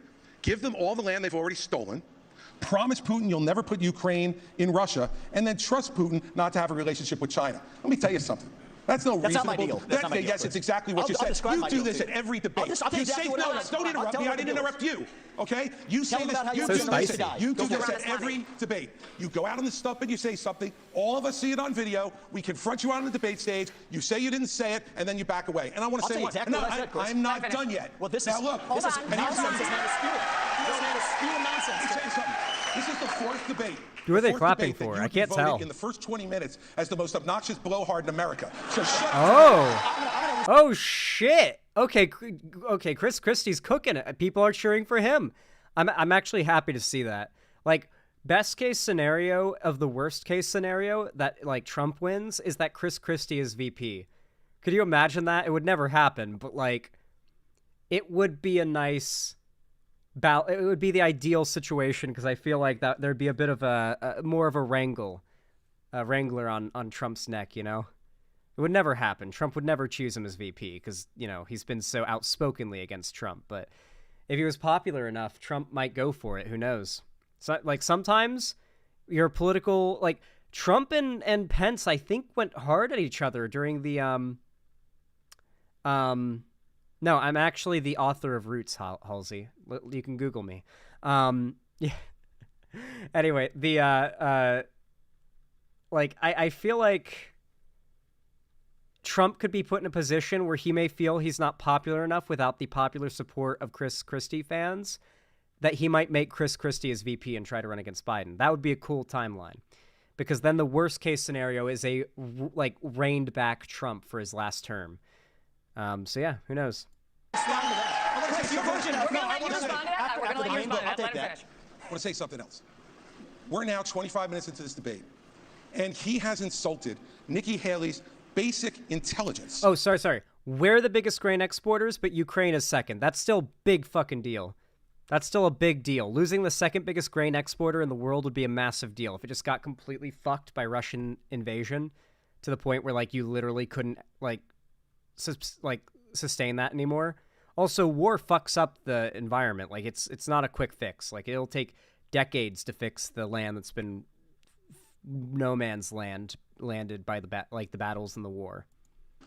Not her positions, her basic intelligence. She doesn't know regions. She wouldn't be able to find something on a map that his 3-year-old could find. Look, if you want to disagree on issues, that's fine. And Nikki and I disagree on some issues. But I'll tell you this, I've known her for 12 years, which is longer than he's even started to vote in the Republican primary. And while we disagree about some issues and we disagree about who should be president of the United States, what we don't disagree on is this is a smart, accomplished woman, and you should stop insulting So her. I'm going to take this. I'm going to take several times over. So first of all, I think we just learned Jesus, the something white from Chris knighting. Christie. We learned three things. We learned three things right there. First of all, Chris Christie also doesn't know what provinces in eastern Ukraine he actually wants us to fight for. Chris, your version of foreign policy experience was closing a bridge from New Jersey to New York. Yeah. So do everybody a favor. Just walk yourself. Wait, that's based, though. Do you know how many New Yorkers were kept from accidentally driving in New Jersey? That's based as fuck. The worst thing ever as a New Yorker is accidentally making a wrong turn and ending up in New Jersey after paying a bullshit-ass toll. The less roads from New York to Jersey, the better. That's based as fuck.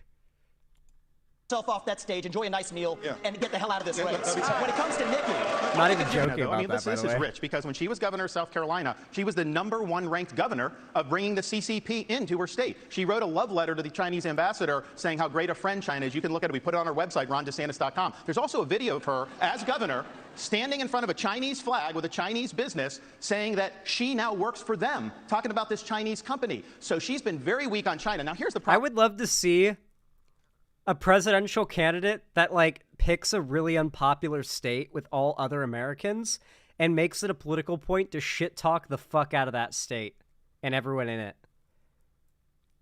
You know, like, let's say it's, you know, New Jersey would be a good example, you know? Like, what if they were just like, you know what? I don't even care about the Electoral College votes from New Jersey. Fuck New Jersey. We're all thinking it. Everyone on this stage is thinking it, and they're too cowardly to say it. I don't care how many votes I throw away from this, because I'm real, and none of these people are real. Fuck New Jersey. It's a shithole, and we need to pave over it and turn it into something that actually contributes to this country.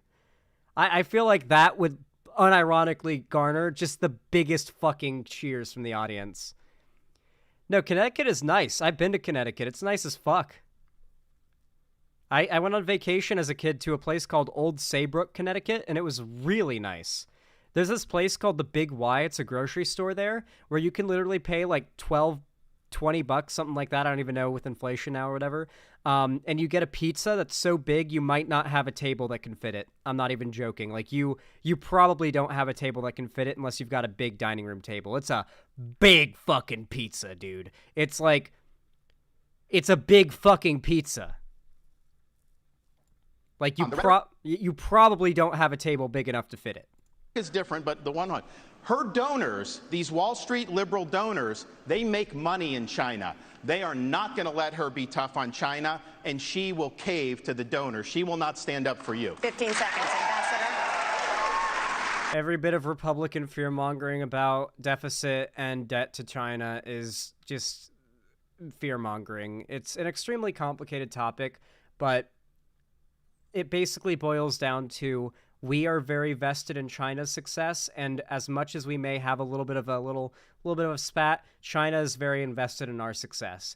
If America went belly up tomorrow, China would just fucking suffer. Even though China is somewhat diversifying their imports from other countries, they would still absolutely go belly up themselves. And if China went belly up, so would we. We have exported so much of our manufacturing to China because of the much more lax labor laws there and the much more lax pay that we're able to do, that, like, I hate to say it, chat, but half of you guys would not be able to afford a cell phone if we constructed them and sourced their materials and everything ethically and, like,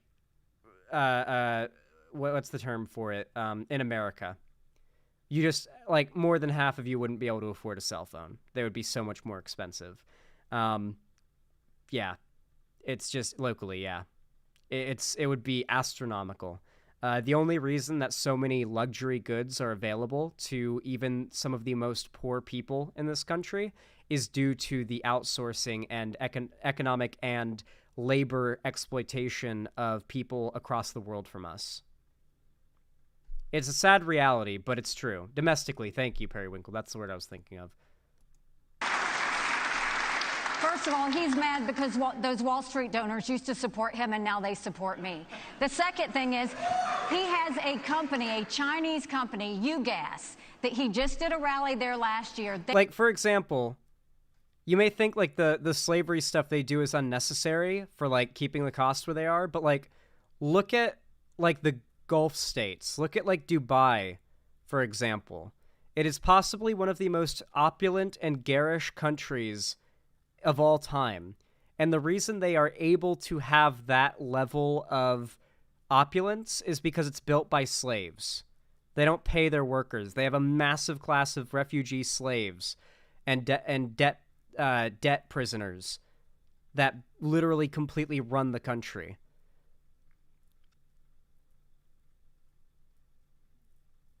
All money can go into importing the materials necessary. No money needs to go into paying workers because they have slaves. And poop trucks that have to siphon down the poop from the high skyscrapers, yeah. Yeah. They have given you $340,000 in campaign It's an donations American company. between them and their employees. They are tied to An the American Communist company. Chinese Party. Jinko Solar is another one. They went and expanded. You gave $2 million in subsidies. I banned China from buying land in the state of And the Florida. Department of I Homeland- ejected the Confucius Institute. Nikki Haley brought Confucius Institutes to the universities in South That Carolina. is not I true. ejected them. So I have a record of standing up and do what's right. And here's the You thing. have a record of lying. She's trying to say things like that. Even the liberal media groups that usually if I say the sky is blue, they'll fact check me and say that's wrong. They looked at her charges. They said it was totally false, that they could not find one instance of me. I just can't take him seriously now that I know he wears lifts.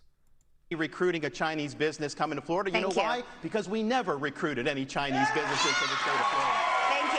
Thank you. North Star here is How is it bad for China to do the thing that we're doing that's causing our deficit? Hold on a second. Chinese businesses in America means money from America to an extent goes to China, but at the same time, that generates jobs in America. Chinese companies don't just export a bunch of Chinese workers from China to go work the jobs. When a Chinese company starts, like, building factories and stuff in America, they're going to be hiring Americans. That's going to be American jobs.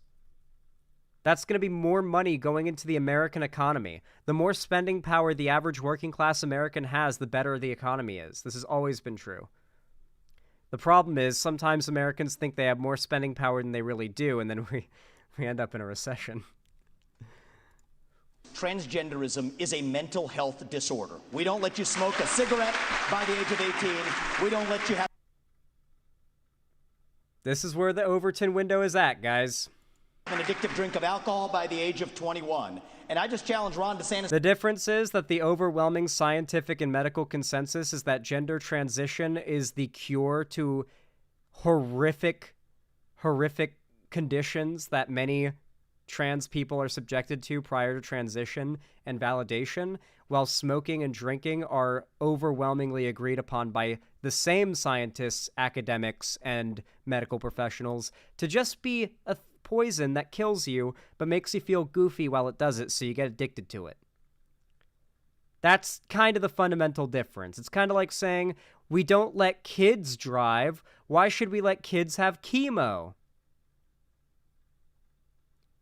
Because one, it can get you killed, and the other is a cure for a disease.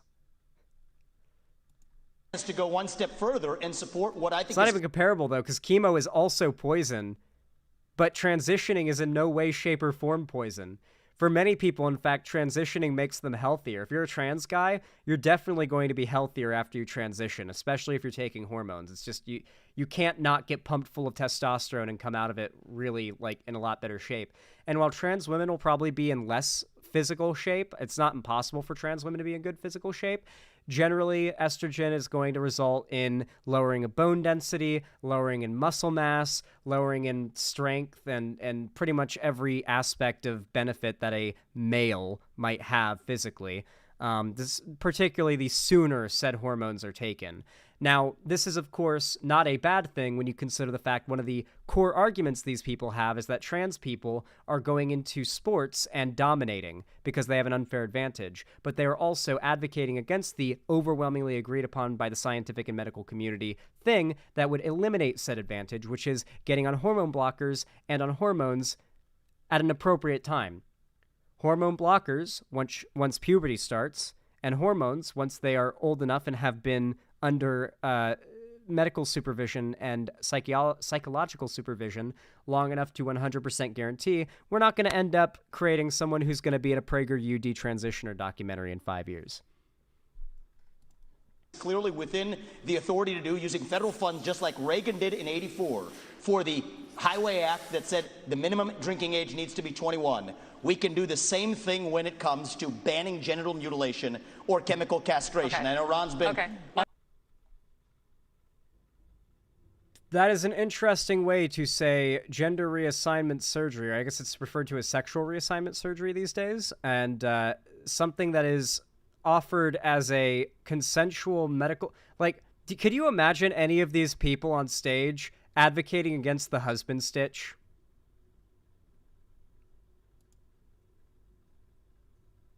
That's my question. Could you imagine any of the motherfuckers on this stage saying that we should ban the husband stitch?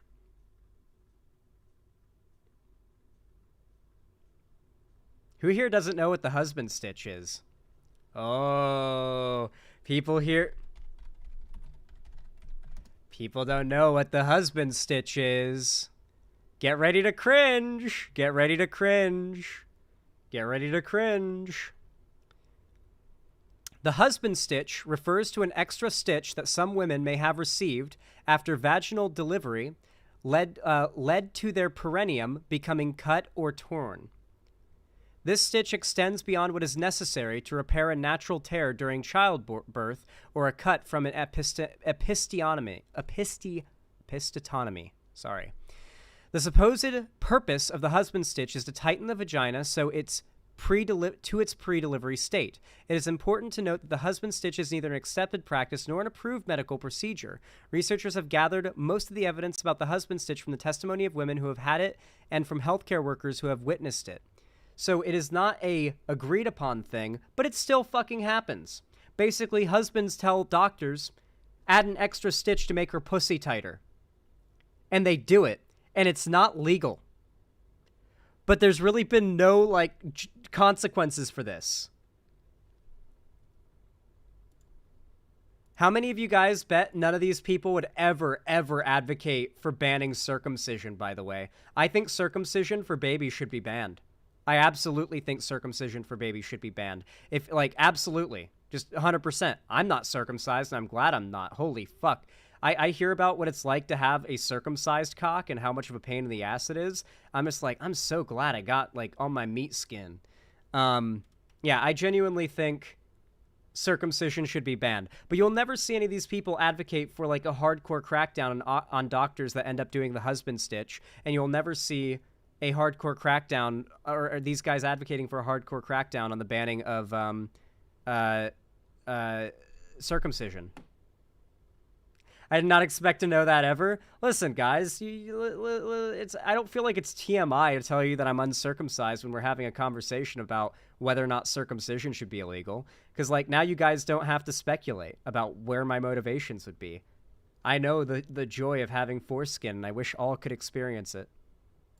I'm clear on that on the federal level. I'm crystal clear. That's where I stand. Got it. That's a mental health disorder. That's where I need to be at. Amazing. No doctors agree. Anyway, I feel like it's a good time to show that, I have to mute it because it's copyrighted music, but I love showing this whenever we hear some insane anti-trans misinfo. An actually good update came to Twitter recently, and it's the update to the media tab. It has never been easier for me to scroll through my media and find a specific video that I've been looking for. It's so much easier now. I found this in literal seconds. It used to take me 10 minutes. Anyway, this meme goes hard as fuck. I have to mute it though. Copyright. Imagine there's music.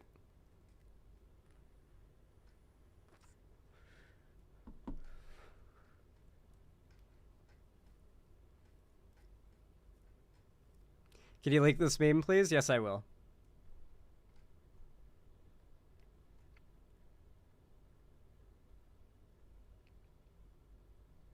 It's so good. And because you got to remember, though, conservatives are so opposed to even hearing what their opposition has to say because they have to, like, live in their own, like, created reality. And if they get exposed to the real world, everything falls apart. So you have to trick them into watching the video. That's the funny part. It starts with some, like, Jesus shit to trick them into clicking. And then the troll face. And then they just get blasted with reality faster than they can even pause or close the video. Like, it's a jump scare of reality and facts and data, and like they have to like quickly close it and scroll away, but they won't be able to do it fast enough before they see a flash of studies that go against their worldview, and they'll try to deny it. They'll try desperately to deny it, but you know, you tricked them. Yeah, reality jump scare for a conservative. Oop. There's a link to the video, by the way, guys. I figure you'll like that. What do you guys think of that segment? I feel like it was really good. I unironically think that was actually one of my best segments ever.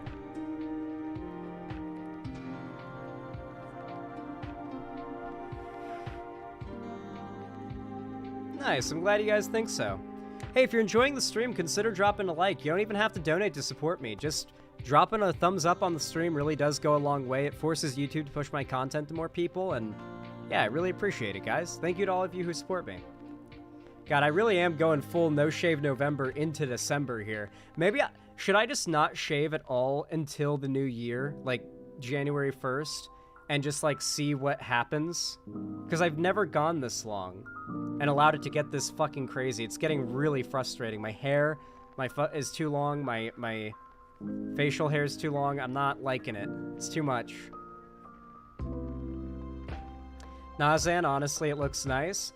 People say they like me when I've got a lot of facial hair. I honestly think I look better with, like, light stubble. Ask Vosh for beard tips. I need to get just a brush that's specific. I need a brush that does that, okay? Like, it's so annoying how much these things curl into your lips, bro. Like, I take a bite of a sandwich and it's like, fuck. I gotta, like, be careful.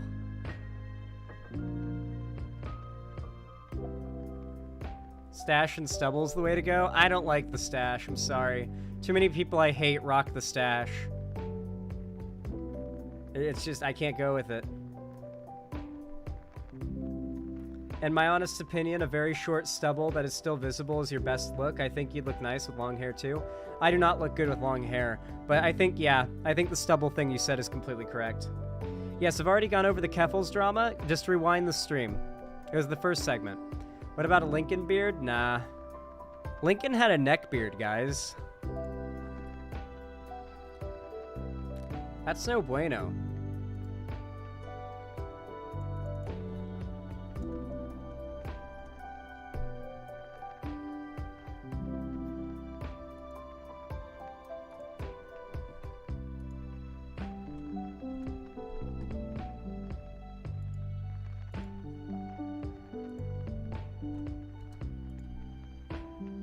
Normal people become terrified of criminals. Oh.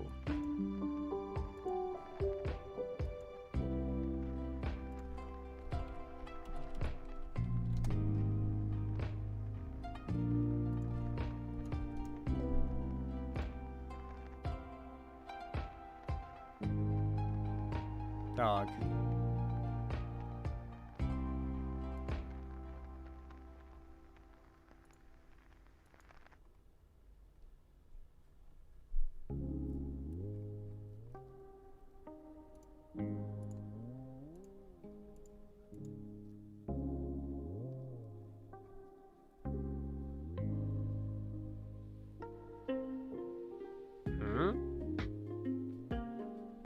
Here, I'm trying to bring up... Here we go. What? Annoying.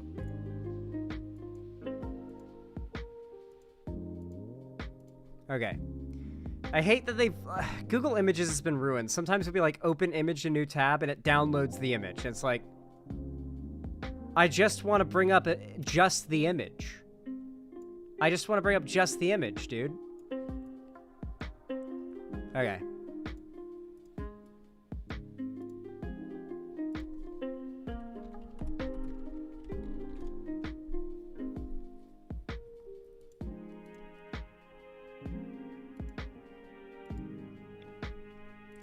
All right, everyone. You all know what to do when I say action, right? 3, 2, 1, action. All right, everybody. So recently, the GTA 6 trailer, possibly the most anticipated trailer of all time, released to much fanfare. And chat, can we watch it again, please? Please, can we?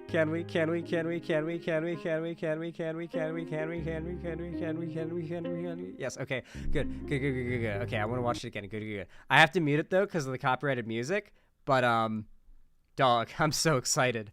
This is literally my homeland, okay? My fucking homeland is about to be a GTA game. I'm about to have lived in the setting of 2 GTA games. Technically 3, because GTA Vice City, too.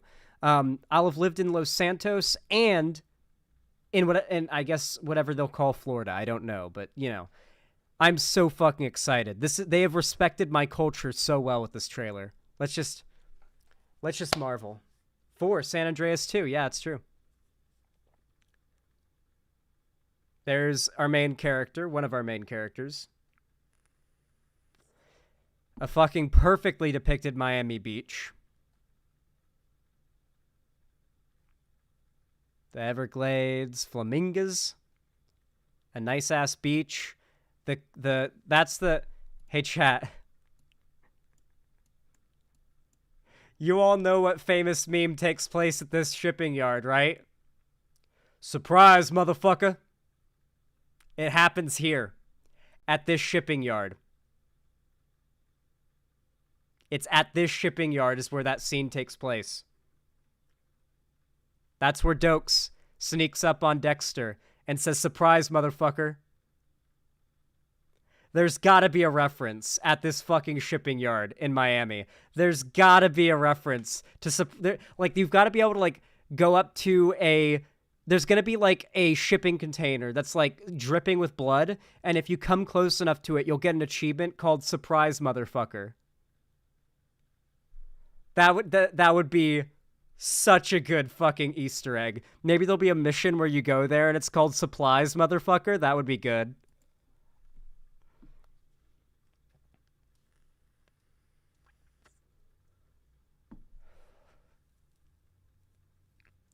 This is just literally 1,000,000% accuracy.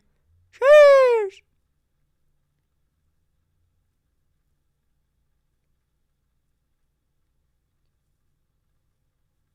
Real. Real. Real. Real. Real. Real. Sheesh! Real. Real. Real. Real. Real. Real. Literally real. Real. Real. Real. Real. Real. Real. Yeah, so basically,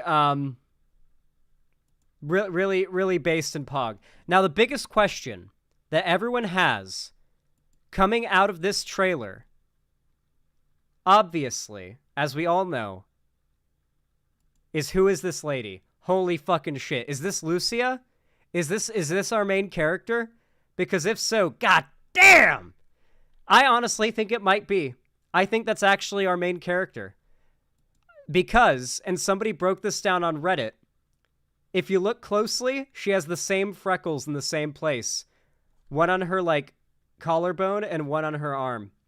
In the same place. And you can see in a shot of Lucia, the freckles are there. And you can see in that shot they're there too. So I am pretty much on the side of this is Lucia. Also, the other big question has been, is Grand Theft Auto 6 going to be woke? Yeah, the Reddit gooners have figured it out. Is GTA 6 going to be woke trash? Keemstar, one of the most high intelligence people to ever grace the internet, as we all know, has put out this tweet that, of course, got community notes very quickly. First look at GTA 6 female protagonist. She is rumored to be transgender. And then a trans flag and a pride flag says, Franklin Sugar Mama? And then, like skull emojis because not only is Keemstar transphobic, he's also racist. And then here's some pictures of the I guess she could be trans, but also I heard Vosh say this, and I feel like it's the best response to this, especially because here you go. The right's way of trans spotting is that a hot woman? Oh, she's hot, must be trans. Like, fucking spot on. No one, he said it best. You couldn't put it better. These dudes see a hot woman, and their response is, must be a trans woman. Do with that what you will. Do with that what you will. Now, of all people to talk about this, Tim Pool, someone who is unfortunately one of the largest political voices in the world, made a video called Fans Worried That GTA 6 Will Be Woke. He put it just above the mid-roll ad monetizable mark, so we're really in for something here. What a thumbnail, by the way, for this topic. Normal people become terrified criminals. Shots were just fired. Police just came out and told us. A pillow, a pillow, a pillow. Is your mom single? A pillow, a pillow, a pillow. I might. Can I become your stepdad? A pillow, pillow, please. Can I become your stepdad? A pillow. Yeah, no, no. Married? No, no. It's so over. It's so over. Oh God. It's so over. It's so chover. We're headed there right now. They become terrified of their own government. Big news, ladies and gentlemen. The new Grand Theft Auto 6 trailer has dropped, and fans are concerned it will be woke. So, for context, we will... Oh, actually, I don't even know if can I play this? Official... I'm not concerned about the copyright stuff. I'm concerned about there's, graphic stuff in here. But we'll play just a little bit for you. What? Guys, of the GTA 6 trailer, and then we'll talk about the game audio, getting woke. Motherfucker. He's playing it with audio. That dumb fucker. He doesn't know. That dumb motherfucker. I'll unmute it when he talks. All right, I'm just gonna say it right away. The game literally starts off with 2 women of color in prison. Have you been to Florida, man? I'm sorry. I'm gonna be honest. Florida is possibly one of the least racially diverse prison systems in all of America. Because 99.9% of people you see in prison, especially women's prison in Florida, are non-white women who got locked up on drug charges. Like bullshit drug charges, too. Like, they're 99% of the women in Florida prisons are not white and are in there for bullshit drug charges. Like, I'm sorry, have you been to Florida? Have you ever watched a movie or TV show that takes place in Florida? Have you driven past a prison in Florida before? I have gone past many prisons in Florida. I have passed many chain gangs in Florida. They have those where they have the people in literal striped jumpsuits walking down the highway with a cop parked and watching over them with a shotgun, and they're picking up trash. They do that all over Florida. I've seen that a million times. Do you know why you're here? Bad luck, I guess. Oh, fuck. Copyright. Hopefully they pause it to talk and they don't talk over it, because that's going to make this hard. Just shows you a bunch of shots. But there's concerns about the game being woke. We have this from Sports Kita that asks the question. GTA 6 reveal is just around the corner. It came out just today. Scheduled for December 5th. Well, the trailer came out today. As one of the most anticipated games... Dude, it's gotten to the point... What does woke even mean at this point? It's literally... They're at the point where it's literally... There will be a minority in it that will determine whether or not it ends up being woke. We've actually gotten to the point where the culture war is over whether or not a minority will exist in a game. And if they do, then the game is woke, and that means it's going to be trash. There's just no more ambiguity about it anymore, because, we've basically gotten to the point in the culture war where you're either pretty openly pro-trans, or you're, very openly against trans people's rights. There's very few people at this point that are, in any way invested in politics that don't have a strong opinion one way or the other, right? So for a lot of the people who are anti-trans, if there is a trans person in this game, they will literally dump the game and go full, heel versus babyface freaking the fuck out and screaming, "Fucking pronouns!" Like, they'll do that. Games in history prepares for its, to release its first trailer. Fans have many questions about how it will turn out. A major question is whether or not the upcoming game will be woke, which refers to a heavy focus on political correctness and social justice commentary. I'm going to go ahead and pause and say, yes, it will be. Yeah.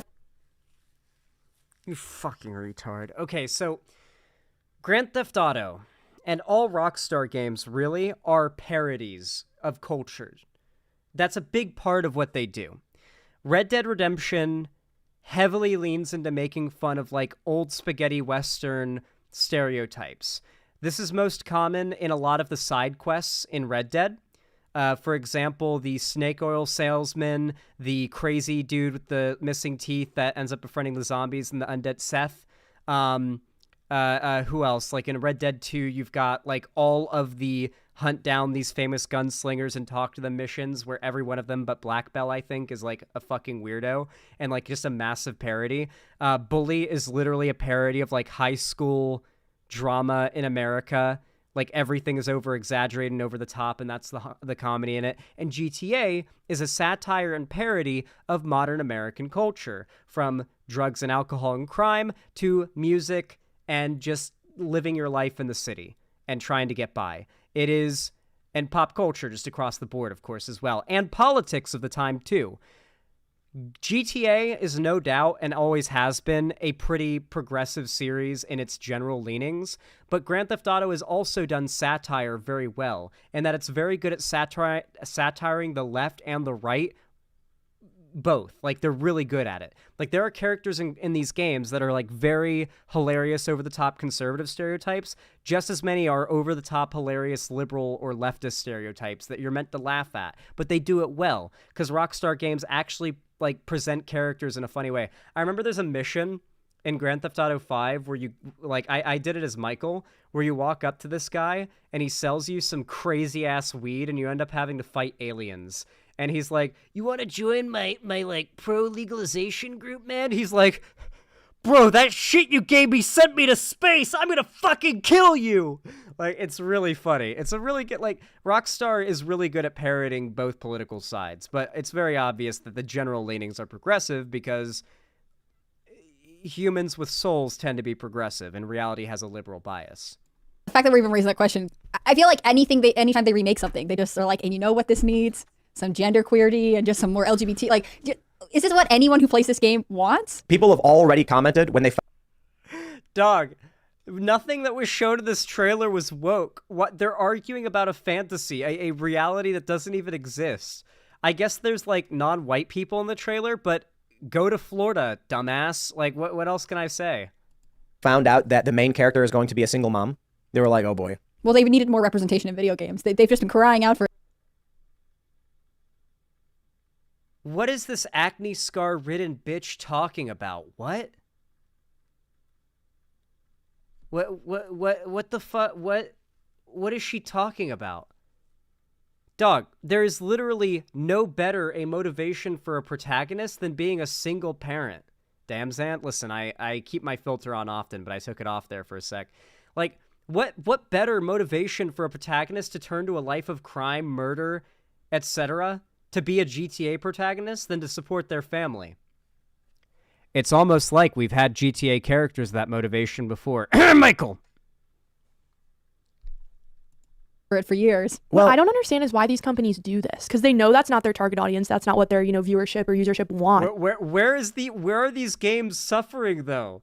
The Grand Theft Auto trailer has over 100 million views right now, and people are like, it's the most anticipated game ever right now. They're like making up this reality where people are upset about a thing that doesn't exist. Yeah, who's this Aldi Brett Cooper? And they're going to face boycotts, but they continue to do it over and over again anyway. Like, what's the incentive? I've never quite... They're gonna continue to face boycotts? What boycotts? Where are these games suffering?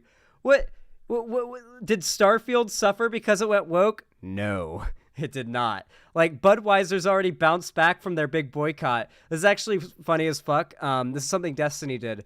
Destiny spite bought $30,000 of Budweiser stocks whenever the right was boycotting them, and now that stock price has gone up He's gained a 15% return already. The stocks have not only recovered but gone past where they were before the boycott. His spite investment has netted him a 15% profit already on his $30,000 investment. That's pretty damn good. It's not been very long. Understood. Like, just purely from a financial point of view, you would think, my users hate when I do this, and they don't buy my game. I'm going to stop doing this. Maybe they think the game is so good, the franchise is so good, it's going to sell no matter what, and they want to indoctrinate and give another perspective on life. What is happening? What is happening? What are we watching? They're in another reality. Is it because there's black people in the trailer? It's because there's black people in the trailer. It's because there's black people in the trailer, isn't it? Guys, Florida has a lot of black people. It's not woke to depict black people in Florida. It's not even unrealistic. It's literally just accurate, okay? There are black people in Florida. Newsflash, it is not woke to depict them in a game, okay? Like, what? It's insane to me, because you could not release GTA 5 today with how much these people would freak the fuck out over Franklin being a main character. You've got 2 white guys and 1 black guy as a main character, and Franklin's also literally the best written and best character in the entire game, and still people would lose their fucking mind. They did lose their fucking mind. The amount of GameStop employees who wrote posts about how crazy fucking insane people barged into the store demanding a full refund for their Grand Theft Auto copy because they found out the main character is black. The same thing happened. I forget which Grand Theft Auto game it was, but with CJ. Yeah. Yeah, San Andreas. Xanol, the right moral panicking about GTA 6 might actually kill the chance the cons can prey on young boys again. Yeah, like, we're basically seeing something akin to, like, Jack Thompson-style prudishness that I've seen a lot of gaming content creators, even the Quartering, making fun of. The Quartering made fun of this shit, dude, because even he knew that this was not a battle worth getting on board with. But these guys are so like, the Quartering exists in this, like, limbo where he's able to take positions that he doesn't necessarily agree with politically because it's more popular. He puts clout before political points, right? That because he's a grifter and he's just after money. And these guys are grifters too, but they've been so audience captured, meaning that they have to please their extremely radical audience, so much so that they have to do this over the top shit. I'm curious about the comments.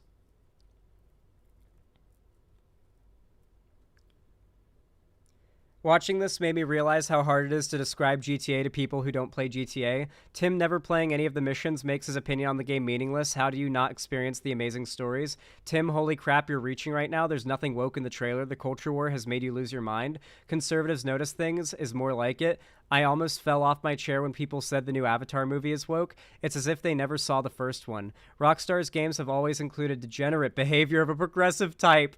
I wasn't exactly thinking conservative values when I was playing GTA 5. Well, you know what? Even the comments in favor of Tim outright admit GTA has always been somewhat progressive. How does Tim rag on fake news but only plays 10 seconds of the trailer, then proceeds to make false claims about the entire game? Ian is actually right about something. GTA is too big to fail. It doesn't matter how many people hate it or how many people are calling for boycotts. This game will break sales records just because it's a GTA game. As fun as it is to watch the absolute implosion of Saints Row, GTA's audience is many, many times bigger. Saints Row was just an awful game, but yeah, these people try to claim its failure was because it was woke. My biggest concern is the loss of satire in the game. That's one of the... Where is that? Where's the satire loss? Have you not been to... Oh, I'm sorry, but as a Floridian, I was laughing my ass off at that trailer because I got every single fucking joke and reference because I knew what they were referencing because I grew up in Florida. I guess maybe Florida culture is less, like, culturally prevalent than, like, California culture in mainstream media, and that's why. Like, the GTA 5 trailer is just a lot more accessible as far as references go, but for Florida, it's like, you've got to have been to Florida to get those references. Like, that girl that's covered in mud, dude, that everyone's simping for, that is what every girl I've dated that was in Florida / knew in Florida was like. Bikini, like, mudding and going out on ATVs to like go out in the fucking, usually it was dust and not mud. Very fucking common. Very fucking, Zan, I'm fucking jealous. It was a good time, okay? It was a good time. It was a good fucking time. So yeah, even Tim Pool's audience is calling him out on this one. Yeah, this is a big L for right-wingers on the culture war issue if they don't drop it. Like, have you ever thought, hey, 15-year-old boy, have you ever thought what it was like to be a ex-convict single mother? Well, you should. It's actually like deranged. Hey, 12-year-old boy, have you ever thought what it's like to be, how old is Franklin? I think like 23. 23-year-old black man from the hood that's like desperately trying to claw his way up the social ladder, who has like extremely high aspirations and wants to like reach a state of like not only sustainability but outright success. Like, that's Franklin's story. Hey, 12-year-old boy, can you relate to a career criminal who's in his mid-50s, who's got, like, a cheating wife and a, like, shithead kids that, like, don't care about him at all, but he's also kind of a shithead, and he had to fake his death and go into fake witness protection and move across the country in order to escape the consequence of his actions, then he gets drawn back into crime. Hey, 12-year-old boy, can you relate to this crazy fucking methed-out redneck that lives in a trailer in the middle of the desert that eats people and, like, kills anyone who, like, pisses him off on a, like, at a whim? Dude, imagine applying that standard to GTA 5 or any other Grand Theft Auto game or any other game. Like, they're so desperate and their own fans called them out. It's actually fucking hilarious. I cannot wait to see the right take this just colossal L in the culture war over this.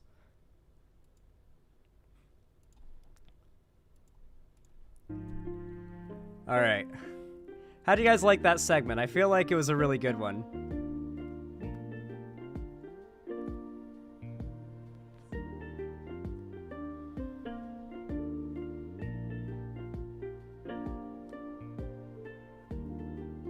Good segment. Nice. Nice, very nice.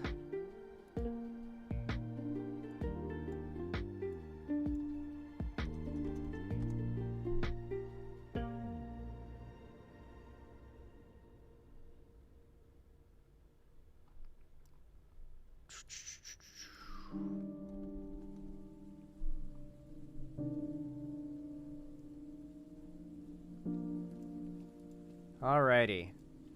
I think that's all my segments I really have planned for today. So with that said, I'm not going to wrap up stream. I'm going to try to test and see if I can stream Lego Fortnite. Oh, hell yeah, Balth. Want to watch some Game of Thrones tonight?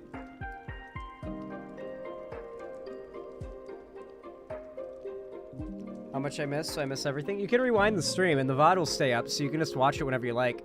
Also, I'm not ending stream right now. I'm gonna see if I can stream Lego Fortnite. I'm gonna see if it just straight up crashes, lags the fuck out. Can I join? I've never watched. I don't know what happens. Oh, do you want to join on Lego Fortnite? Yeah, we can try it out. Let me just try making a world really quick. I'm gonna make a world and I'll invite you to it and I'll make you a key holder so you can join when you like, but I want to make sure it can run because there's a good chance it's just gonna lag the fuck out because holy fuck my settings are crazy. What's Lego Fortnite? You guys don't know? Dog, it's a survival game. You play it through the Fortnite, like not even through the Fortnite launcher. You launch Fortnite Battle Royale and like you can select all sorts of player-made game modes. Like there's literally millions of people that are playing different player-made games. It's a bit like Roblox in that way where you can make your own games without the child labor. And then, of course, there's the like game modes like Save the World. Oh, Game of Thrones. Oh, you've never seen... Oh, I thought you meant... Oh, I don't have Fortnite. Wait, a pillow. Fortnite's free. It's completely free. All Fortnite modes except for Save the World are free. Let me bring up the trailer. Hold on. You guys gotta see this shit. It's top tier.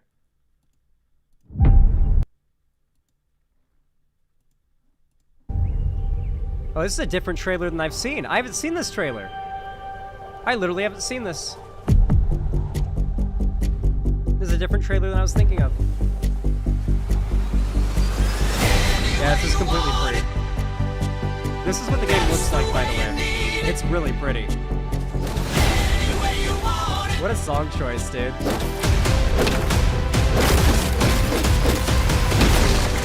Also, this game... Oh, copyright? Yeah, actually, you're right. Copyright. Fuck.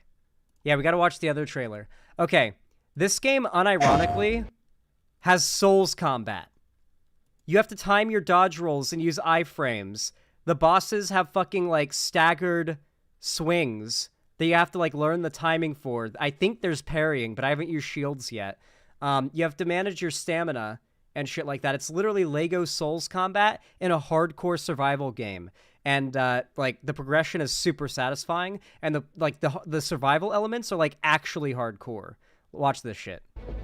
This is what the game's actually like. This is like normal Fortnite.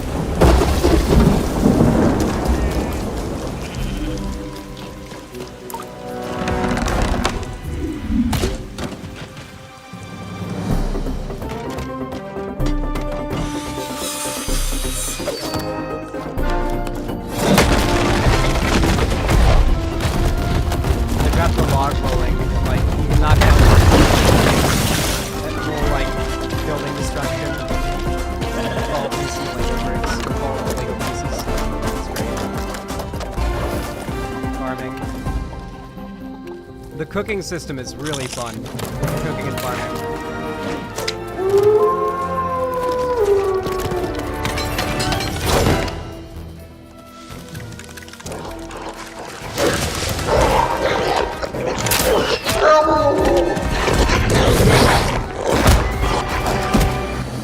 That was loud, okay. It's a bit like Animal Crossing. You build up a city. Like, you get, like, it's a bit like Terraria where you have, like, villagers arriving, and you have to give them accommodation, and they do different tasks. You can build airships and cars and stuff. Like, you build it, like, piece by piece. You make all sorts of cool vehicles and stuff. Because people made the house from up. You make floating houses with balloons.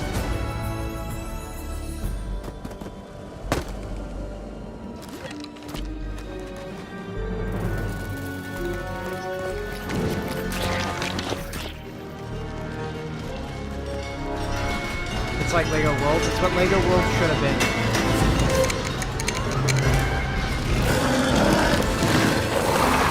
It's an actual, like, hard survival game. Things are fucking hard to fight. They've got that staggered stomp that I was talking about. What the fuck is this music?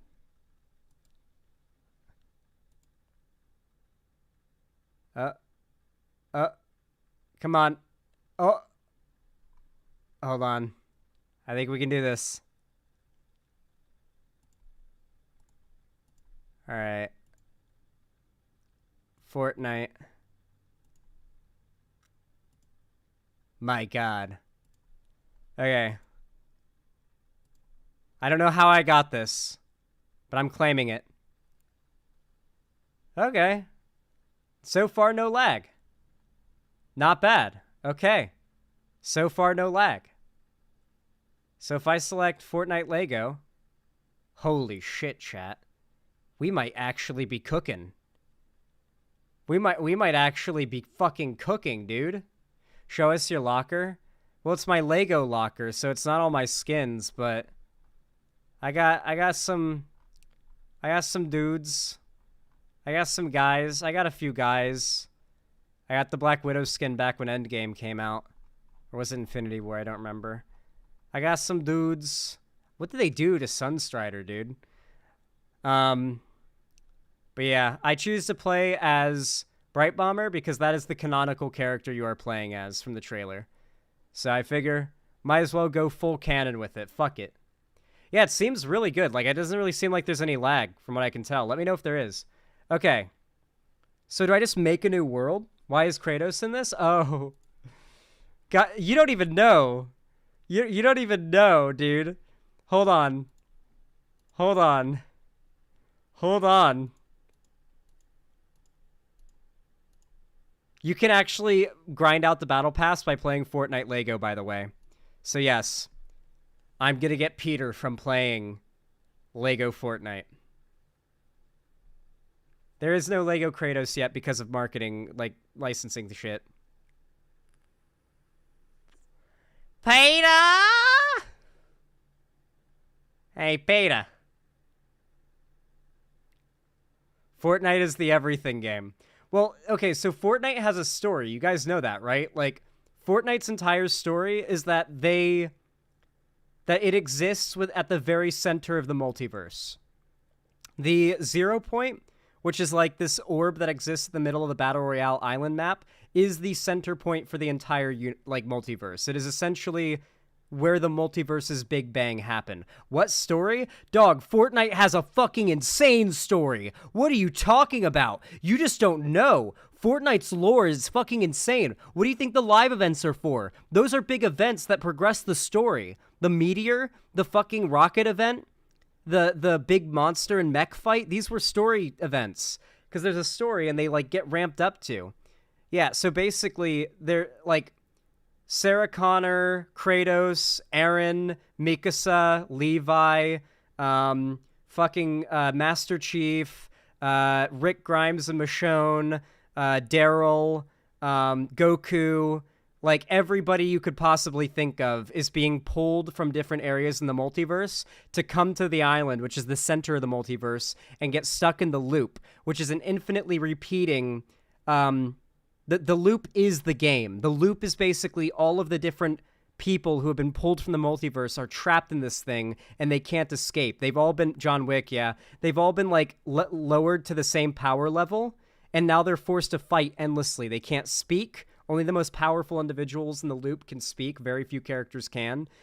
Peter's one of them. When you kill Pete... So there, you can fight Peter in the game. He's an NPC, and when he falls down, he does the... with his knee animation when you beat him, and that's him speaking, which means he is one of the most powerful beings in the multiverse if he is capable of speaking in the loop because of Fortnite lore.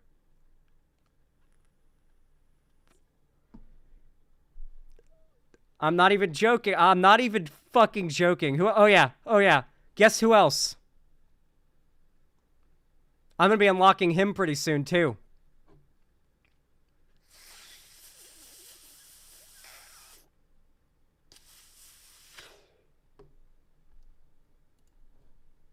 Let's look at the shop. These are Lego skins. Who's this? From My Hero Academia?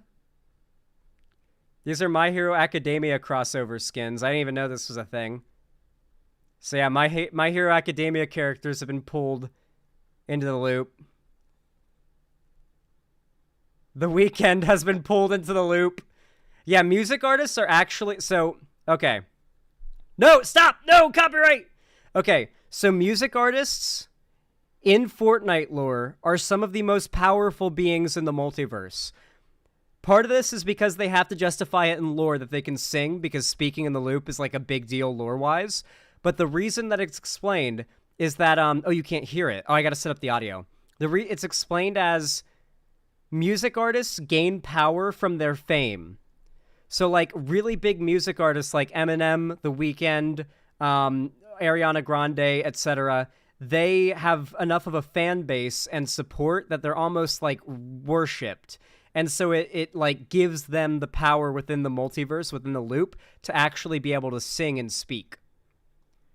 And that's, like, really fucking lore-wise, you know, relevant. Where's my game audio thing? Is it under PC audio, maybe?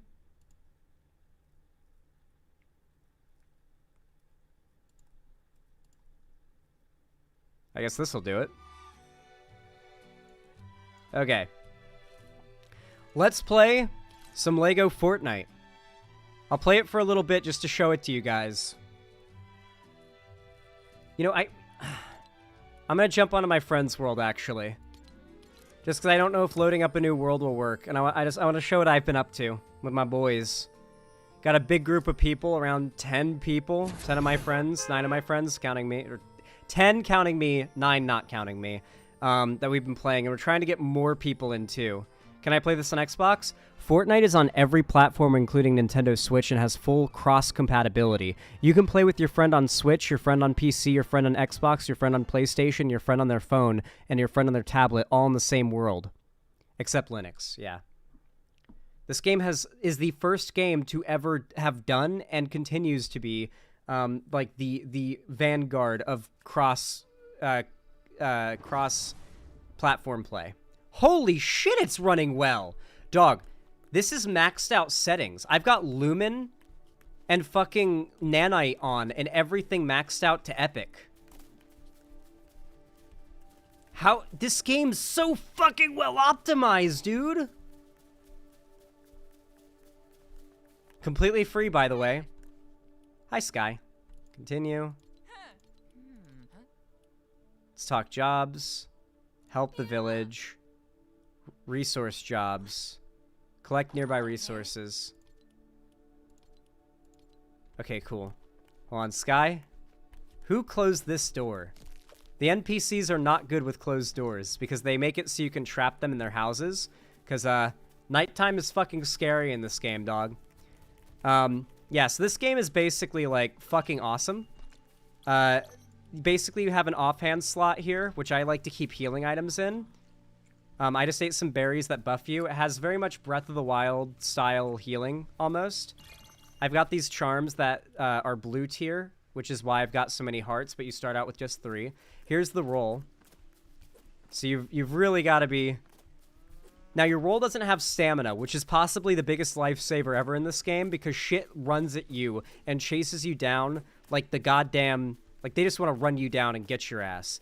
Also, like, running out of hunger kills you instantly in this game, and, like, being out at night while it's raining will kill you in, like, a minute. It's actually insane how fast being cold will kill you in this game. Like, it is an actual hardcore survival game. I wish I had a sword on me, but I'm gonna have to try to fight... Whoop! I'm gonna have to try to fight some stuff with my crossbow. This is some ranged combat for you. I'm way over-leveled for this mob, so I'm just gonna fucking annihilate it.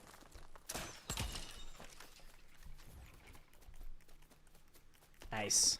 Yeah, this is definitely the best LEGO game I've ever played, and I played all the LEGO Star Wars games. That's the desert off in the distance. That is a slightly harder area, which is why we're heading straight there. We're heading straight there so I can show off how fucking hard this game is, dude. How many of my friends are on the server right now? A couple. They're probably wondering what the fuck I'm doing on. I wonder if they'll check my stream and see that I'm live streaming it. I doubt they'd have a problem with me live streaming this world. They're pretty secure. You can't even bring your friends in without, like, the host being on unless they have a key. The terrain isn't Legos? Oh, trust me, the terrain not being Legos is fucking great. Because Fortnite's graphics are amazing. Look at this shit. Also, look what it means. This is a really good pickaxe, by the way. Oh, shit. Yeah, these guys don't fuck around. Okay, this guy could actually get me if I'm not careful. These enemies are actually... This is a desert version of those spider crab dudes. Oh my god, I keep hitting his armor. You have to hit underneath the carapace. That hit is, like, gonna hit me for half my health if I get hit by that, by the way. This is a 2-hit kill, these guys. Fuck. The aiming is actually harder than it looks, too. God, this looks so fucking fun. It's so good. Oh, it broke a... Yeah, the environment is fully destructible, too, besides the ground. And so, like, when mobs, like, smash into stuff, it destroys stuff and leaves resources, like, there. Here is where I can get a higher tier wood item for crafting higher tier tools. And that is flexwood.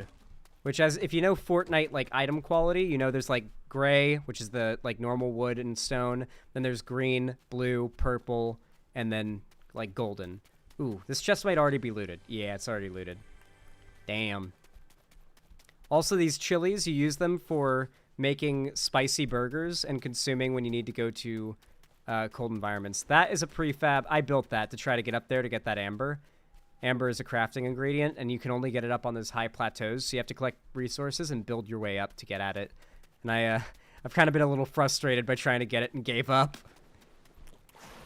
Woo! Okay, where's some mobs? Since when is the desert this safe? I literally always come here and get my booty cheeks clapped. How the... Where the fuck is all the mobs? Can you get a cute Lego car? Yes, but you can't steer it, which is a bit of... Yo! Literally free. Literally free. Please, no, it's so close. I gotta get that... Yes! Yes! Free Amber. Fuck yeah. We've needed so much more of this, and it's so tedious to get that I haven't really felt like collecting the wood to build up to these cliffs to get more.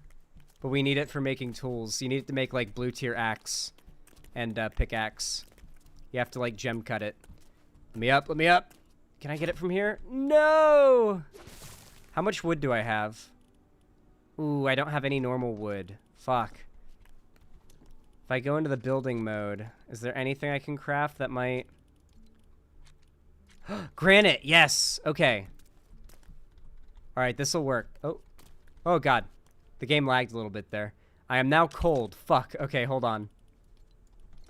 So this is one of those moments where it is imperative that you have chilies on you. Because you will die in the cold very quickly. Very, very quickly. Alright, now I'm gonna nerd pull up like I would in Minecraft. Oh, you gotta get it at the right angle. There we go. Oh, that's as most I have. Okay, if I make this jump, I could do it. Yes! Yes! I am teaching you pro tips right now, chat. This game is so goddamn good. Like, literally the entire, like, narrative between me and my friends while playing this has just been, the game's just so fucking good! Oh shit, okay, so hostile mobs will fight friendly mobs and each other. So, like, these are some higher level skeleton enemies. I've got a good weapon, but I don't have much durability left. Oh. Ah, fuck. Ooh. Oh, a sword. Let's go! Okay. Ooh. Ooh. Ooh. Ooh. Ooh. Roll out of there. Oh, oh, fucking hell. Okay. Oh, shit. I can collect up that arrow. Yeah, any arrows that get shot and don't hit their target, you can pick up. Beat his ass, beat his ass, beat his ass. Ooh! Oh, fuck. At least I got good amount of health charms. These guys, ooh, don't do as much damage as they used to. Okay, I framed through that guy. Fuck me. Okay, we gotta get out of here. We gotta get out of here! Oh, there's a wolf. Ah, shit. That's not what I didn't want to encounter one of these without it. Oh, good. Fight that. Yeah, yeah, yeah. Fight them. Yeah, fight. Yeah, yeah, yeah. Good. Just go ahead and fight. Just go ahead and fight. I don't need to deal with the desert wolf right now. No! Oh, boy. Yeah, these are about as annoying as the Elden Ring dogs, by the way. Okay.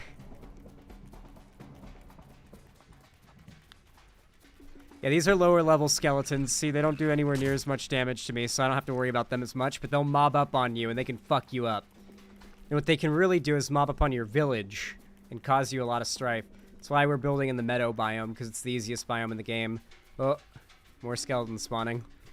Hi, guys. Yeah, no, this game is literally peak. Like, you guys really, like, underestimated this shit when I mentioned it. Like, this shit is actually top tier. It's insane how well it runs. Oh, here's one of my friend's little outposts. This is like, this might be one of our friends who just joined, who set up their own village, so they can progress solo up until they catch up with us and then rejoin our main village. Yeah, here's where the main village is, because, yeah, the tower. The tower is a pretty good way to find where the main village is. The draw distance in this game is big. I'm gonna head up to the top to show you guys how fucking huge the world is. Hi, skeletons. It's kind of like Lego Minecraft, Terraria, Valheim, Animal Crossing, Dark Souls.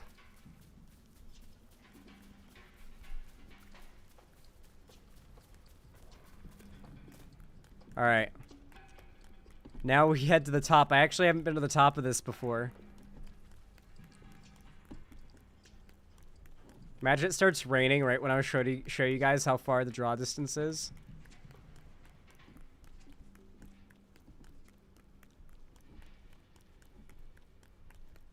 I'm climbing. I'm climbing.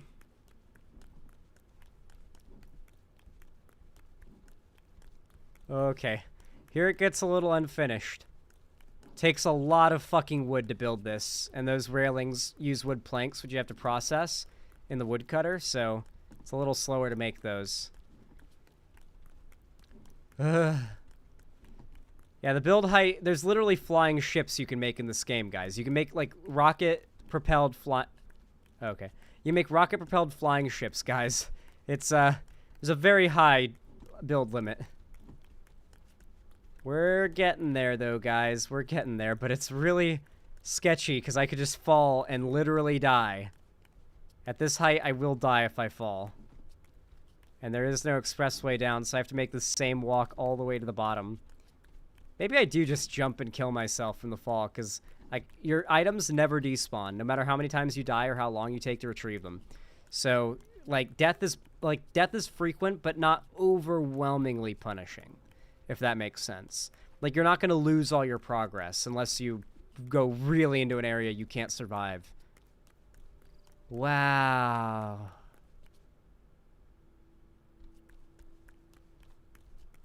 That's fucking gorgeous. What timing.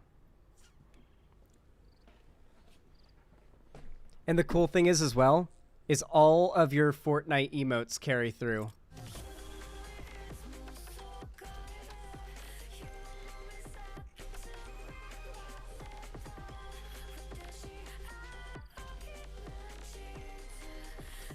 This is the Battle Pass emote that you get. Overcome your fear of falling. Dude, I actually get vertigo from being high up in video games. I'm not even joking. This is such a cool Firewatch tower my friend built. Can we see the snow biome from here? Yeah, there's the snow biome. That's the end game, are those mountains and the caves inside them. And that's mid-game, and this is early game, are the meadow biomes. And the world is pretty much infinite, I think. I'm pretty sure it's Minecraft-style infinite. Oh, who built there? That's a really good spot. I love how you can see all of my friends' little outposts from here. That's so cool. That's one of my friends. It's another. I'm hungry. Shit. Anyway, guys, I honestly just really think you should all check this game out. As I mentioned before, it is completely free. And I know this game looks really graphically intensive for a Lego game. I have every setting maxed out right now, and somehow I'm streaming it perfectly fine. I am bewildered. I am bewildered at this fucking performance. It's actually crazy. You can lower the settings and run this on almost any game, on anything. But if you can max out the settings like this, Lumen and... So to explain how the technology works, particularly... it's not Lumen, it's, fuck, I forget what it's called. Nanite, yeah. What Nanite basically does is removes LODs from, the way they exist. When you look at a distant location in most games, they send you, a really low-res version of it. What Nanite does is basically allows the polygon count to stay equally as high without harming performance. It's way more complicated than that, but basically it means that distant area looks just as detailed as it is up close. Those areas down there, those shadows, look just as detailed from here as they do up close. And it's not that they actually are, it's that there are rendering tricks being done that make it look like that's what it is, and that's all that matters. And it takes a massive amount of performance weight off of your graphics card, having Nanite and Lumen on. Well, Lumen actually uses a lot of performance. It's basically what allows for that really cool lighting on the plants and everything. It's how you get that like really cool lighting effect on distant trees and stuff like that. That's Lumen. The like, yeah. Also, like, I have RTX on as well, so there's actual reflections and like puddles and stuff like that. By the way, this is with an RTX 2080 Ti. A pretty powerful card to be sure, but also one literally 2 generations behind. I am streaming, and I am playing the game at max settings. You can probably run this game, and it is completely free. You have no excuse not to play it if you think it looks good. It is so fucking great. I think it's really all I want to show off of it, though, because I don't want to spoil the game for you at all. But it's so goddamn good. And to give you an idea, doesn't Fortnite run on Unreal Engine 5, by the way? I'm a game dev, and Unreal Engine 5 is one of my favorite engines. Yes, it does. Epic Games made Unreal Engine. Fortnite is like their big play test. Like, there is their testing ground for Unreal Engine. Have I played Satisfactory? I'm not super into autism games. Right now, LEGO Fortnite has 1.4 million people playing it. Fortnite Festival, which just came out today, it's the new rhythm game. It's like Guitar Hero, but it's like your Fortnite skins and characters, and they licensed an insane amount of music. It's fucking crazy. Here, check it out. This is Fortnite Festival. I'm not gonna like play it, but it's a rhythm game. It's pretty fucking cool. It's a rhythm game. And then the day before that, so they released these games back to back to back. So the first day, 3 days ago, was LEGO Fortnite. And then yesterday, they released Rocket Racing, which is a Rocket League tie-in. Whoa. Okay. It's a Rocket League tie-in, and it's basically Mario Kart / Rocket League, but Fortnite, and on PC and every other console. It is like top-tier party game material from what I've heard. It is a really good racing game. So they dropped an amazing survival game, an amazing racing game, and an amazing rhythm game back to back to back 3 days in a row. These have a cumulative millions of people playing them, and that's not counting Battle Royale's nearly 600k, the 458k playing Zero Build, and the 277,000 playing Zero ranked Battle Royale. And then you've got the fucking insane amount of people that are playing the insane amount of combined people playing all of the player-made modes. Fortnite is so back. Fortnite has never been not back, guys. Like, Fortnite has only consistently gained player count. Like, Fortnite has been the most successful ongoing game of all time. Not only that, but they update the game multiple times a week, and each week they release content updates that are substantial. New shit is added to Fortnite that is worth logging on to check out every week or more. And the same thing is going to apply to the rhythm game, the racing game, and LEGO Fortnite. They've already announced big updates coming in early 2024. Like a big update coming in early 2024 for this game. So, yeah. Fortnite is actually just trying to dominate the fucking gaming industry. And you literally don't even have to switch games. It's as simple as loading into a different lobby to play these different games. They're completely different games that all take place in the Fortnite universe, storyline, and lore. And you literally don't even have to boot up a different game from the launcher to play them. Yeah. It's fucking crazy. Fortnite is actually one of the games of all time. Simply put. It just is. Anyway, guys, I really appreciate all of your support today. It has been enormous, and I really appreciate it. It's been a rough last couple days. Bad stuff happened to a friend of mine, and I also had to end a friendship that I actually really liked. And so it's been a rough past couple days. So I appreciate you all coming out. I really appreciate all the kind words, especially, God, Keffals' chat was fucking brutal about me. They were really trying to make me out to be like an abuser.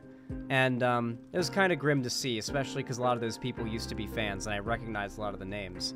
But yeah, it's not the first time stuff like that has happened, and it won't be the last, you know? My theme song is literally about that kind of shit happening to me. So with all that said, guys, let's see what it ends up being next time. I will see you all on my next stream, which will be tomorrow.